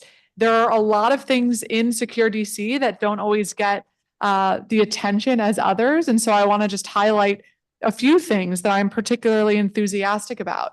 We're focusing on preventing crime and ending cycles of violence by giving grants and supports to all of our commercial corridors in the city. We're starting a new blue light pilot so that when people are waiting alone at a bus stop late at night, they can have the support they need to have the incident be filmed and call for a first responder. We're starting a pre-arrest diversion task force to provide particular supports to people in need and who may have mental health issues or substance use issues. We're starting a hospitality training program in our DC jail to help set people up for success when they come home. And yes, we are doing more to hold perpetrators of crime accountable. We're creating new gun offenses to address the unacceptable rate of illegal firearms and gun violence in our city. We're changing the definition of carjacking to respond to that emergent trend. We are changing retail theft so that we can pursue these organized cases of retail theft, pretrial detention so that judges can have the discretion to hold people who commit violent crimes accountable. We are making major improvements to our government coordination, improvements to our 911 call center, an annual firearm tracing system so that we could see where all of these illegal guns are flowing from, changes to our sentencing commission composition to reflect the broader perspective of viewpoints, supports for our victims so that victims can have what they need in the supports following an attack. We're making more, Mr. Chairman, may I have an additional minute, please? Without objection, additional minute. Thank you. We have additional supports for our police to ensure that they have the tools they need to do their jobs. Residents have been clamoring for change, for improvements to public safety in the city. Today is a good day. Today is a step in the right direction. Gaps that I'm hearing colleagues talk about in terms of police closing cases and prosecutors bringing cases, many of those are filled in this legislation. That's why their perspectives are so important in this process. With that said, the work is absolutely not over. We have to do much more in this city to invest in our communities, to make sure that young people have opportunities, paid opportunities to put money in their pocket, support our kids getting to school, increase literacy, support our teachers. We have major improvements we need in our mental health care system and economic stability across our city. There are real challenges we have in this city that deserve the same level of attention for us to make the long-term impact that we know we need. And lastly, I want to thank all of my colleagues again for your really thoughtful engagement in this process. There were some amendments today, and I really think that where we are is a very strong bill and is a stronger process. I also just want to thank our mayor, our attorney general, our U.S. attorney, and the agencies across the city and residents who have worked with us every step of the way to make sure these are thoughtful ideas and that these ideas can be implemented as appropriate. So thank you again. We have a responsibility to provide for the safety and well-being of our residents, visitors, and businesses in the city. And I think today we lived up to that responsibility. Thank you. Thank you, Councilmember. We have the amendment nature of a substitute as amended before us by a voice vote. All those in favor of the amendment nature of a substitute, say aye. Aye. Aye. Opposed? Please mark as present, Jim. The ayes have it unanimously marked Councilmember Trayon White as present. We have the bill as amended before us. If there's no further discussion, Madam Secretary, would you call the roll? Councilmember Bonds? Yes. Councilmember Bonds votes yes. Councilmember Freeman. Yes. Councilmember Freeman votes yes. Councilmember Gray. Yes. Councilmember Gray votes yes. Councilmember Henderson. Yes. Councilmember Henderson votes yes. Councilmember Lewis George. Yes. Councilmember Lewis George Yes. votes yes. Councilmember McDuffie. Yes. Councilmember McDuffie votes yes. Chairman Mendelson. Yes. Chairman Mendelson votes yes. Councilmember Nadeau. Yes. Councilmember Nadeau votes yes. Councilmember Parker. Yes. Councilmember Parker votes yes. Councilmember Pinto. Yes. Councilmember Pinto votes yes. Councilmember Robert White. Yes. Councilmember Robert White votes yes. Councilmember Trayon White. Present. Councilmember Trayon White will be recorded as present. Councilmember Allen. Yes. Councilmember Allen votes yes. Mr. Chairman, there are 12 yeses and 1 present. Thank you, Madam Secretary. The bill is approved unanimously with Councilmember White marked as present. We will turn now to Bill 25-298.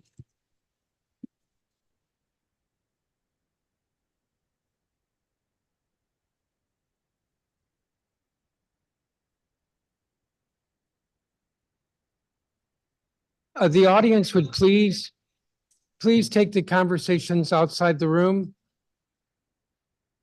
I would like to point out to members, the time is 6:23. I'm hopeful that we can get through the rest of the agenda by 7 o'clock.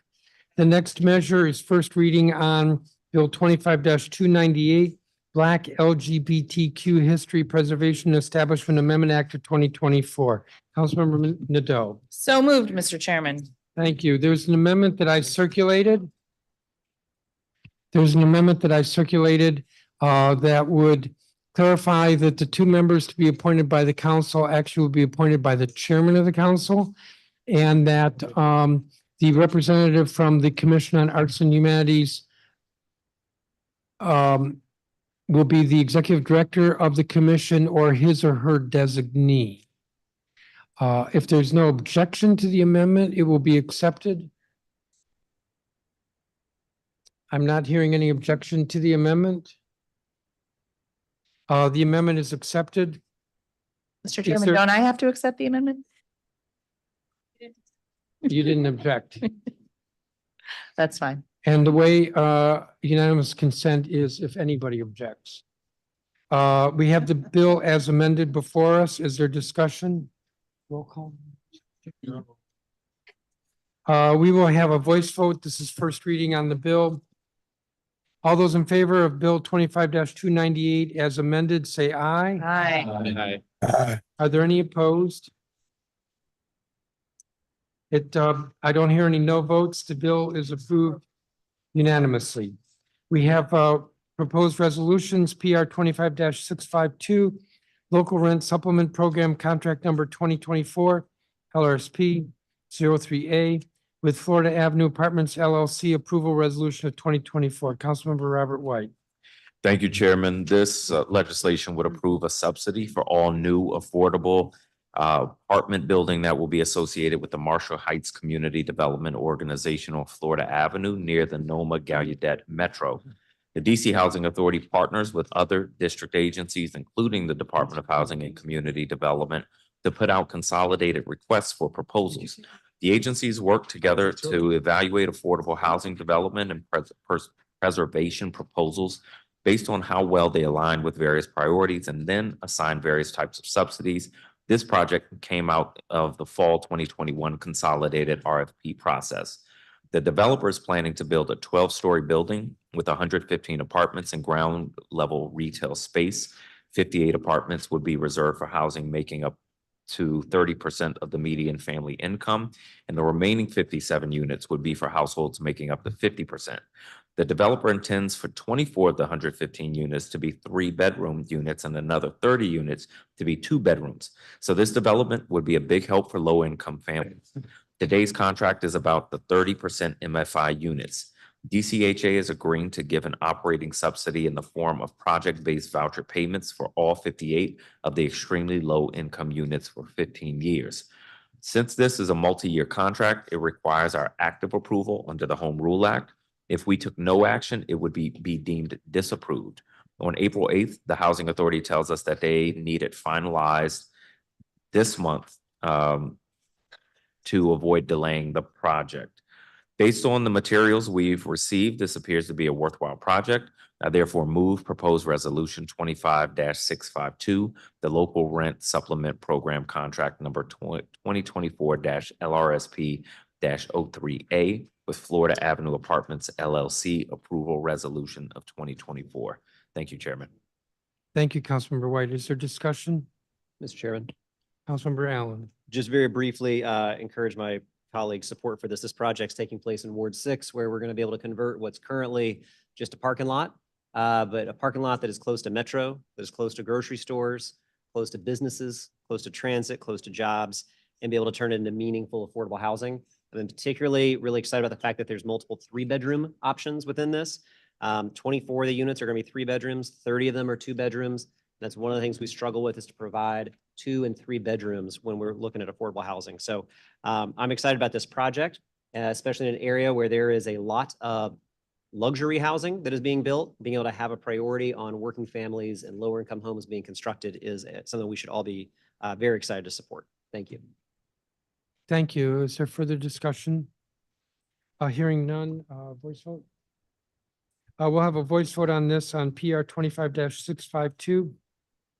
All those in favor say aye. Aye. Aye.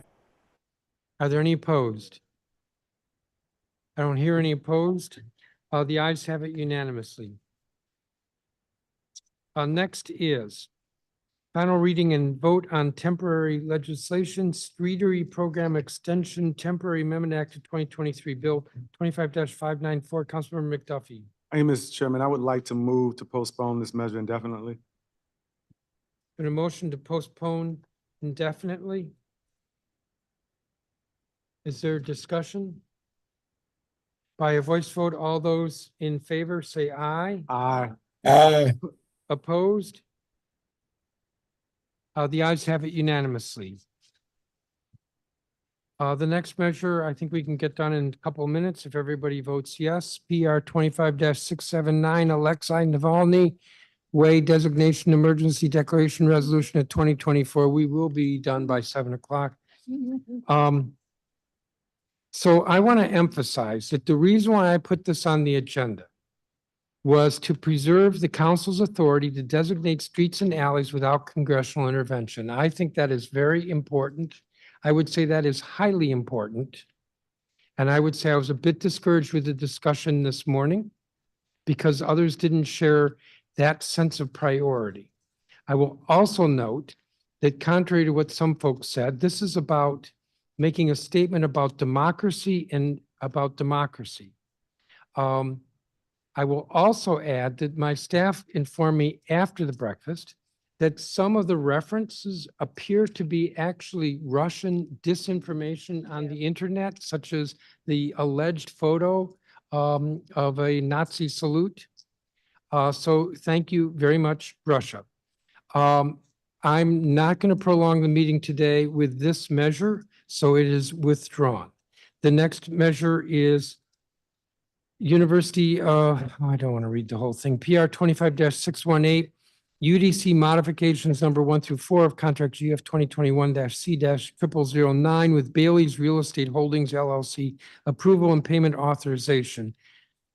This legislation, the declaration would authorize our consideration of the emergency bill, which would retroactively approve three option periods. Retroactively approve 3 option periods as well as the 4th, which is the current period. A contract that UDC has in the aggregate amount of almost $9 million. These are services related to janitorial services at UDC facilities. I move the declaration. Is there discussion?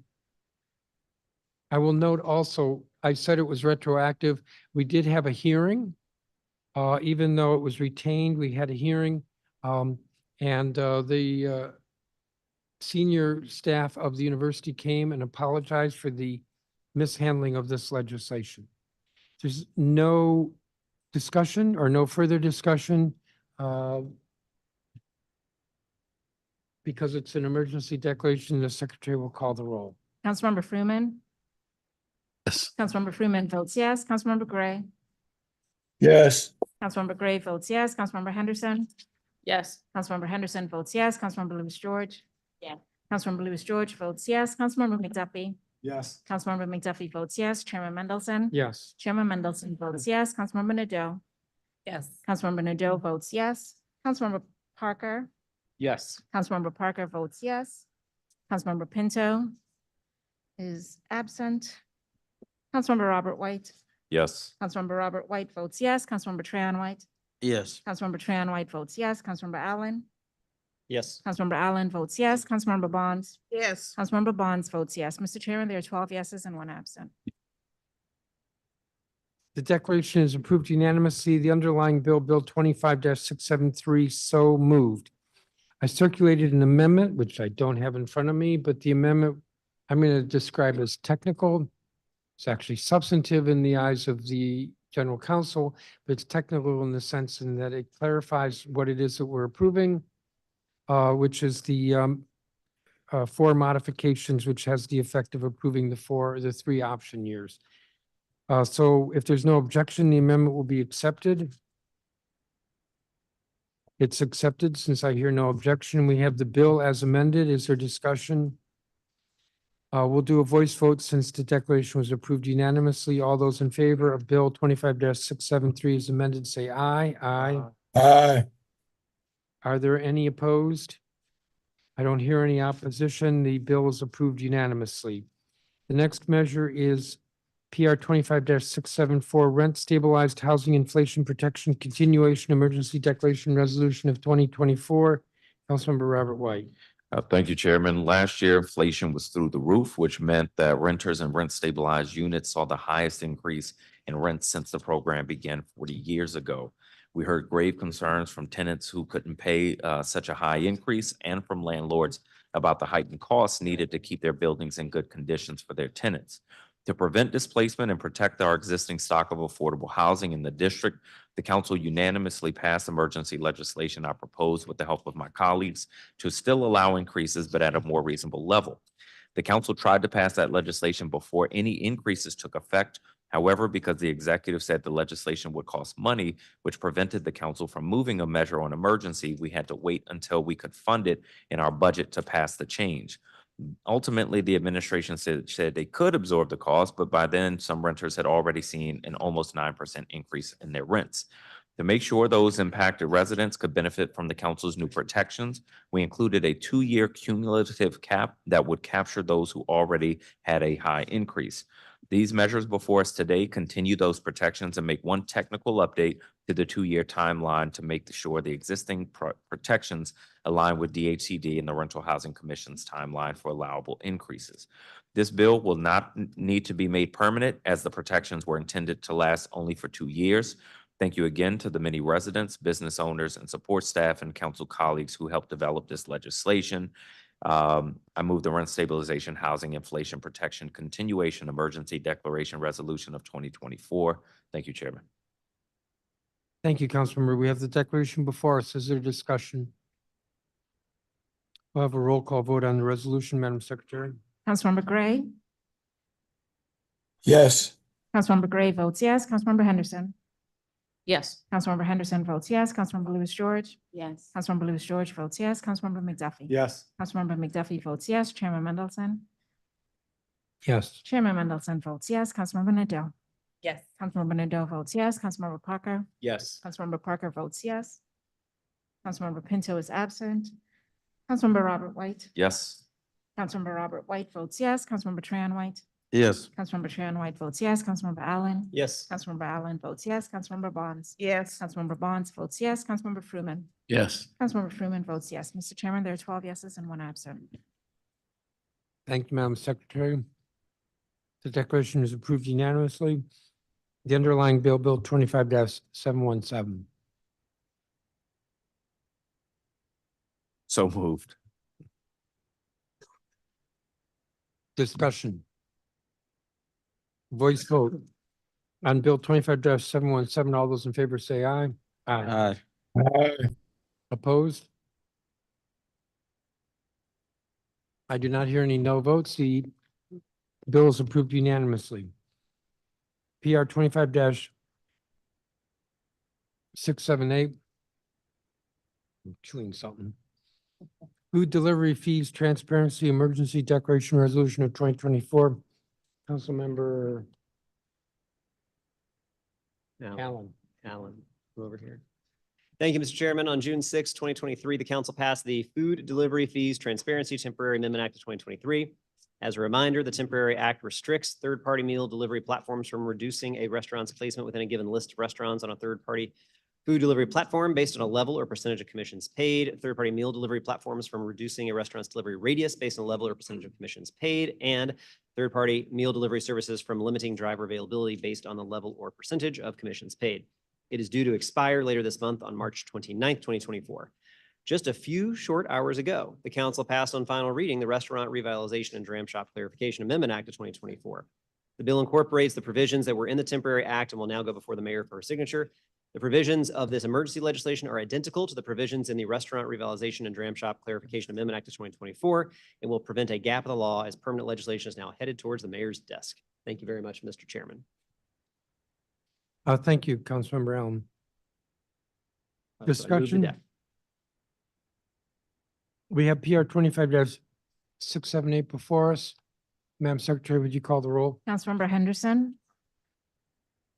Yes. Councilmember Henderson votes yes. Councilmember Lewis George. Yes. Councilmember Lewis George votes yes. Councilmember McDuffie. Yes. Councilmember McDuffie votes yes. Chairman Mendelson. Yes.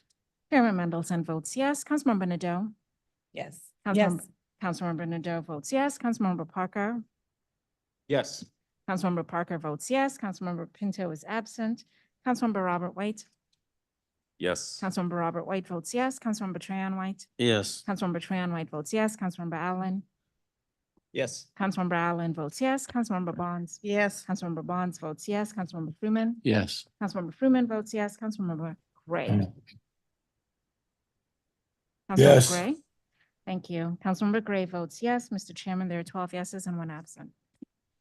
Thank you, Madam Secretary. The declaration is approved unanimously. The underlying bill, Bill 25-725, Councilmember Allen. So moved, Mr. Chairman. Discussion. By roll call, excuse me. Since the roll call was unanimous, we'll do this by voice vote. All those in favor say aye. Aye. Aye. Aye. Are there any opposed? The ayes have it unanimously.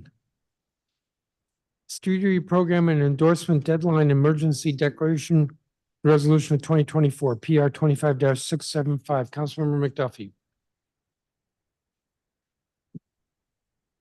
Thank you, Mr. Chairman. The Reopen Washington DC Alcoholic Beverage Regulation Amendment Act of 2022 allowed Alcoholic Beverage Control Board licensed establishments that registered with the board to offer beer, wine, or spirits for sale on expanded outdoor space until December 31st, 2023.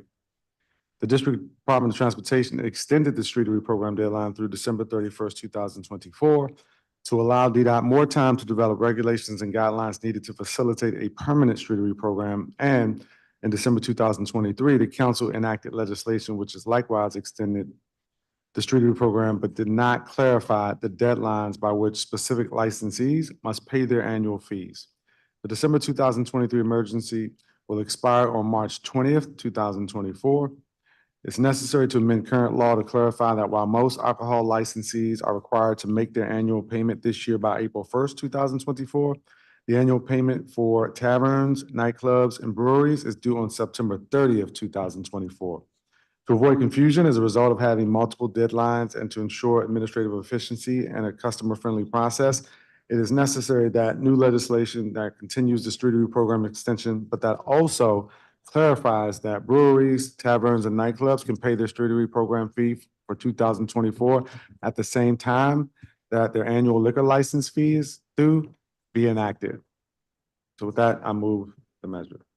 Thank you, Councilmember. We have the declaration before us. Is there discussion? Yes. Councilmember Tran White. Yes, I don't want to seem an adversarial to this bill, but for me, it appears that we have done a number of things during the pandemic that has gotten us in far beyond.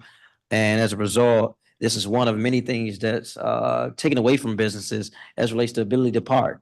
And I'm concerned that we have to give a real thought to how DDOT is moving throughout the city, the way they revitalizing our streets in the name of traffic safety measures is not really causing the streets to be even safer. So we have flower beds in the streets now, artwork in the street now, streeteries in the street now, bike lanes in the street now, buses in the street now.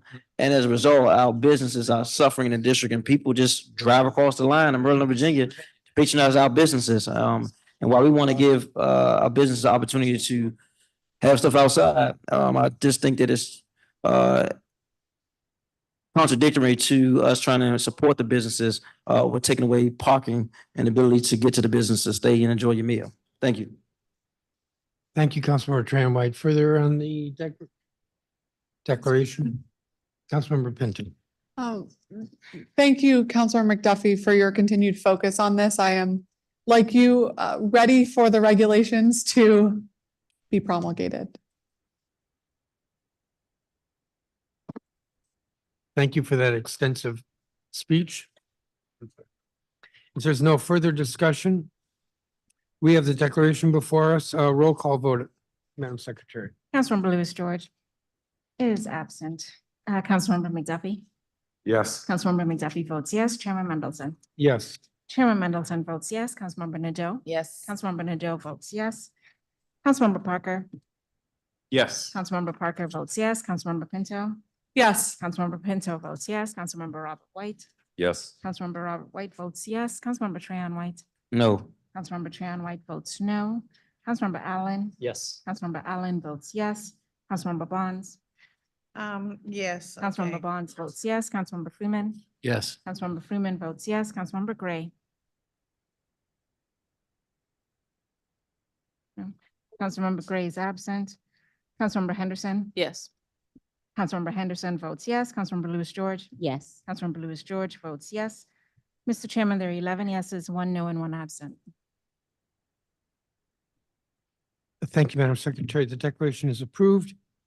We have the underlying bill, Bill 25-719. Councilmember McDuffie. So move. Discussion.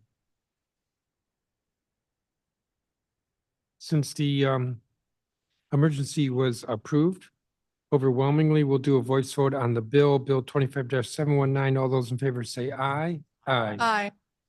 Opposed? Councilmember Tran. Tran. Yes, opposed. Yes, no. The vote, the bill is approved with Councilmember Tran White marked as no.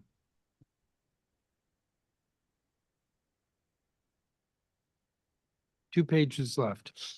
Litigation Support Fund Emergency Declaration Resolution of 2024, PR 25-677. Councilmember Pinto.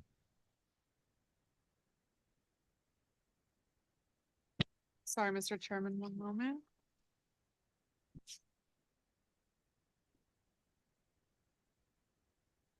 Okay.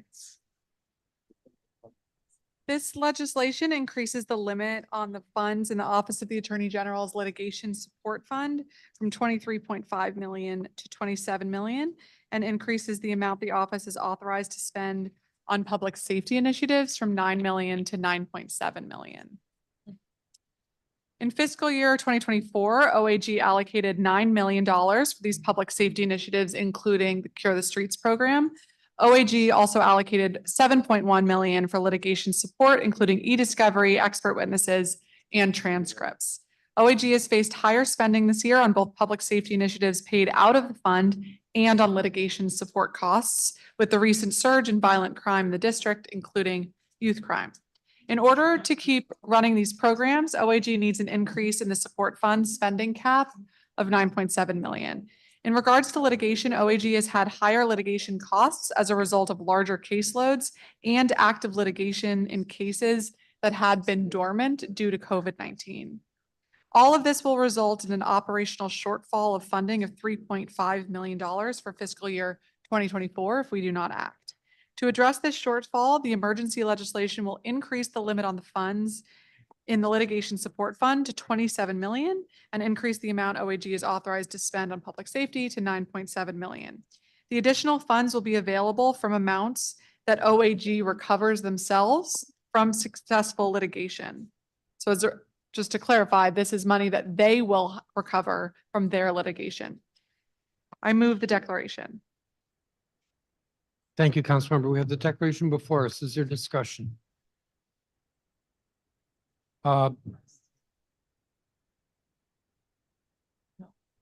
We have the declaration before us, PR 25-677. Madam Secretary, please call the roll. Councilmember McDuffie? Yes. Councilmember McDuffie votes yes. Chairman Mendelson?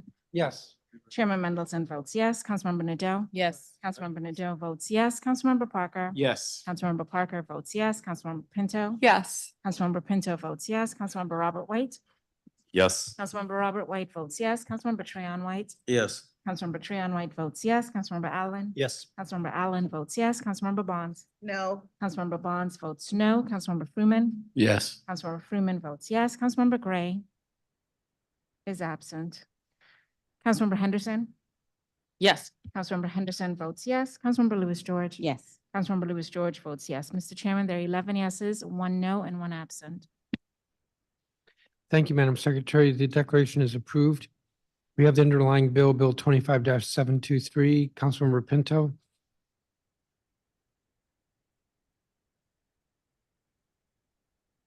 I move the bill. Thank you. The bill is before us. Is there discussion? Since the declaration was approved with 11 yes votes, we'll do a voice vote on the bill. All those in favor say aye. Aye. Aye. Are there any opposed? One Bonds. The bill is approved with Councilmember Bonds recorded as no. If there's no objection, we'll take item 7, Criminal Justice Coordinating Council, and consider it later in the string of emergencies. The next measure would be Comprehensive Policing and Justice Reform Technical Emergency Declaration Resolution of 2024. Councilmember Allen. Thank you, Mr. Chairman. After the council first passed the Comprehensive Policing and Justice Reform Second Emergency Amendment Act 2020, it has since maintained provisions of the law on an emergency and temporary basis until passage of a permanent. On December 20th, 2022, the council passed that permanent bill, most of which went into effect on April 21st, 2023. However, Section 105 of the permanent law, which expands the Office of Police Complaints Authority, was passed subject to appropriations, remains unfunded, and still has not taken effect. To prevent a gap in the law, on June 6, 2023, the council passed the Comprehensive Policing and Justice Reform Technical Temporary Amendment Act of 2023. That temporary law is set to expire on March 29th, 2024. The second round of emergency legislation is now necessary to prevent a gap in the law between the expiration of the temporary law and the applicability of the permanent bill. I would note, at the request of General Counsel and the Budget Office, this emergency bill also serves as the vehicle for a handful of technical corrections to the FY24 BSA that were not captured at enrollment. With that, I move the declaration. Thank you, Councilmember Allen. We have the declaration before us. Is there discussion? We'll have a roll call vote on PR 25-6 I'm sorry, PR 25-681. Chairman Mendelson. Yes. Chairman Mendelson votes yes. Councilmember Nadeau. Yes. Councilmember Nadeau votes yes. Councilmember Parker. Yes. Councilmember Parker votes yes. Councilmember Pinto. Yes. Councilmember Pinto votes yes. Councilmember Robert White. Yes. Councilmember Robert White votes yes. Councilmember Trahan White. Yes. Councilmember Trahan White votes yes. Councilmember Allen. Yes. Councilmember Allen votes yes. Councilmember Bonds. Yes. Councilmember Bonds votes yes. Councilmember Freeman. Yes. Councilmember Freeman votes yes. Councilmember Gray is absent. Councilmember Henderson. Yes. Councilmember Henderson votes yes. Councilmember Lewis George. Yes. Councilmember Lewis George votes yes. Councilmember McDuffie. Yes. Councilmember McDuffie votes yes. Mr. Chairman, there are 12 yeses and 1 absent. Thank you, Madam Secretary. The declaration is approved unanimously. We have the underlying bill, Bill 25-731. Councilmember Allen, So moved, Mr. Chair. is there discussion? On the bill, we'll do a voice vote since the declaration was approved unanimously. On the bill 25-731, all those in favor say aye. Aye. Are there any opposed? I don't hear any no votes. The bill is approved unanimously. PR 25-680, Energy Benchmarking Reporting Extension Emergency Declaration Resolution of 2024. Councilmember Allen. Thank you, Mr. Chairman. The Clean Energy DC Omnibus Amendment Act of 2018 established a Building Energy Performance Standards, or BEPS, program within the Department of Energy and Environment. The BEPS program requires privately and district-owned buildings in the district to reduce their energy use and emissions over time based on the property type and DOE established building energy performance standards. This program built on pre-existing requirements for buildings to benchmark their energy use and report its DOE by April 1st of each year. The Clean Energy DC Omnibus also created a BEPS task force to advise DOE on the program's implementation. One of the task force recommendations was to extend the deadline for submitting the third-party verification report so as to stagger it from the benchmarking deadline, arguing that, quote, completion of both benchmarking and verification by April 1st is challenging. At the request of the executive, this emergency bill gives a buffer of 90 additional days to submit benchmarking and verification data, while the mayor and the council work on introducing a permanent bill reflecting the BEPS task force larger consensus recommendations. Thank you, Mr. Chairman.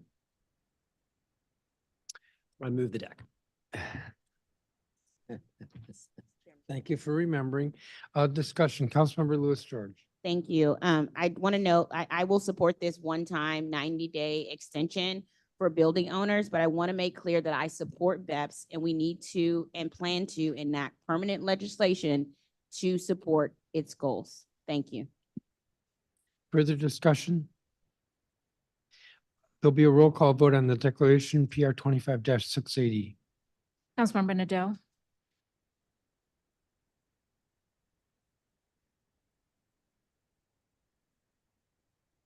All right, yes. Councilmember Nadeau votes yes. Councilmember Parker. Yes. Councilmember Parker votes yes. Councilmember Pinto.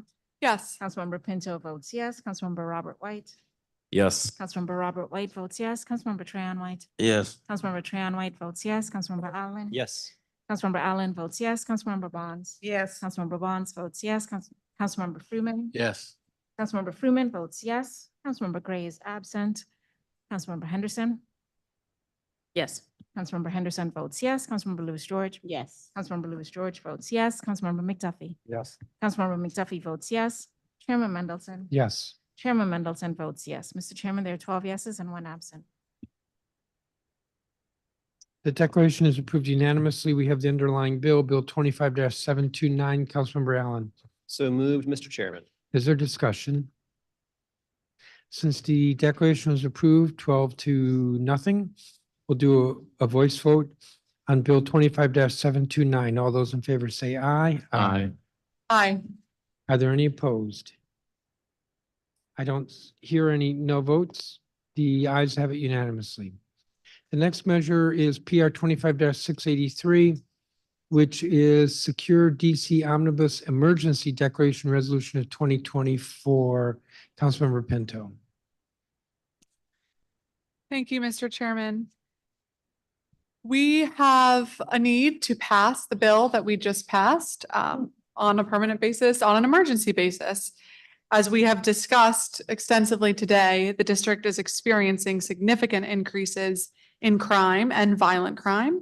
We saw the highest number of homicides in over 2 decades just last year.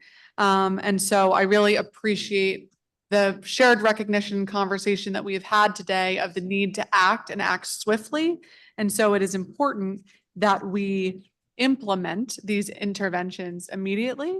Of course, we have some limitations on what we can do on an emergency basis, limited to only those items that do not have a cost. And so we have removed items from Secure DC that have a cost and are moving today Secure DC on an emergency basis, so it can be implemented right away. I move the declaration. Thank you, Councilmember. We have the declaration before us. Is there discussion? Hearing none. Madam Secretary, would you call the roll? The vote is on PR 25-683.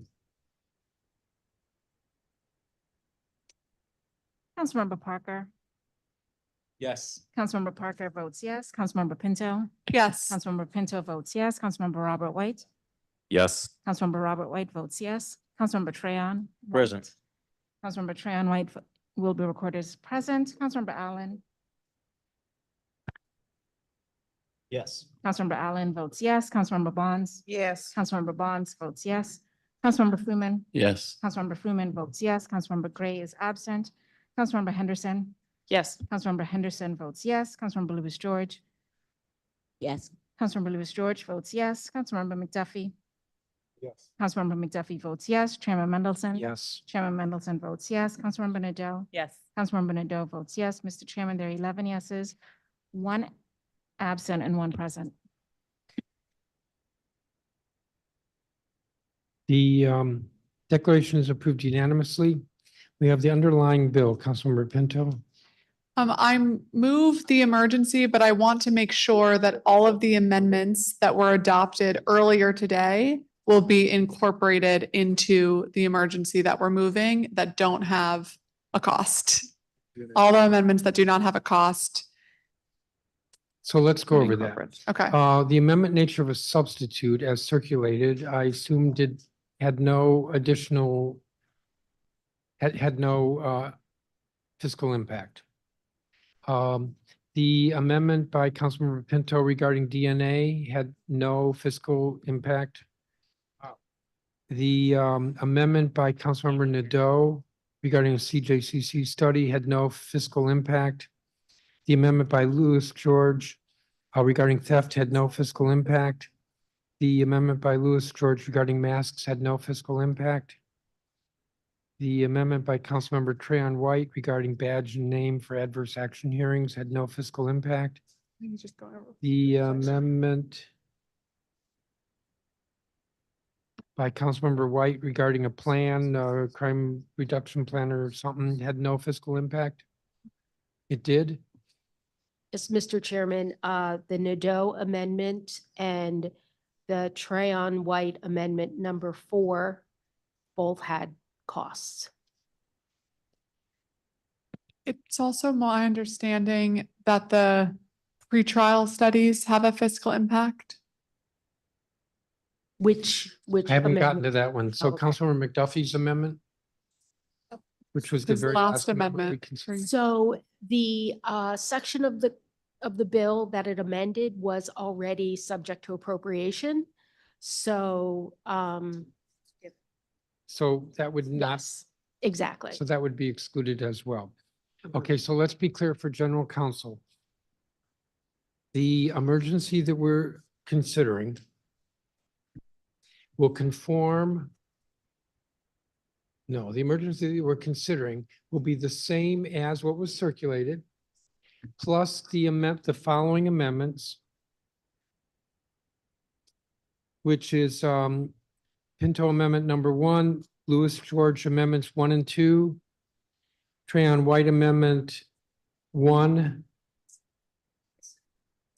and that's it. Mr. Chairman, we have an amendment working in consultation Right, with and the Budget Office to incorporate all of the amendments that we voted on today that don't have a cost into this emergency that we're moving. So we could just vote on that amendment to make things easier. I'm sorry. No. I see. Yeah, you did not circulate a document that includes all the amendments today. You had circulated a document before the amendments today. So we've just gone over for general counsel, which amendments do not have a fiscal impact. And those are the ones that will be included. Do I need to repeat those? Point of order. Not yet. Yes, I understand. And Jen and I have agreed that I'm going to send it, for her to just have a quick look before I send it on to legislative services. Okay. Was I- Councilmember McDuffie? It's sort of two-part, and one is, I think, can we not consider amendment number 1 from Councilmember Pinto separately before it's incorporated? Yes, we can. I would prefer that we do it that way. And then I don't understand why that doesn't have a FIS, the DNA collection in it. All right, so you're asking, this is just going to prolong things, and Councilmember Pinto's amendment number 1 was approved on a 10-3 vote. Yes. But it is your right to ask that that not be included in the main motion. And that's what you're asking. Yes, but also it's a question. Well, we'll get to the question when we get to the amendment. Take that to be his question. I thought it was a question about cost. I didn't hear him voted ask against- to remove it. He voted against it. I assume he does not want it to be part of the main motion. Well, there are amendments that I voted against, but I'm still I saying as a understand. body, we are approving and should approve on an emergency basis what we collectively decided today. But I'm just answering Councilor McDuffie's question on cost. All right, so what you are moving includes the amendments I went through, except for Pinto Amendment number 1, which concerned DNA testing. And general counsel's clear what is before us. General counsel is clear what is before us. Just a moment.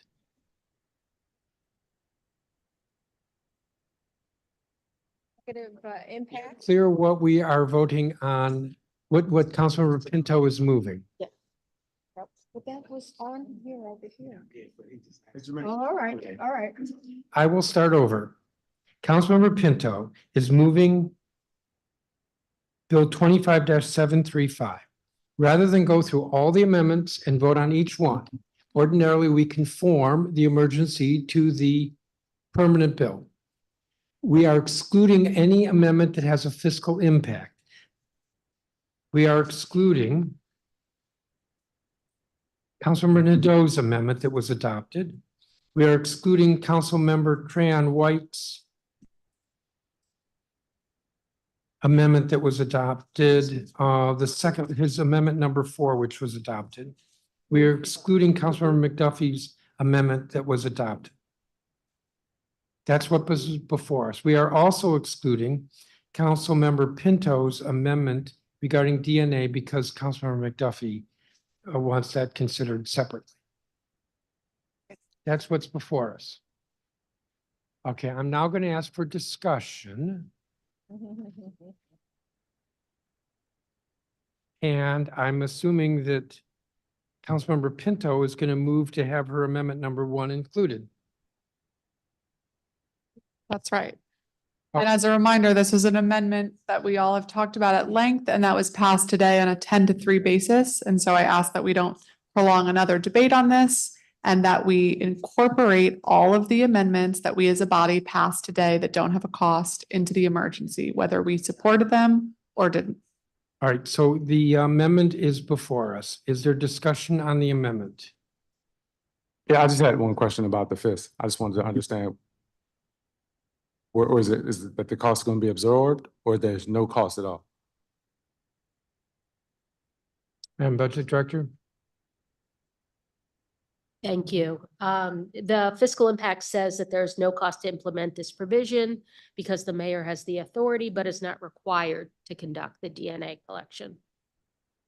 He's not required to conduct the DNA? Yeah, it must be a May. Oh. So as important as this is, she doesn't have to do it. So you want to reconsider the main bill and we'll change may to shall? No, I just want everybody to understand that it's not Okay. required.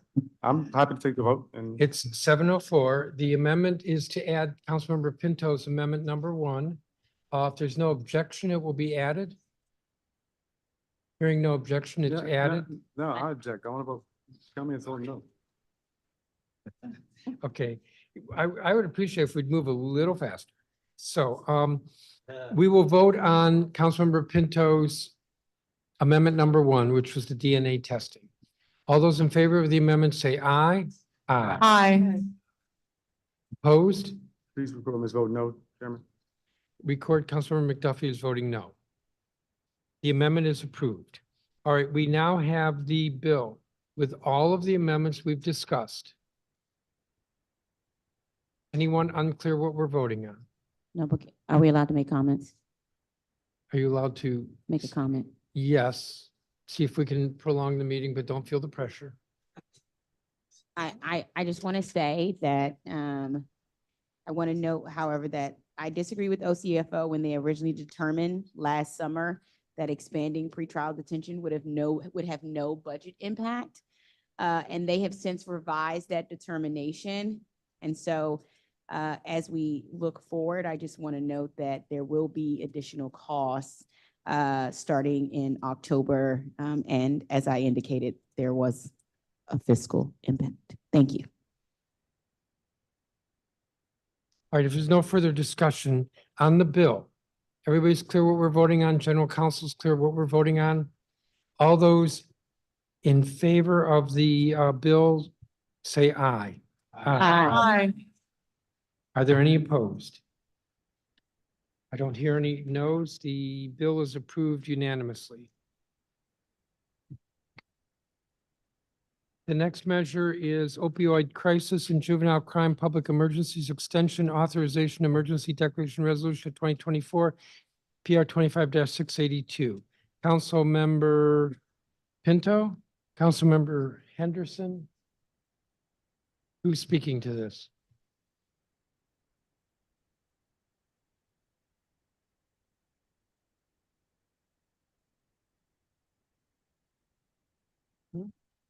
Thank you, Mr. Chairman. The mayor's February 27th order declared a public emergency regarding opioid crisis and juvenile crime crises here in the district, granting district agencies the authority to expedite procurement and issue grants to address both. With the district, I'm going to speak a little bit more towards the opioid piece, but the district is still facing an opioid crisis, having experienced 474 fatal overdoses between January and November 2023, surpassing the previous year's count, which is a little bit delayed because of the analysis from the Office of the Chief Medical Examiner. As a member of the Opioid Abatement Commission, I contributed to a comprehensive set of recommendations that were submitted to the Department of Behavioral Health at the Commission's February meeting. Unfortunately, these recommendations were submitted one day before the expiration of the last public health emergency. And DBH was only able to complete one contract for a prevention media campaign before the emergency expired. However, with the new emergency declaration, the Deputy Mayor for Health and Human Services and cluster agencies can expedite the implementation of recommendations and utilize settlement and other available funds to address the crisis immediately. This approach allows for both short-term interventions, such as expanding youth treatment services and providing housing support, and the continued development of long-term infrastructure projects to combat the opioid epidemic. As chair of the Committee on Health and as commission member, I look forward to working with the executive to ensure that these funds that are available are used in an effective, strategic, transparent, and responsible way to truly address the opioid crisis and improve the quality of life for all district residents.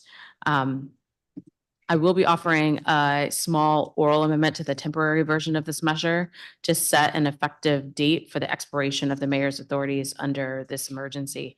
I'll now turn to Councilmember Pinto, who can speak a little bit towards the juvenile justice components of the legislation. Councilmember Pinto.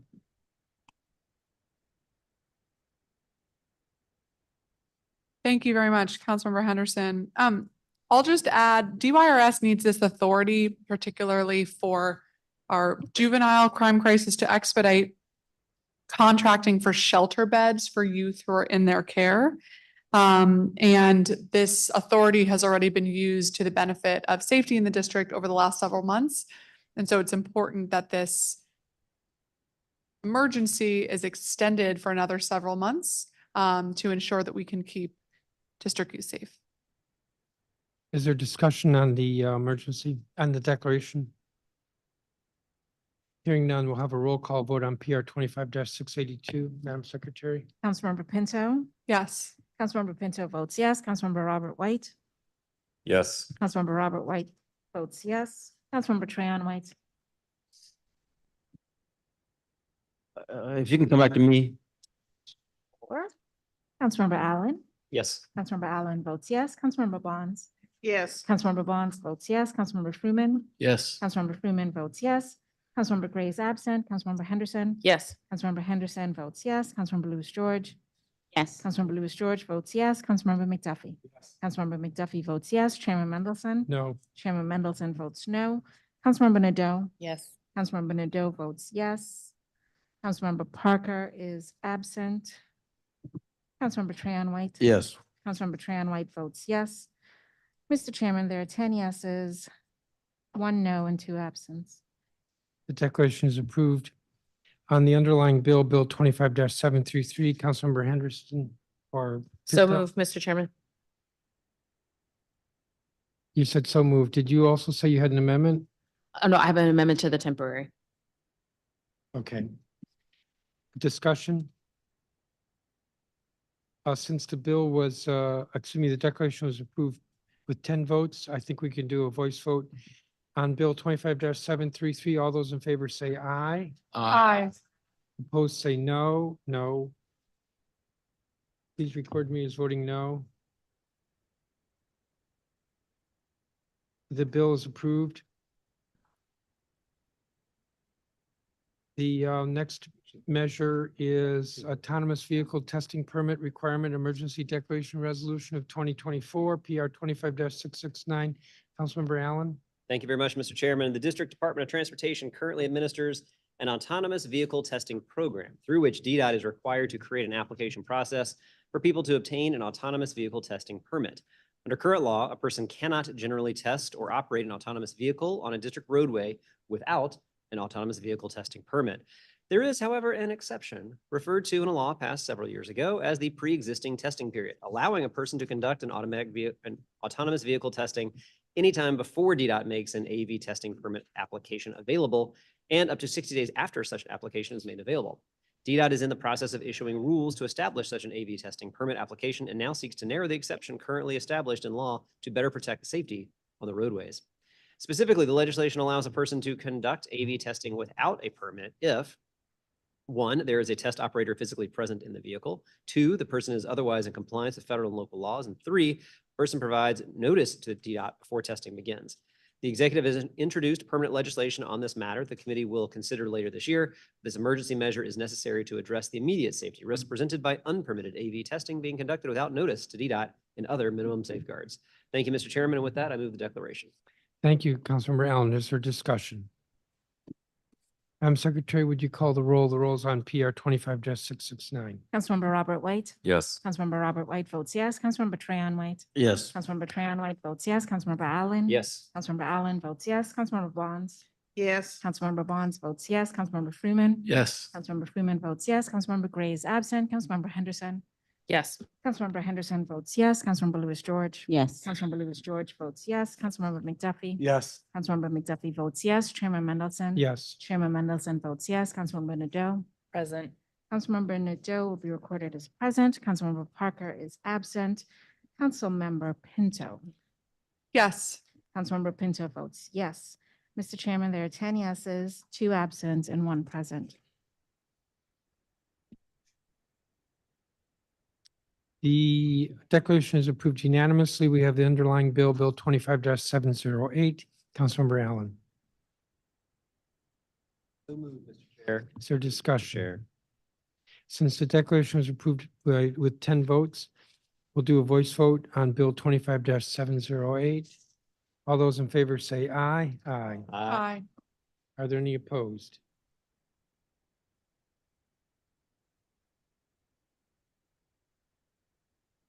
The bill is approved unanimously with Councilmember Nadeau marked as present.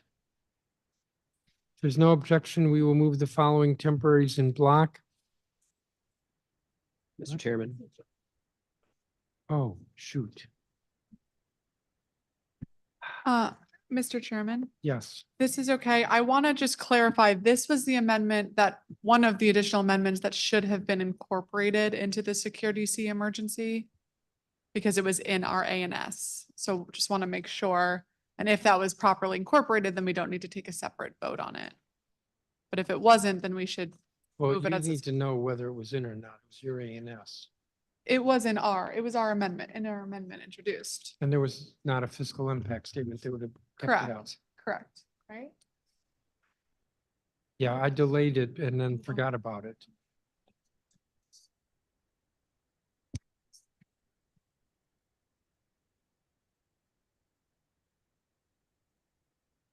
Okay, so this was a bill that I spoke to earlier that is an extension of something that the council did last year, which essentially authorizes the Department of Healthcare Finance to share information with CJCC about, it's called a longitudinal cohort analysis for individuals who perpetrated homicides. So we can look at the trends of who they are to see how we can intervene earlier.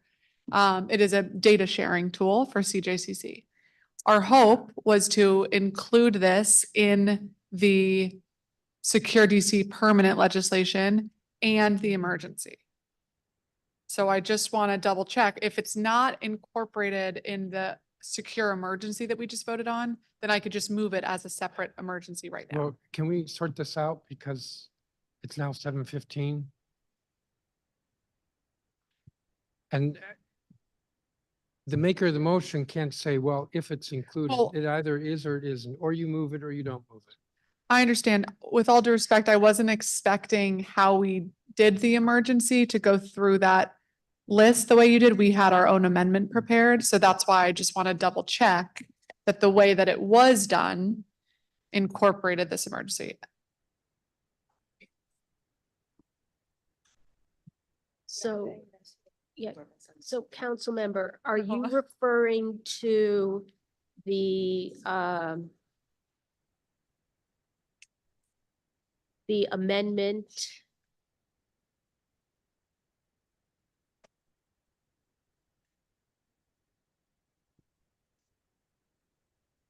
Councilmember It Pinto. was circulated at 1:06 PM today.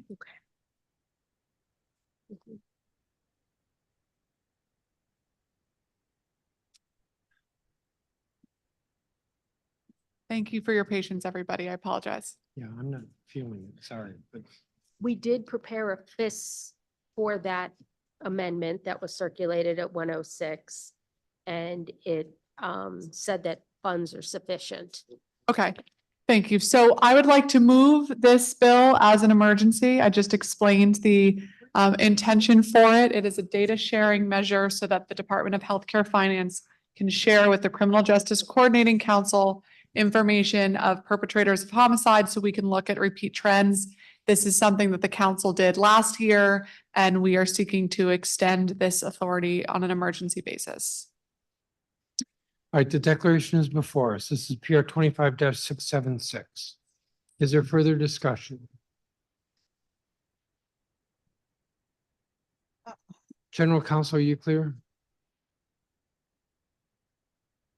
We are voting on PR 25-676. Okay, and as Unless there's discussion, the secretary will call the roll. Madam Secretary, please call the roll. Councilmember Trahan White. Yes. Councilmember Trahan White votes yes. Councilmember Allen. Yes. Councilmember Allen votes yes.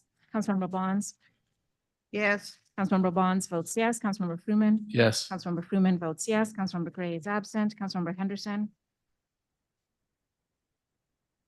Yes. Councilmember Henderson votes yes. Councilmember Lewis George. Yes. Councilmember Lewis George votes yes. Councilmember McDuffie. Yes. Councilmember McDuffie votes yes. Chairman Mendelson. Yes, Chairman Mendelson votes yes. Councilmember Nadeau. Councilmember Nadeau votes yes. Councilmember Parker is absent. Councilmember Pinto. Yes. Councilmember Pinto votes yes. Councilmember Robert White. Yes. Councilmember Robert White votes yes. Mr. Chairman, there are 11 yeses and 2 absent. The declaration is approved unanimously. The underlying bill, Bill 25-721, Councilmember Pinto, So moved. is there discussion? By voice vote, all those in favor of the bill say aye. Aye. Opposed? The bill is approved unanimously. If there's no objection, we will consider the following temporary bills. Please pay attention. Number 2, rent stabilized housing inflation protection continuation temporary. Number 3, food delivery fees transparency temporary. Mr. Chairman. Number 4, Mr. Chairman, can I interrupt just for a moment to, we don't need number 3 on the agenda any longer since we passed the Dram Shop on permanent basis. So if we'd like to strike one of our temporaries, I can help you get that one off the docket. okay. I will start over. The list is number 2, rent stabilized housing inflation protection continuation. Number 4, streetery program and endorsement deadline temporary. Number 5, Chairman. litigate. Yes, I'm a no on that one. okay, we'll take that off. Number 5, litigation support fund temporary amendment act. Number 6, criminal justice coordinating council information sharing. Is that necessary, Councilmember Pinto? Actually, you don't know. Number 7, Yes, it's comprehensive, necessary. comprehensive policing and justice reform technical temporary. Number 8, energy benchmarking reporting extension temporary. I don't believe we need number 9, secure DC omnibus, because the emergency went through. The emergency is different than the permanent, but the permanent is pending. So we don't need number 9. And number 10, I believe, Councilmember Henderson, you said you had an amendment. Mr. Chairman, I think you're hopefully right, but given these are criminal law changes and are going to be subject to a 60-day congressional review period, I think to be safe, we should still include the temporary to ensure there's no gap period. That's true, but the emergency will be in effect and the permanent will be pending. So that would still allow you to do a congressional review emergency because permanent would be pending. And theoretically, the temporary and the permanent will go up to the Hill at the same time. Yes. And sit for the same 60 As days. long as you have something pending, and because I agree with you, the 60 days may require that you need an emergency, but the permanent will be the vehicle that allows you to do. I hear you. I just, if it's okay, I think it would just make me more comfortable to have a corresponding temporary to ensure there are no delays or gaps. That's all right. Well, we'll pull the temporary on second reading, but if that makes you comfortable. Thank you. All right, so I'm going to go by item numbers here, and I left off autonomous vehicle, which will be included. So one motion to approve number 2, number 5, number 6, number 7, number 8, number 9, and number 1 autonomous vehicle. And I just said that number Thought number 9 9 was secure. temporary has to be changed to reflect the emergency. Are you agreeing? You know, with the amendments that were made that are not. That's understood. Oh, okay. I didn't know you didn't say conform. So Chairman, I want to ask, the number 9 be taken off? If you're adding it, you said you wasn't going to add it, and you added.